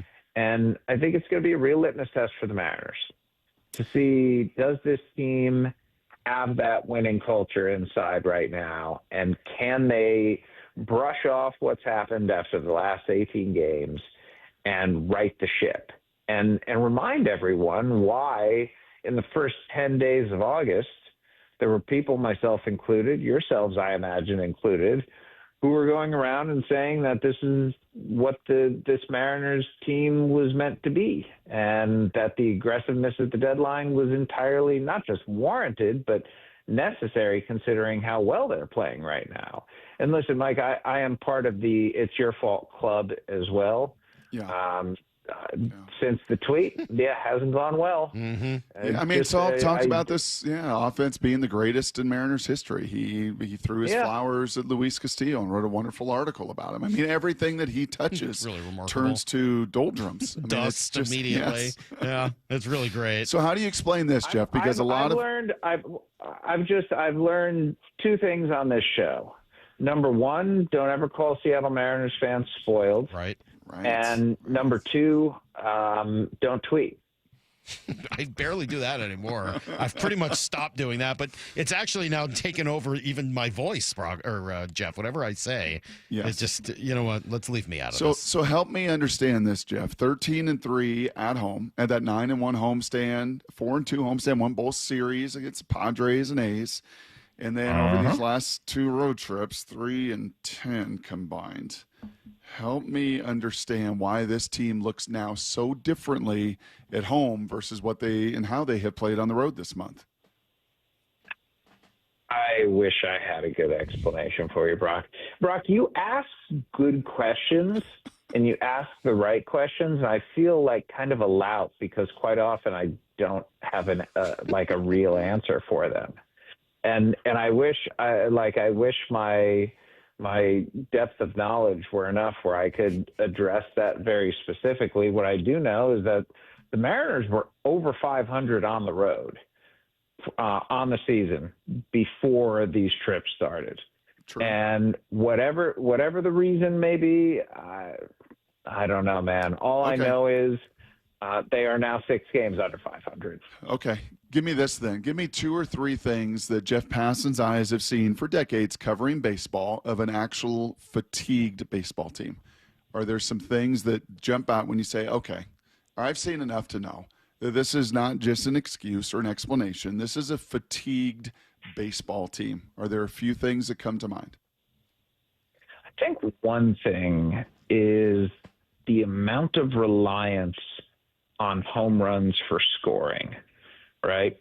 Like, remember when Josh Naylor stole, I think, 5 or 6 bases in a week? Yep. Over the last 2 weeks, the Mariners' entire team have 6 stolen bases. In the meantime, they've hit 18 home runs, which is great. It's a homer and a half a game. And yet to score only 53 runs in that time, 24th in baseball over that 2-week stretch. And beyond that, to have some of the at-bats that you're seeing. I know that Randy Arozarena doesn't really walk a whole lot and can strike out a fair bit. But 12 times as many strikeouts as walks, that's not going to play. I still believe that Cal Raleigh should be most valuable player of the American League right now, but even Cal Raleigh over the last couple of weeks, strikeouts have gone up too much. And the home runs that were there so profoundly in the first half to make up for those lost play appearances with strikeouts, they have not been there enough. And it's been nice to see Eugenio Suarez get back to playing like people anticipated. But the reality is, man, when I'm not going to say Luis Castillo's their one, because he's not, but when he arrived, he was. And I think some of the younger pitchers still look at him sort of like the godfather of this rotation. And when Luis Castillo down the stretch is putting up goose eggs and not like actual zeros, but just like laying an egg in every start, when you're built around starting pitching the way that the Mariners are, and your starting pitching simply isn't performing to the level that it needs to, it's going to have a very tangible effect. And so I think that fatigue can manifest itself in so many ways, but those are a few right there. When your starting pitching gets worn down, when you're relying too much on home runs, and when the defense is making mistakes. I think those are all excellent, great points. Totally agree. That's a really nice way of looking at it. Some of that is hard to predict, but the one that jumps out is the Cal Raleigh thing. I mean, just looking at the numbers earlier from July and August, I mean, he hit under 200 in both months, 173 in August. I mean, good for him. He's taking his walks. The on-base percentage is over 100 points higher than the batting average. But, yeah, I mean, you just see that playing every day for a guy who catches the majority of his games, he just caught all 3 games in Cleveland, including a day game after a night game. Last night, they're getting blown out, and he still plays the last 3 innings of that game while they now have 3 catchers on the roster. Like, I'm kind of confused by it. Like, we all know catchers can't keep that up. Why are we asking Cal to do it and then being surprised when his numbers are not where they once were? I think an even more interesting element to that is your manager's a catcher. Like, if anyone should know. And that's why that's the only reason why I'm not going to go out and be more critical of this, because I think all the points you're raising are fair. I also think Dan Wilson knows Cal Raleigh better than we're ever going to. True. And I don't think he would be putting him out there if he saw any sort of physical ailments. But beyond that, I think if Cal Raleigh's name were out of the lineup, he would walk into the manager's office and say, hey, pardon me, Skip, but what the you know what? Like, But isn't that part of but hold on, but isn't that part of being a manager, is dealing with that and saying, yep, I understand you're mad, but I need to keep you rested for the entirety of this season? But Mike, I think like we're pot committed at this point. Yes, I absolutely. think we're past that. Yes, now you are. And I think any time you have him out of the lineup right now, fans are rightly saying, what is he doing out of the lineup? He's going to be the American League MVP potentially. And you're telling me that this team that can't score runs is suddenly going to be able to weather not having Cal Raleigh in there? Yes, I agree with you. But but the time to do this was April, May, June, into July. I mean, like... Yeah, and in April, May, and June, especially in July, the Cal for MVP train is going, and part of that is that the guy plays every day. My God, he plays every day at the position of catcher. No one does that. This is incredible. This is why no one does that. You got to sometimes go against popular opinion. What's the old phrase? Tito and others, manage like a fan and you're going to end up one. Like, you just, you've got to sometimes say, I know this doesn't feel good in the moment, but baseball's a marathon, not a sprint, and you're playing 162. You got to sit down today. Yeah. The problem is he might still have in the sliding door universe where he gets those extra days of rest in April, May, and June, and July, and even August. He might still be stinking right now. Totally we don't know. Salk, keep it going. Salk, keep it going. No, Jeff, I want him to keep it going because this is when Cal goes on a heater. Please, he could. No, it does. Keep it going. He's done. He's toast. He's cooked. I'm not saying that. No, I know you're not. Don't put words in my mouth because that's what people are going to hear. Mike. No, I want you to because then Mike, you know the inverse. You need to. You have this power, Salk. Fully embrace. Harness the power, Salk, that you have. Thank you. Thank you. That's it. Not going to do that. No, I know, and you were not saying any of those. You were given a gift. Yes. Put that gift to good use. Yeah. Yes. You're being I'm gonna die destitute with no money. Michael. There's no way anyone is going to just start paying me more money ever. There's no way my life is going to improve ever. You think if I had this gift, I would waste it on sports? My God, man. I'd be a wealthy man. I'd be living my best life. You talk about sports every day. You are living your best life, you ungrateful prig. Come on. It's true. It's the other 20 hours a day that I have to think about. Jeffrey, I don't think I'm the only Mariner fan that heard you in your comments earlier. Your comments were, well, I still think the Mariners are better than the Royals and the Rangers. I didn't hear Jeff Passan say, I still believe that the Mariners are better than the Blue Jays and the Tigers and the Yankees and the Red Sox and the Astros. We're now looking at what's behind us instead of what's in front of us. Are they not as good as what's in front of them? I mean, I did say I think they can still win the World Series. Mm-hmm. You did.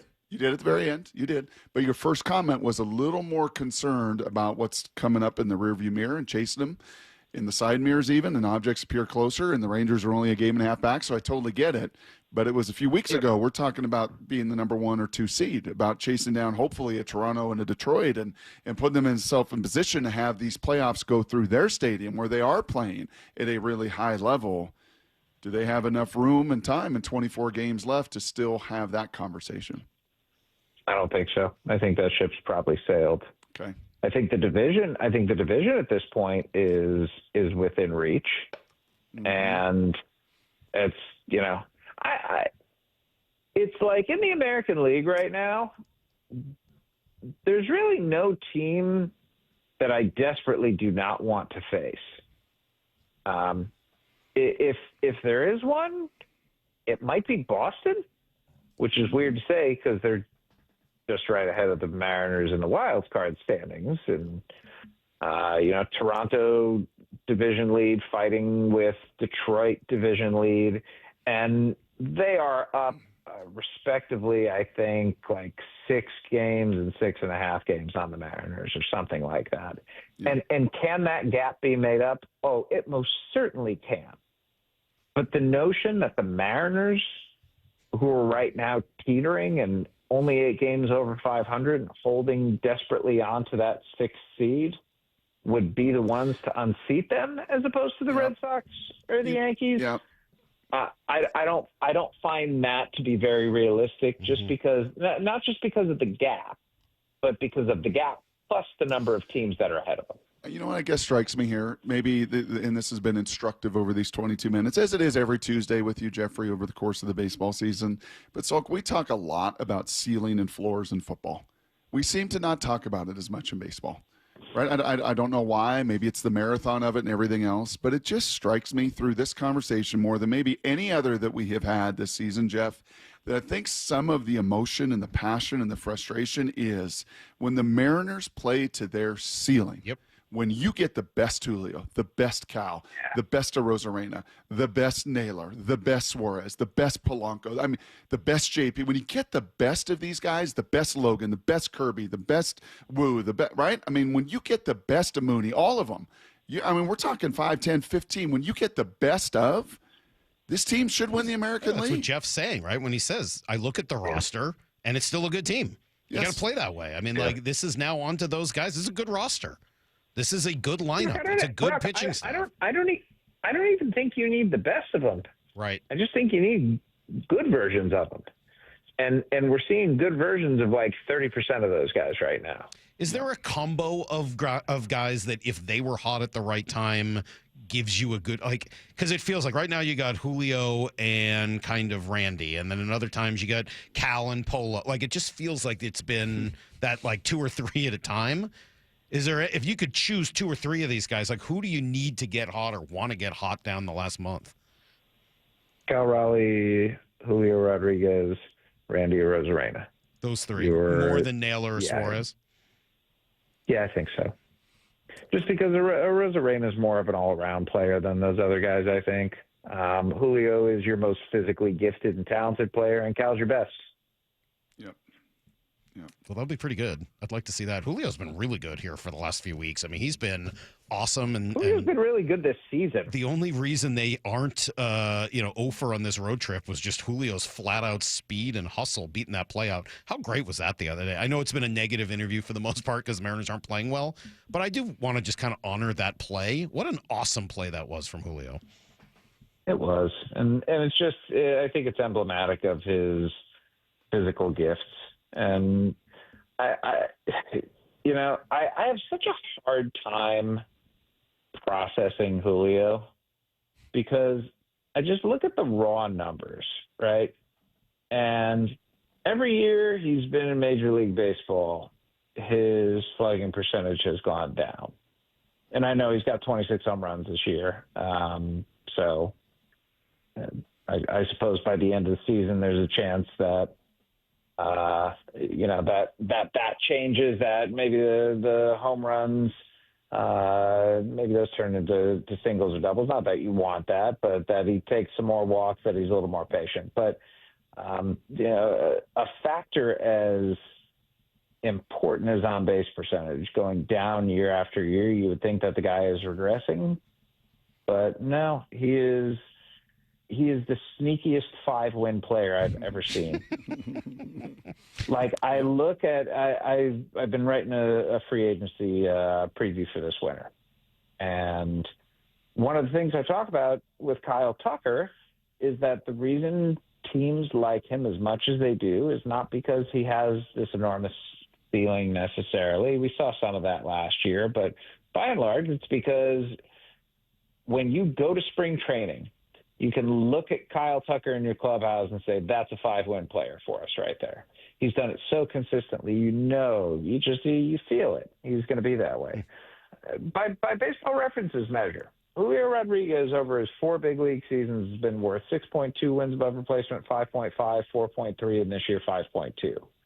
That is a star player who is putting up those types of WAR numbers year after year after year. And yet I think we all maybe still have a tough time and wonder, do the numbers really reflect the player that he is, or perhaps are our own biases in place to not allow us to acknowledge all of the things that he does as well as he does. I think some of it is the actual offensive batting numbers are going to have to improve as eventually the speed and defense will decline as he gets older. I think that's some of the fear there, but I think it's all very well said, and Julio is he's still really fun to watch, I'll tell you that. Jeff, we got to go. Thank you for calling me a prig. I appreciate that. It's quite rich coming from you, but I appreciate it, and I think a lot of our listeners are right now looking that up to understand exactly what that means. Only a prig could call someone a prig, I think is a pretty good rule to live by, but I appreciate you. I was just going to say, dude, takes one to know one. There you go. See you, buddy. Talk next week. There's Jeff Passan, who is among my favorite people to argue with. I can't believe I'm going to have Passan and Klatt in the same week every week. Oh, my gosh. I'm not going to make it. We'll be back, Brock, with the number 4 most intriguing Seahawk. It's a rookie, and he's next. Siri, what is a prig? Touchdown Seahawks! Celebrating 50 years of Seahawks football with the voice of the Seahawks, Steve Rabel. Number 71, Walter Jones. As strong as any defensive player he faced, he had the feet of a dancing bear, and he had hands that once they gripped you, he wasn't going to let go. The next great chapter in Seahawks history begins Sunday in the season opener against the 49ers at Lumen Field. Kickoff at 1:05. on the home of the Seahawks, Seattle Sports.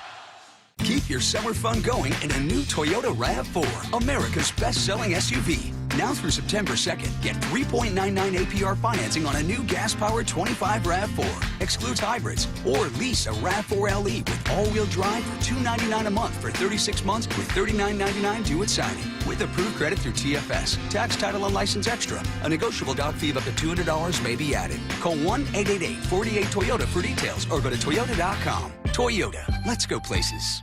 Whether you're building a high-rise or hosting a family reunion, you need things to run smooth and clean. That's where Honey Bucket comes in. They deliver top-tier portable restrooms, hand-washing stations, storage containers, fencing, and much more for construction sites and special events of all sizes. Just ask Cal Raleigh, Big Dumper himself. He knows a clean setup when he sees one. Honey Bucket. Local, trusted by pros, preferred by party planners. Call today or visit honeybucket.com. History, it had the gold rush. Then came the oil boom, the tech boom, but right now it's the Wi-Fi boom, and Xfinity Wi-Fi is booming. Xfinity has everything you need to tap into the Wi-Fi boom with seriously powerful and seriously reliable connection. It's got 99.99% network reliability and incredibly low lag, so your streams are smoother than making a decision on what to stream. And did I mention that you can even connect to hundreds of devices so you, your kids, your parents, your poker group, and whoever else is at home can all experience the Wi-Fi boom with Xfinity. And the Wi-Fi isn't the only thing that's booming. Get the most reliable Wi-Fi and our best in-class equipment for one consistent price for 5 years guaranteed all in. Plus get unlimited data included and no annual contract, all with the 5-year price guarantee from Xfinity. Visit Xfinity.com, call 1-800-XFINITY or visit a store today. Restrictions apply, not available in all areas. New residential customers only. Select plans only. Xfinity Gateway with X5 Complete required for unlimited data except in certain areas. Most reliable Wi-Fi based on Open Signal Awards USA. Fixed Broadband Experience Report, August 2024. Actual speeds vary. Coverage varies by plan. View contracts and exclusions at EnduranceWarranty.com. If you have a 2004 or newer vehicle that's out of warranty or about to be, Endurance is urgently notifying U.S. drivers about their low-cost vehicle coverage plan designed to save drivers thousands on rising vehicle repair costs. Those who qualify can pick their plan, coverage, and repair shop. Roadside service, towing, and rental cars included. All covered repairs get paid directly to the repair shop for you. Call now for your free quote. Call 800-298-7906. 800-298-7906. Wesley Financial Group is not a law firm, and Chuck McDowell definitely not an attorney. This is Chuck. If someone talked you into buying something really silly and you want to get out of that silly little thing, my advice, get the facts. Call me and I'll send you our timeshare exit kit absolutely free. Inside, you'll learn how timeshare works and all your options for cancellation. Call Wesley now for your free exit info kit. 800-486-9600. That's 800-486-9600. By texting 64000, you agree to receive recurring automated marketing messages from Real Success. Message and data rates may apply. No purchase required. Terms apply. Available at ourrealsuccess.com. Do you want to learn how to make money flipping houses and acquiring rental properties right here in Seattle without using your own money? You'll learn to flip houses and secure rental properties in your spare time to get on track towards real wealth building. We're offering a handful of motivated individuals the opportunity to attend our workshop right here in Seattle for free. That's right, we'll give you 2 free tickets when you text FREE to 64,000. Seattle is the perfect market to flip houses and build rental income. Don't miss this opportunity. Come to a complimentary live 2-hour workshop this week right here in Seattle and learn how to start making money flipping homes and building long-term wealth with rental properties. To get 2 free tickets, text FREE to 64,000. Text in the next 10 minutes, and registrants will also receive a free copy of our Funding for Deals guide. Text FREE to 64,000 for 2 complimentary tickets. Text FREE to 64,000. Guys, did you know your testosterone affects everything in your system, including how you feel and perform every day? Right now, Revive Men's Health Seattle will check your testosterone for free. Knowing your T levels is the first step in understanding if you have low T. Your testosterone level impacts your energy, libido, sleep, weight, hair loss, mood, and even ED. Maintaining an appropriate T level can change your whole life. Most men start to see changes in their hormone levels in their 30s. Experience and results matter. So what are you waiting for? Get your T levels checked today by local, experienced, and trusted men's health experts. They've helped thousands of men since 2011. They're so confident they can help you, they even guarantee it. Call Revive today and schedule your free testosterone test, free exam, and free consultation. Call Revive Men's Health at 206-529-1111. That's 206-529-1111. Or visit revivemenshealth.com. Let's go! This is Seattle Sports. Streaming through the Seattle Sports app. KIRO AM Seattle. KIRO FM HD2 Tacoma. Home of the Seahawks, Mariners, and everything Seattle sports. Get in the freaking auto! From the Quantum Fiber Studio, this is Brock and Salk on Seattle Sports. Brock Ewert is my hero. Jay Buhner just punched me in the kidney. We're going to accuse you of minute. Doesn't really work that way, Sherm. This is a show that has my name on it. It kind of does, though. Now here are your hosts, Brock Ewert and Mike Salk. Hello! All right, final hour here as we roll through, Brock. Yes, we will do a Labor Day laboring conversation at 9:30. We got some Answer the Question Jerk today, which should be fun at 9:45. So start thinking of questions, and you can text them in to 866-979-3776. I was here yesterday for Labor Day, and we did do the number 5 most intriguing Seahawk. I will tell you, Brock, he's the guy that I said of all of the names on this list was maybe too high, but I'm still just very intrigued by Derek Hall. I think that he's got that good to great capability, maybe even more so at this point than Boye because he's a year, behind him. And I'm going to put him there. I don't know what's going to happen, but I think the conversation around Derek Hall is very intriguing. That means we've only got 4 left. Number 4. Number 4 most intriguing Seahawk is the rookie Nick Emmanwori. He was not the first pick they made this year, but he was the second and was very nearly the first, very nearly taken in the first round. And because of the position he plays, because I think we'll see him a lot more, not necessarily on the field, but it's just a lot more evident what a guy like him is doing than what Gray Zabel is doing. He's maybe not more important than Gray Zabel, but I think more intriguing, and one of the more intriguing guys because of the positional versatility, because of the size and speed combo, and because, let's face it, Mike Macdonald has used guys like him before in really incredible ways. Albert Breer, who we mentioned earlier in the show, joined us a couple of weeks ago, Brock, and after Sam Darnold says, quite frankly, Emmanwori is the second biggest storyline because he could be Kyle Hamilton. Yeah, I think seeing the way Mike Macdonald's defense, I'm really fascinated with Emmanwori because that safety position and the defense with the Ravens. So if you go back and Mike Macdonald learned from Wink Martindale, when Wink Martindale became the coordinator with the Ravens, they rebuilt their defense. And the key guy in rebuilding their defense was Eric Weddle. And it was Eric Weddle was the heady guy who we're going to empower the players. And so the offense is doing so much to change, to give the quarterback latitude to change plays and use the whole play clock. We're going to empower. We're going to have a heady safety out there, and we're going to empower him.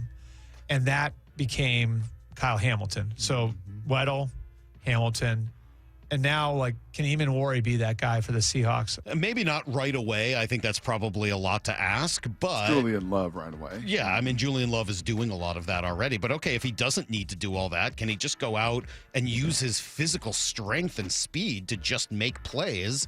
And Mike knows and recognizes that that's pretty important right now. We keep giving him stuff, and he just keeps executing. And you have to be careful that you don't take the playmaker out of the player. So that's something that, is kind of on my mind.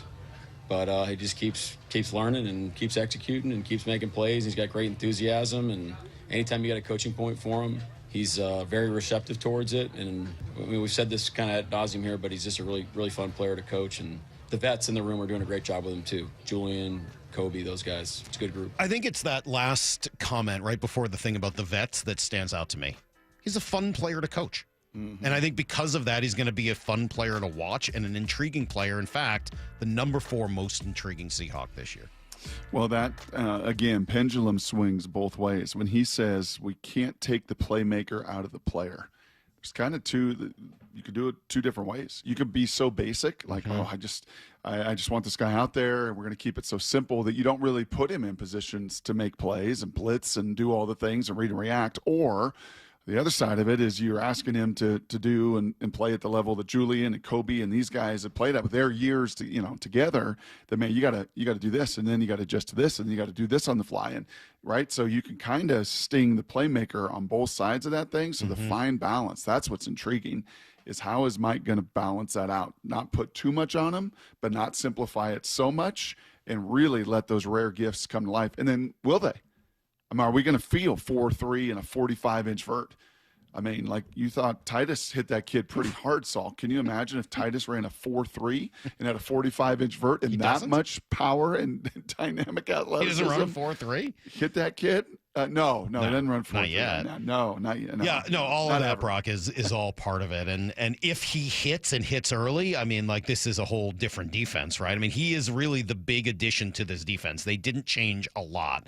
DeMarcus Lawrence will be there, but for the most part, this defense can look pretty similar to how it did last year. He's the one real upgraded weapon, and if they can use him in a variety of different ways and get him to the quarterback, get him to set an edge, get him to hit in the secondary, get him to take the ball away, as we saw a few times. Like, yes. Yeah, like there's a lot of possibilities for him, and he could absolutely change the upside potential of this defense, which is already pretty high. So he's number 4. We've got 3 left to go, which means we only have 3 work days left before we're in game mode leading up to Sunday. Pretty darn cool. All right, let's come back. We'll give you guys everything you need to know. As I said, Brock, yes, we'll do some 3 guys who were laboring over the weekend. They were struggling. Struggling. As Joe Namath once said. And we'll answer the question jerk at the end of the show as well. It's Brock and Salk, Sales Sports on 710salesports.com. The guy we've been wanting to speak to. Wyman and Bob, every afternoon at 2. Josh Naylor. Have you gotten a sense of how the fan base has responded to you? Like, when we're on the air and we bring up your name, the texts start flying. They better re-sign him. The fan base is crazy. It's like almost electric. You can sometimes like feel the ground shaking a little bit when something cool happens. So far, the fan base has been awesome. Even my family says they're incredible and probably one of their favorites that they've had in my career. Dave Wyman and Bob Stelton, only on Seattle Sports and Seattle Sports on YouTube. Hey, it's Bob Stelton here, and let me tell you about one of the best decisions I've ever made in my life. That's when I went to K2 Vision for RLE. That's Refractive Lens Exchange. Now, Dr. Kopstein started K2 Vision with Dr. King from King LASIK, the most experienced LASIK surgeon in the Northwest. King LASIK plus K2 Vision equals freedom vision for every stage of life. No glasses, no contacts, readers, or cataracts. Now, if you're somebody that struggles with distance vision and now you always need a pair of reading glasses, K2 Vision RLE could be your perfect permanent solution to spending your good active years not needing reading glasses. And here's the cherry on top: you never develop a cataract. Now, if you're somebody like me that had a pair of readers in every room of the home, in your car, you had to bring them into the restaurant with you. Otherwise, like me, you couldn't read the menu. That has all been rectified thanks to RLE. So whether it's LASIK, EVO ICL, or RLE, trust the most experienced team of doctors to recommend what's best for you. Schedule your free Zoom consultation today at K2VisionRLE.com. That's K2VisionRLE.com. Hey, homeowners, John Curley here. Why not improve your home's comfort and efficiency now? Plus, save 50 to 75% by combining tax credits, rebates, and incentives on a new heat pump from Home Comfort Alliance. Visit HomeComfortAlliance.com. At Lake Washington Windows and Doors, we offer premium windows that are 25% more energy efficient, reduce noise by 50%, and come with clean glass technology. And Leak Armor Installation gives you a lifetime warranty to protect your home. Visit LakeWashingtonWindows.com. I'm still going for it, even with higher stroke risk from atrial fibrillation and a regular heartbeat not caused by a heart valve problem. Over a 3-year study, Eliquis apixaban tablets reduced stroke risk better than warfarin, and over 97% of Eliquis patients did not experience a stroke. A first stroke occurred in 2.9% of warfarin patients versus 2.3% of Eliquis patients. Don't stop prescription Eliquis without asking your doctor. Stroke risk may increase. Eliquis can cause serious and potentially fatal bleeding. Don't take if you have an artificial heart valve, abnormal bleeding, or antiphospholipid syndrome. While taking, you may bruise more easily or bleed longer. A spinal injection increases blood clot risk, which may cause paralysis. Get medical help right away for unexpected bleeding or bruising, or back pain, tingling, numbness, muscle weakness, or incontinence. Aspirin products, NSAIDs, SSRIs, SNRIs, and blood thinners increase bleeding risk. Tell your doctor about planned medical or dental procedures. Learn more at Eliquis.com or call 1-855-ELIQUIS. Ready to order. Yes. We're earning unlimited 3% cash back on dining and entertainment with a Capital One Saver card. So let's just get one of everything. Everything? Fire everything. The Capital One Saver card is at table 27, and they're earning unlimited 3% cash back. Yes, Chef! This is so nice. Had a feeling you'd want 3% cash back on dessert. Ooh, tiramisu. Earn unlimited 3% cash back on dining and entertainment with the Capital One Saver card. Capital One, what's in your wallet? Terms apply. See CapitalOne.com for details. Let's go! You're still glowing, flirting, grooving. You've still got it. But your immune system weakens as you age, making it harder to fight flu, pneumococcal pneumonia, RSV, and COVID-19. Vaccines are a key part of any health routine and help strengthen your immune response. Ask your doctor or pharmacist which vaccines you need. Schedule in minutes at vaxassist.com.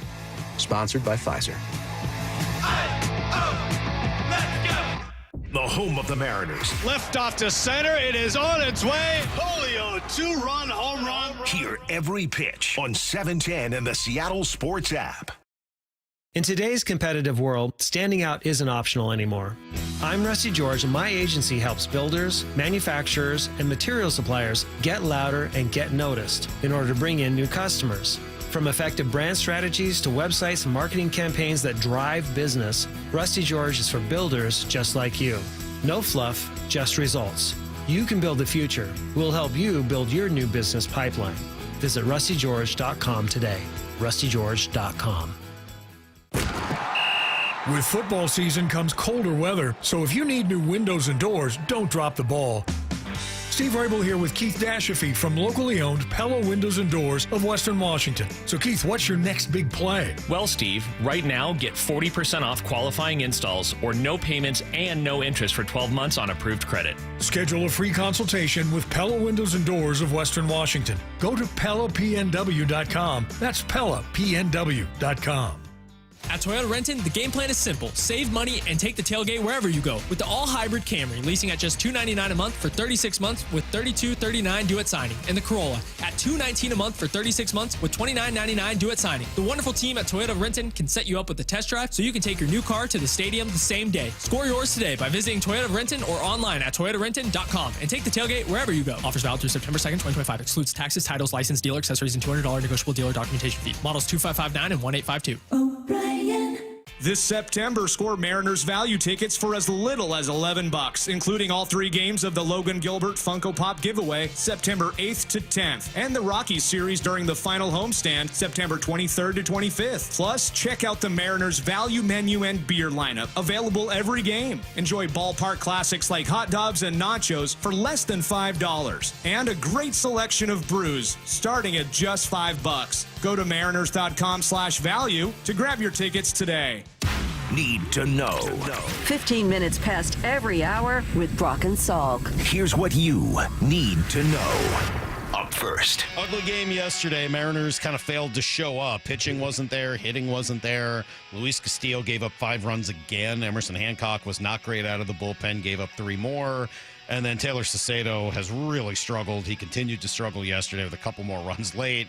And so you add it up, you get a 10-0 lead in the 9th. They did get 2 runs on the Leo Rivas shot, but that's not good. 1-3 now on this road trip, and they're just not playing good ball on the road. Ryan Divish on yesterday with Bump and Stacy. I really feel like that last road trip, they wasted a huge opportunity to take command of the AOS. Had they just been somewhat decent on that last road trip, given how they played at home, they'd have a 2 or 3 game lead in the AL West because that's how bad Houston played. They just haven't been able to capitalize on any of the times where Houston's played poorly and win games then. So I think you're going to kind of see just a focus level that may be even more intense than it was over these first 150 or 140 games or 130 games, and it was pretty intense already. But just how they're going to play it down the stretch because they have to win these games, What is it? They have to go 16-10 or something like that. I can't remember. If the Astros go 500, they have to play something better than 500 baseball if they want to get into the postseason.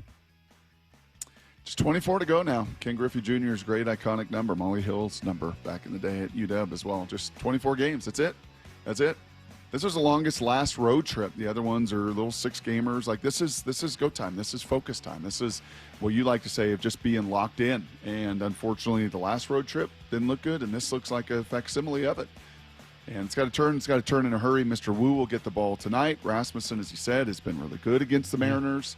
Why last night? Why the opening game of the Cleveland series? Why those ones you got to get? From here, is he a local guy, Rasmussen? Or am I confusing him with somebody else? He went to Oregon State. Maybe I'm just thinking of that. Yeah. Anyway, you're right. He's been good. Brian Wu's been really good. So go out and do something because the Astros won, Red Sox won, Rangers won yesterday. You're 3 back now of Houston, only a game and a half up on Texas. But also, Jeff's right. You could be in first place by the end of the week. Like, you just got to go out and you got the roster for it. You've got the lineup for it. You've got it all in front of you. You just got to go out and make it happen. Win the next 2 games, win this series, and kind of bounce back and go from there. You actually got it right. Was born in Puyallup, but went to Mount Spokane High School, which is in Meade, Washington. Puyallup guy. I'm pretty in touch with the Puyallup guys, as you know. Kind of the Puyallup expert here in the show. You know what Puyallup means? It's a land of friendly people.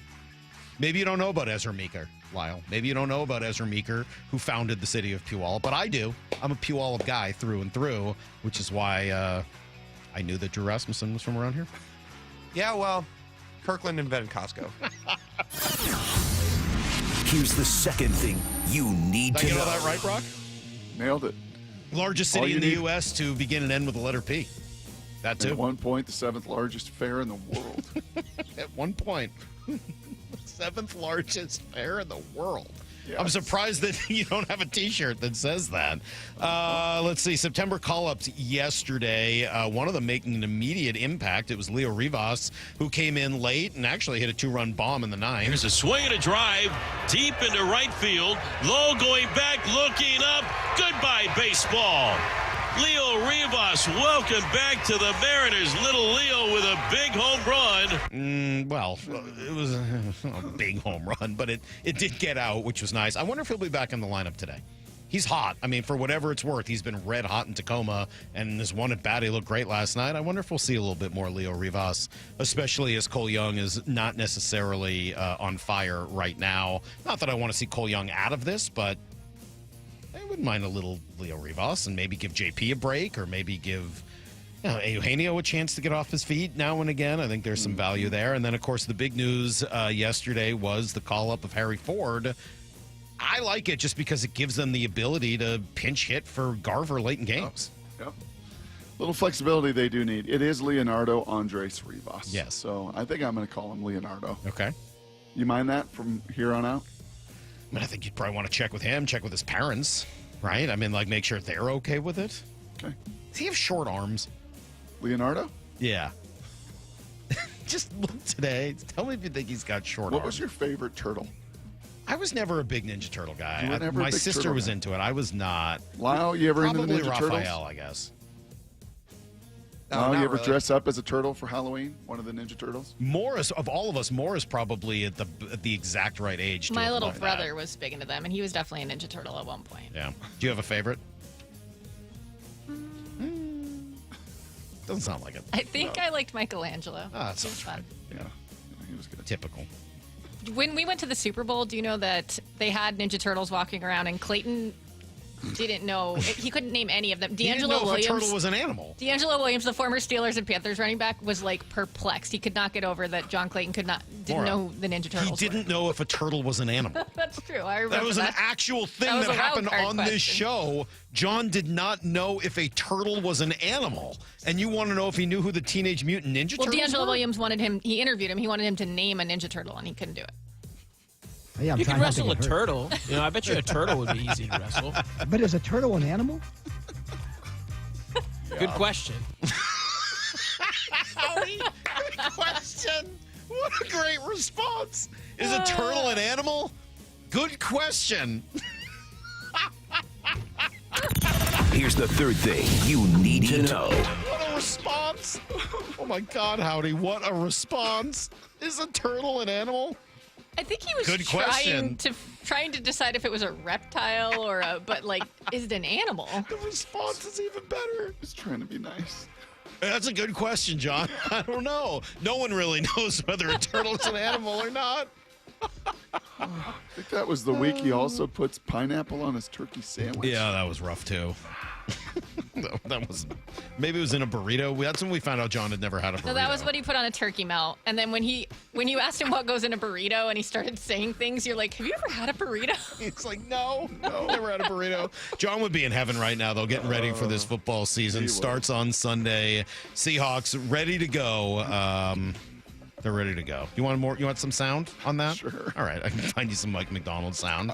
Here's where they are in the process, Brock. I think there's a interesting balance of being really proud of the work that we've done and the growth we've had on our team that we felt like we had, and then there's a balance of a sense of urgency to keep going and understanding that we're not there yet. We'll never be there, if we do it the right way. But I feel like the guys have great spirit. Really proud of the connection we've built within our team.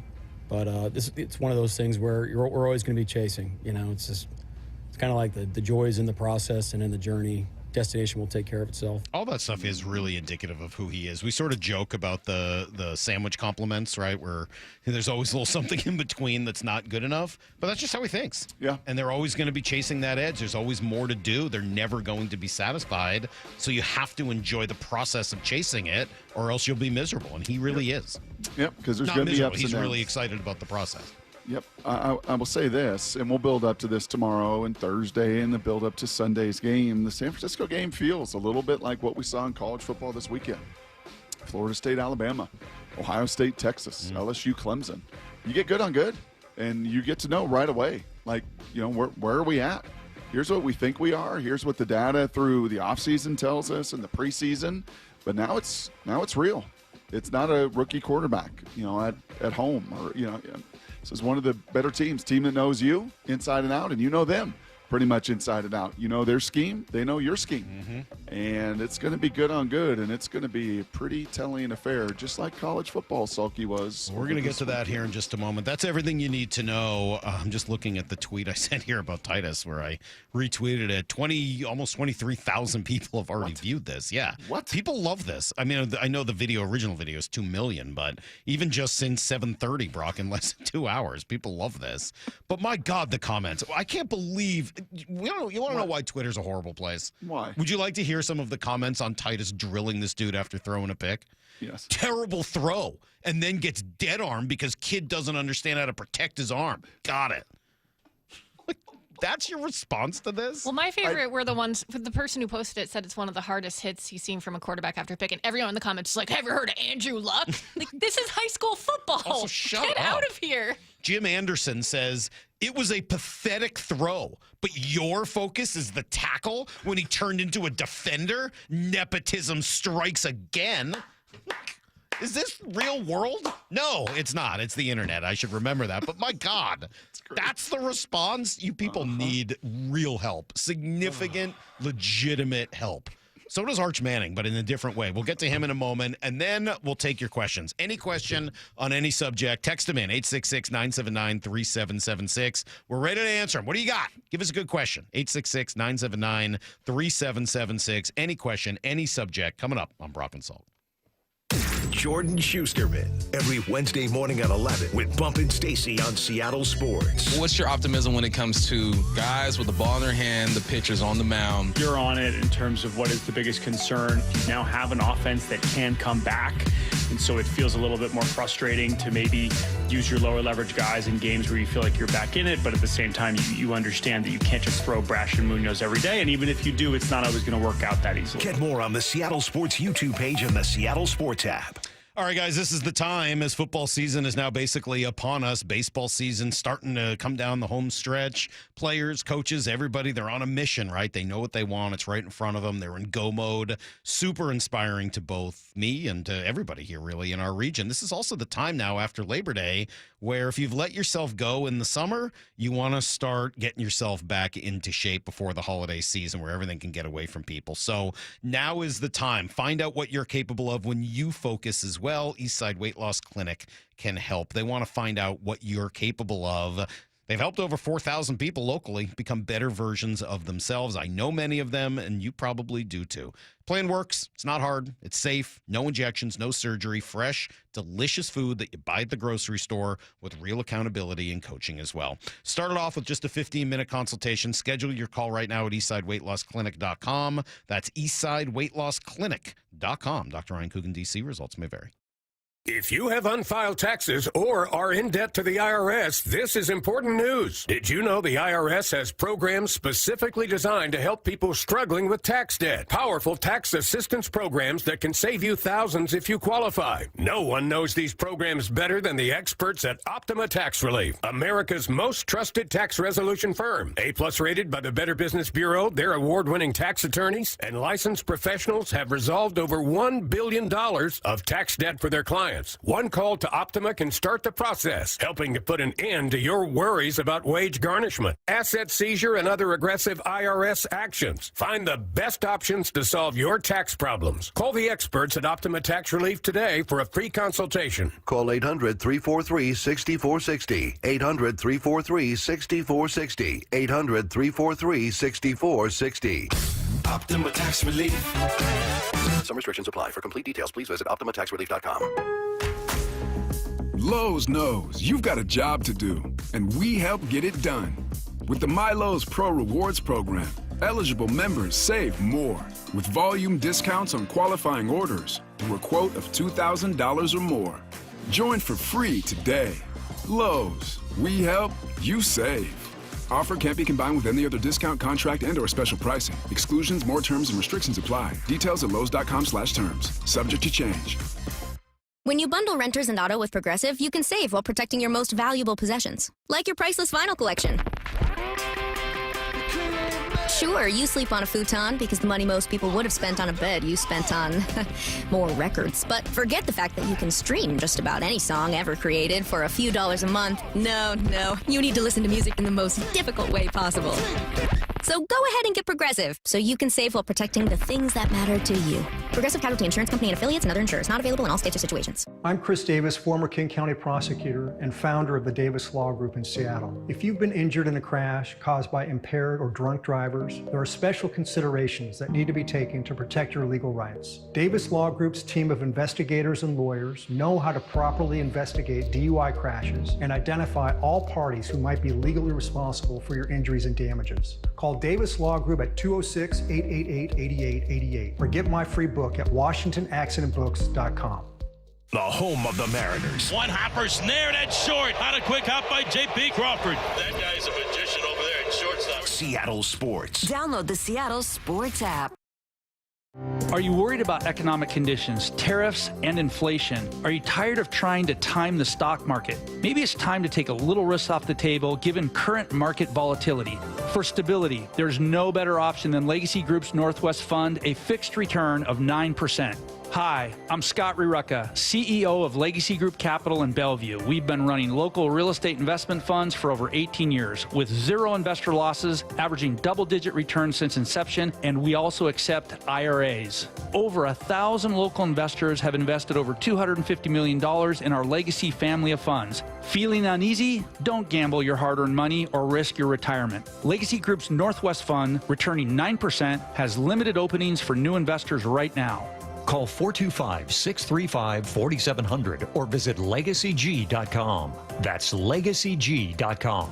This is not investment advice. Legacy investments available to accredited investors only. Details at LegacyG.com. Paid for by Hims & Hers Health. Hims & Hers Weight Loss is not available everywhere. Compounded products are not FDA approved or verified for safety, effectiveness, or quality. Prescription required. Restrictions at 4hers.com apply. Wegovy and Ozempic are not compounded. Trying to lose weight? It's time to try Hers. At 4hers.com/radio, you can access affordable, doctor-trusted weight loss treatments tailored to you. These include oral medication kits and compounded GLP-1 injections, the same active ingredient that's in Ozempic and Wegovy. Through Hers, pricing for oral medication kits starts at just $69 a month for a 10-month plan when paid in full upfront. No hidden fees, no membership fees. You shouldn't have to go out of your way to feel like yourself. Hers brings expert care straight to you with 100% online access to personalized treatments that put your goals first. Reach your weight loss goals with help from Hers. Get started at forhers.com/radio to access affordable, doctor-trusted weight loss plans. That's forhers.com/radio. forhers.com/radio. From the Quantum Fiber Studio. This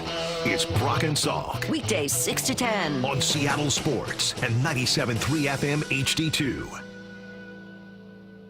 All right, we're going to need more questions for Answer the Question Jerk. They're okay, but please, we could certainly use some more questions for Answer the Question Jerk. Just text them in to 866-979-3776. We'll do that coming up in about 15 minutes. Brock, you mentioned over Labor Day that there were few people in the college football world laboring this weekend. Certainly Arch Manning would be on the list. Kalen DeBoer would be on the list. And Bill Belichick is now definitely on the list as well. Who was laboring the most? Out of those three? The answer is yes. All eyes started in Columbus. And I think, thankfully for Arch, they ended in Chapel Hill last night. So most of the fervor, I would think, this week is going to be zeroed in on Mr. Belichick. I mean, it was just a non-competitive environment. You were tied up last night, and Carolina actually came out, scored, went up 7-0. You're like, oh, that looked pretty good. And then it was a 41 unanswered after that. And, I mean, just it looked like varsity versus JV. I mean, it was embarrassing. They couldn't tackle. They couldn't do anything. 2 turnovers for touchdowns, a pick 6, and a fumble return for a touch. I mean, it was rough. At least Arch there in Columbus was competitive. At least, they moved the ball. At least it was there for the taking. And at least it was against Ohio State and Matt Patricia. Like, you could at least sort of write a script of why he was struggling in his debut. I didn't think he looked very good. I mean, like, I know I'm a Blink scout, but I watched that and was like, wait, that's the guy everyone's been talking about? Talk to me about the Blink scout. I just didn't see anything very impressive. What did we see? Nothing. Just didn't see anything very impressive. Like, okay, that's the guy. Where is he? Like, when do I see the stuff he's supposed to do? The other kid looked better. The kid who looks like Leonardo DiCaprio, who plays for Ohio State. Julian Does he look exactly like Leonardo? Speaking of Leonardo's today, he looks just like Leo. Crazy. Yeah, I mean, anyway. You know what was shocking to me? I just was unimpressed. I didn't see anything. You know what was shocking to me, and maybe if we have Jordan Palmer on again, I can have this rant with him. What was shocking to me was how bad fundamentally Arch was. And I think, unfortunately, in this day and age, Salk, there are the Jordan Palmers that do a tremendous job that really did change Josh Allen. I mean, Josh Allen as a passer was on the struggle bus through his last couple years at Wyoming, first couple years in the league, and I think a lot of credit goes to Jordan and the program they developed and some of the release that got changed and more comfortable and mechanical things that have played a role in Josh becoming a much more accurate guy. Outside of that, man, a lot of these QB gurus and the style that they're teaching, to me, is problematic. I mean, he was just like flinging the ball. And there's this, this philosophy in this day and age that I got to be 3/4 and my hips got to, get through the throw first and my arm trails. And you do all this work with these QB gurus and trainers. And I'm like, I'm betting Peyton and Eli are watching that. Like, what are we doing here? Like, get on top of the ball. Like, throw with some accuracy, some refinement in your fundamentals rather than just kind of slinging it like Uncle Rico. I mean, that was, I'm not going to say earth-shattering, but that was troubling to me because it was a mechanical issue. It was a lot of fundamental things that just led to a lot of poor inaccuracy, unfortunately. I'm not the person to talk about the mechanics, obviously. I don't know the difference. I can't look at the footwork. I don't know what's wrong. I would never presume to comment on it. I take your word for it. When you tell me, I 100% believe you. I just see the end result, which was he was inaccurate. Yeah. And you can't be inaccurate.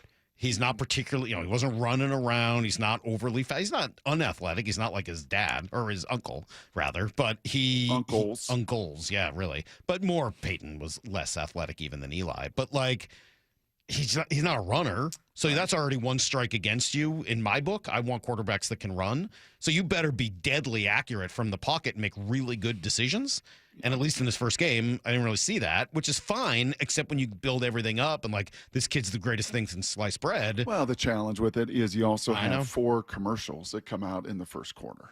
It's also, be careful. And I think they've slow played, and they really did an amazing job and had the luxury to slow play a lot of that. He didn't do the Elite 11. He didn't do the 7-on-7. He played 3 sports at a much smaller school down there in Louisiana that all his dad and uncles both played at. He was able to redshirt Salk last year. He got to start a couple games. It was kind of built to, hey, man, you're not 18 playing your first game at Ohio State as a true freshman, because he wasn't ready for that then.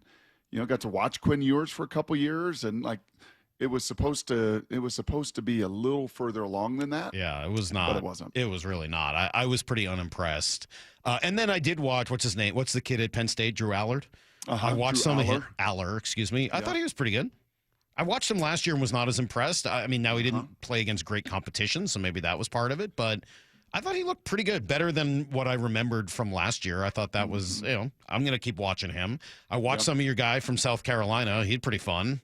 He's Lenoir Sellers. He can run a little bit, and he's big, and he can throw, and he's physical. There's a little Ben Roethlisberger, a little Cam Newton. Not quite the glider that Cam was, but I can see some of that there, and I'm intrigued. I'd like to keep watching a little bit more of him as the season goes on. This will be a very intriguing QB class. Yeah. And then there's going to be some kids out of nowhere. The kid at TCU last night that just shredded North Carolina. Hoover has been a 3-year starter. Every year we see a guy that not talked about going into it, that all of a sudden you are talking a whole bunch over the course of these 12, 13, 14 What happened weeks. to Kalen DeBoer? Yeah, that Is he in trouble? Oh, yeah. Yeah, down south, you're in trouble. Right. Yeah. Down south, you're just the way it works, and you follow Nick Saban. You know what you never want to be, Salk? Right. The guy that follows somebody. Yeah, tell me about it. What do you mean? It's a terrible situation to be in. It's really, really hard to succeed and be the guy right after the guy. You want to be the guy after that. Now, he's going to be paid very handsomely to deal with whatever the fallout is. He's going to make, a $72 million buyout, and then he'll go coach somewhere else, and he'll be just fine. But it is sort of hard right now to imagine this working out for him at Alabama. It's really hard. And when the narrative, again, this is one of those things where you just have to immediately set that narrative, especially down there, especially in the cult-like behavior that goes on in the South and in the SEC. And with the legend, the greatest coach, it wasn't just Bear Bryant, it's like the greatest coach in the history of college football. You're just having to follow. And I always felt like, and I jump on a little show with my friends in Birmingham every week, I really felt like the AD down there, Greg Byrne, did a great job because he didn't just get Kalen DeBoer at that point, right? He got Ryan Grubb with him, and he kind of brought multiple people to try to fill those shoes.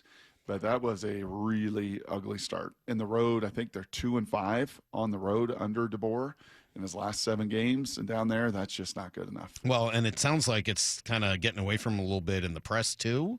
Here's a little bit of his press conference from yesterday. You mentioned the great week before the game. Just how much do you self-scout the preparation before games? And are there times as a coach where maybe you notice during the week that things might not be going the way that you want them to? You said, what do you mean, great week? A great week. You said a great week of preparation. For this week, you're saying, or are you referring to last going week? Up to Florida State before that game. I said that? You said that, yeah, before. Oh, just, yeah. Okay, all right. Yeah. It's a little awkward, right? Yes. He is salt of the earth, South Dakota. And I always had reservation and fear because I think the world of him, and what he did at Washington was unbelievable. In Fresno State, there was always a reservation and fear of, do you know what you're getting into? And do you really want to follow that guy? But to your point, when there's $90 million, what are you going to do? Right. Life-changing money forever for your entire family for generations. For generations upon generations upon generations. Yeah. Are you going to say no to that job? Are you going to say no to that opportunity? And I know that money does not solve all those things. And when you're living in it and amidst it and all of it, it is who cares about the money? Because it's brutal. Care a little bit about the money. Hard. Still care a little bit about the money. I mean, when it's $72 million or whatever, care a little bit about the money. I mean, I think it does help with some of the problems you're dealing with. Along those lines, I saw a note. Nathaniel Hackett, remember old one and done Nathaniel that had Russell Wilson? I saw somebody on our staff was talking about this, asking, I wonder how he's doing. Well, $80,000 a week for the next 4 years. What about from just Denver still? Yeah, from Denver. $80,000 a week? I could make $80,000 a week and deal with whatever you need. You need me to deal with Russ for $80,000 a week? Yeah, I could do that. Guaranteed for the next 4 years. Yeah, I think I could handle it every week in your. Yeah, I think I could find a way to handle all that. Yes. And then finally, what's going on with Bill? Is he done? Is this it? Is this just whole thing a mistake? What is this going to do to the the legacy? Yeah, seriously. I mean, the whole legacy right now before is Tom, so crappy. It's then just after Tom, and now you go to college. Like, what happens if this is just a train wreck? I think that the one thing that sounds weird. Do you really believe one thing that salvages his legacy here? I think is everything that's going on with the girl with what's her name, Jordan Hudson. Because it makes it seem like he's just sort of lost it as opposed to it was never really there. Does that make any sense? And maybe it's because I lived it and you're just probably not going to ever get me to believe that Bill Belichick wasn't the genius behind a lot of that. Right. But what you're seeing right now is really hard to watch. Yeah, it's kind of like Kalen going to the South. Do you know what you're really stepping into? Right. Do you totally understand, all the aspects that go into that? And I wonder for Bill, and I even said watching his press conference last night, I know Mora's got a cut of it. I mean, and he tried, cut 21. Yeah, here I got it. Here's a little Bill. Great atmosphere here for the game tonight.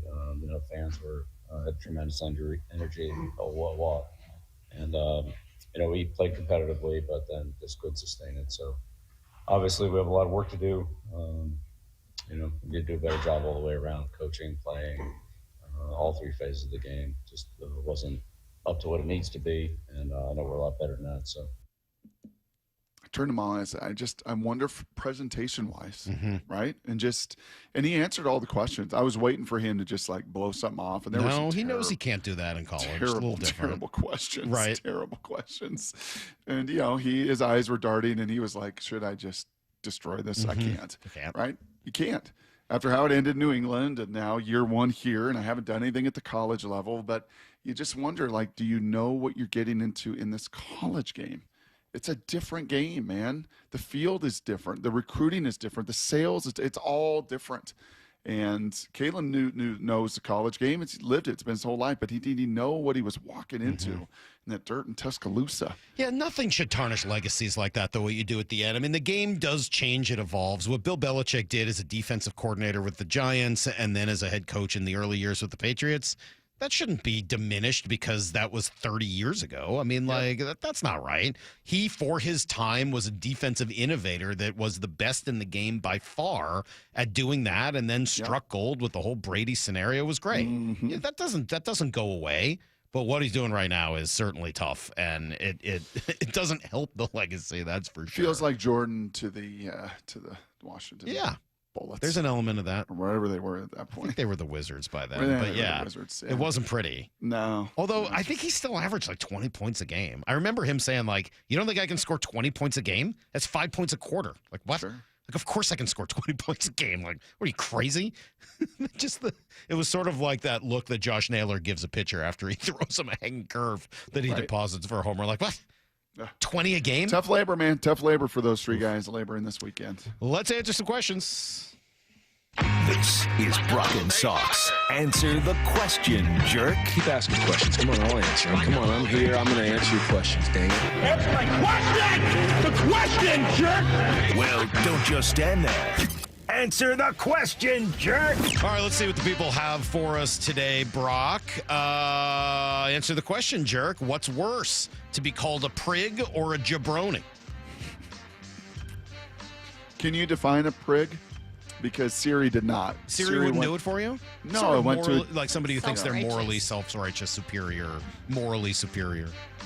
Okay, so that's elitist, and then jabroni is just a meathead. Right. So would you rather be a meathead or an elitist? Yeah, I mean, I am an elitist, so I don't really mind. I wasn't even really offended when Jeff called me that. I just wanted to make sure he recognized that there was a pot and kettle situation. Right.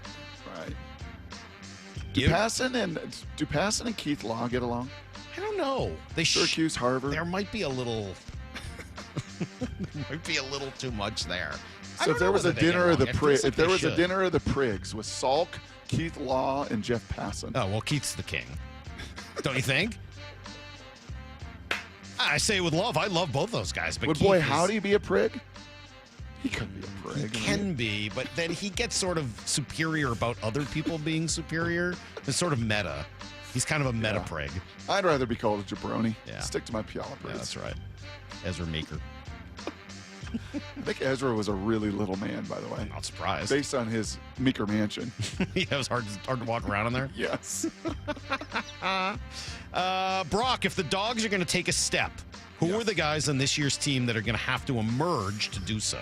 Yeah, you're going to have to get some emerging from your front. Yeah, your Durfees and some of the veteran guys that you have in your defensive front, they're going to have to really emerge and be different. And your linebackers who are just vastly undersized. I mean, you talk about undersized NFL linebackers, Salk. You go and look at the college game, and there's a lot. They look like safeties in my ear. I saw Lawyer Malloy at the game. I mean, Lawyer would have been a linebacker today easily. Lawyer looks like he could still go out there and play. Yes. I bet. Yes. That guy's going to be in shape for the rest of his life. Yeah. Yeah. He's going to be 75 years old. Like, oh, really? Good genetics. You want to come here? I'll take you down. Yes. I'd point to those guys.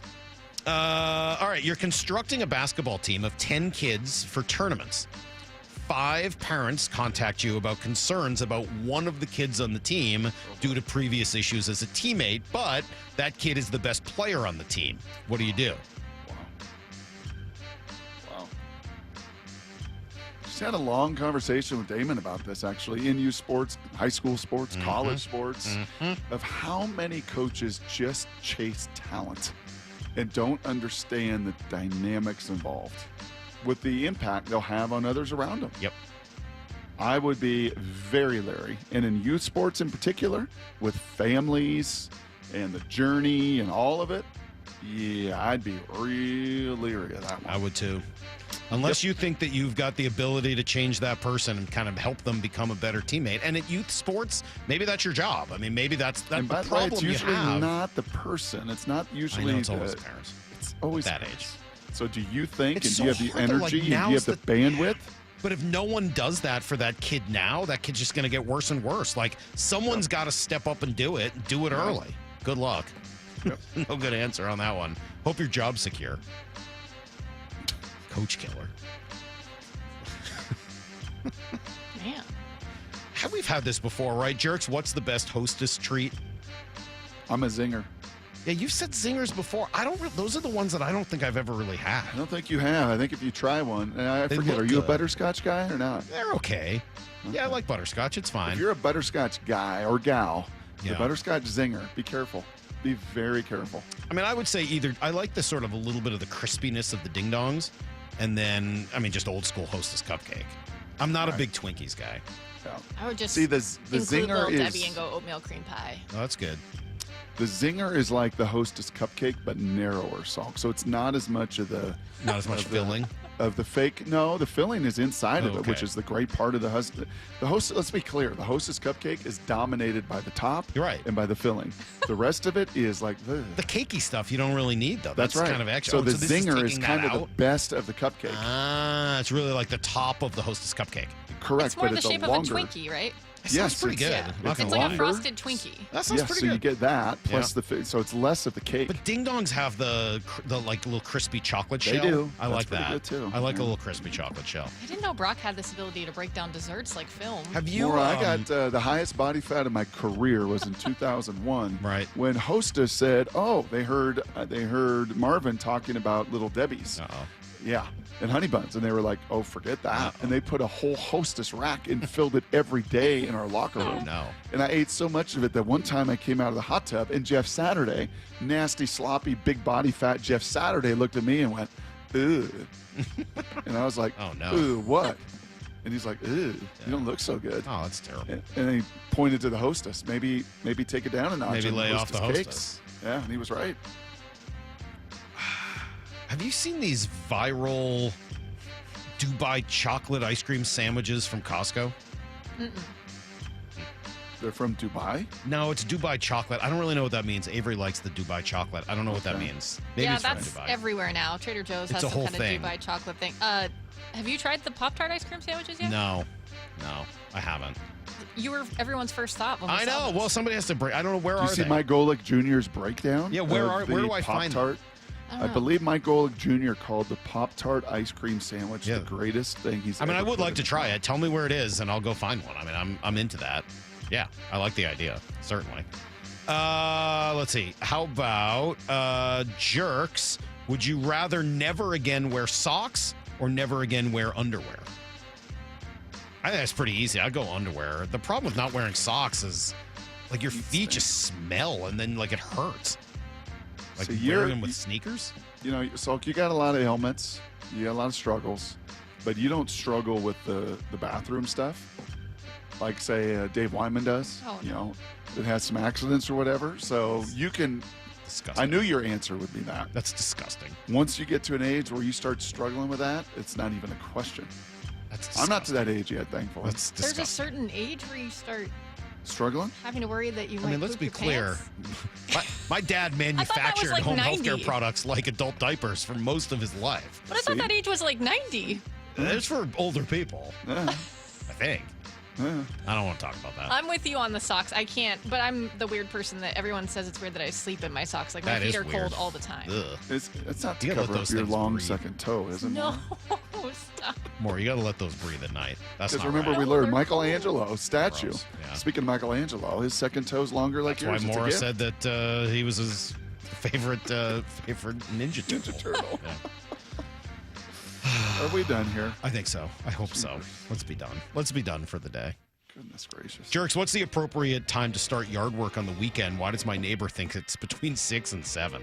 That's inappropriate. That's early. 9, I think, for quiet stuff. 10 8 for a.m. It's 8. Most HOAs are 8 a.m. But I don't Yeah. think you want to start using a lawnmower or a leaf blower or No. anything until closer to 10. Nine. Come on, have some sympathy. Have some sympathy. Bump and Stacy are coming up next. Maybe Joel Klatt tomorrow, because that's going to happen. We're going to start having Joel every week in addition to Daniel Jeremiah.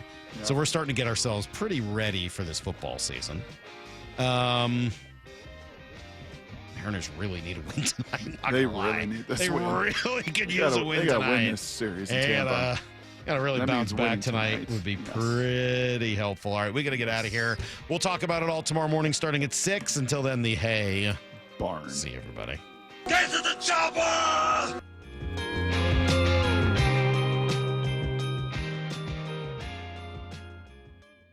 Touchdown Seahawks! Celebrating 50 years of Seahawks football with the voice of the Seahawks, Steve Rabel. Number 71, Walter Jones. As strong as any defensive player he faced, he had the feet of a dancing bear, and he had hands that once they gripped you, he wasn't going to let go. The next great chapter in Seahawks history begins Sunday in the season opener against the 49ers at Lumen Field. Kickoff at 1:05. On the home of the Seahawks, Seattle Sports. Are you in pain? This is Dave Wyman, and if you're experiencing pain in your shoulder, elbow, wrist, hip, or knee, do what my friend and co-host Bob Stelton did and go see Dr. Mark Wagner, MD, at Seattle Sports and Regenerative Medicine for stem cell therapy. It's been a huge game changer. After 13 years of jiu-jitsu, I had a lot of issues with my hip. It was bad, so I'd heard a ton of patients raving about the results from their 90-minute outpatient stem cell procedure with Dr. Wagner, so I had to check it out. Dr. Wagner is a board-certified Seattle physician with over 30 years of experience performing more than 20,000 stem cell procedures using a person's own stem cells to regenerate cartilage in their own joints. Now, people with severe osteoarthritis, even bone on bone, are back to doing what they enjoy doing without pain and without surgery. Whether it's a hip like Bob had, a shoulder, a knee, a wrist, an ankle, before you choose surgery, consider stem cell therapy with Dr. Mark Wagner, MD, at Seattle Sports and Regenerative Medicine. Schedule your consultation at drmarkwagnermd.com.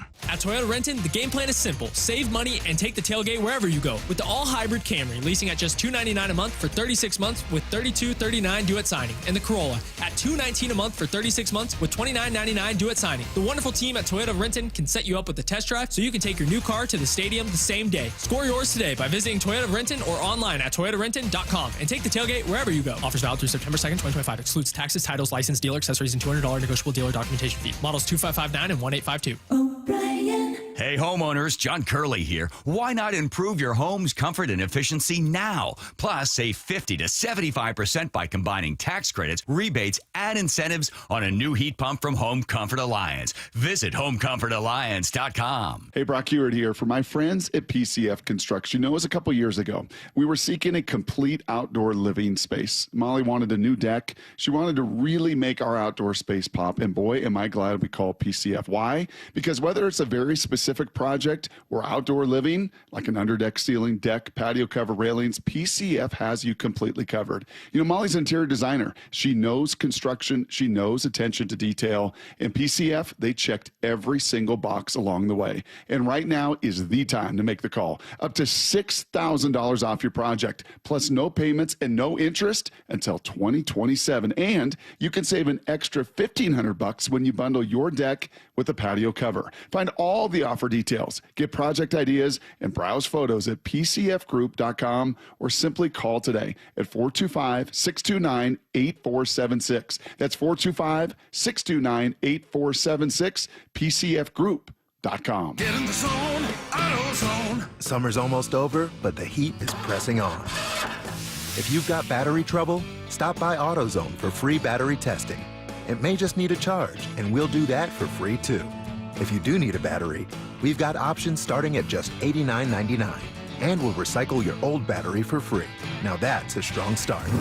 Don't miss the end of summer sale, now at AutoZone until September 22nd. Get in the zone, AutoZone. Restrictions apply. Coverage varies by plan. View contracts and exclusions at endurancewarranty.com. If you have a 2004 or newer vehicle that's out of warranty or about to be, Endurance is urgently notifying U.S. drivers about their low-cost vehicle coverage plan designed to save drivers thousands on rising vehicle repair costs. Those who qualify can pick their plan, coverage, and repair shop. Roadside service, towing, and rental cars included. All covered repairs get paid directly to the repair shop for you. Call now for your free quote. Call 800-298-7906. 800-298-7906.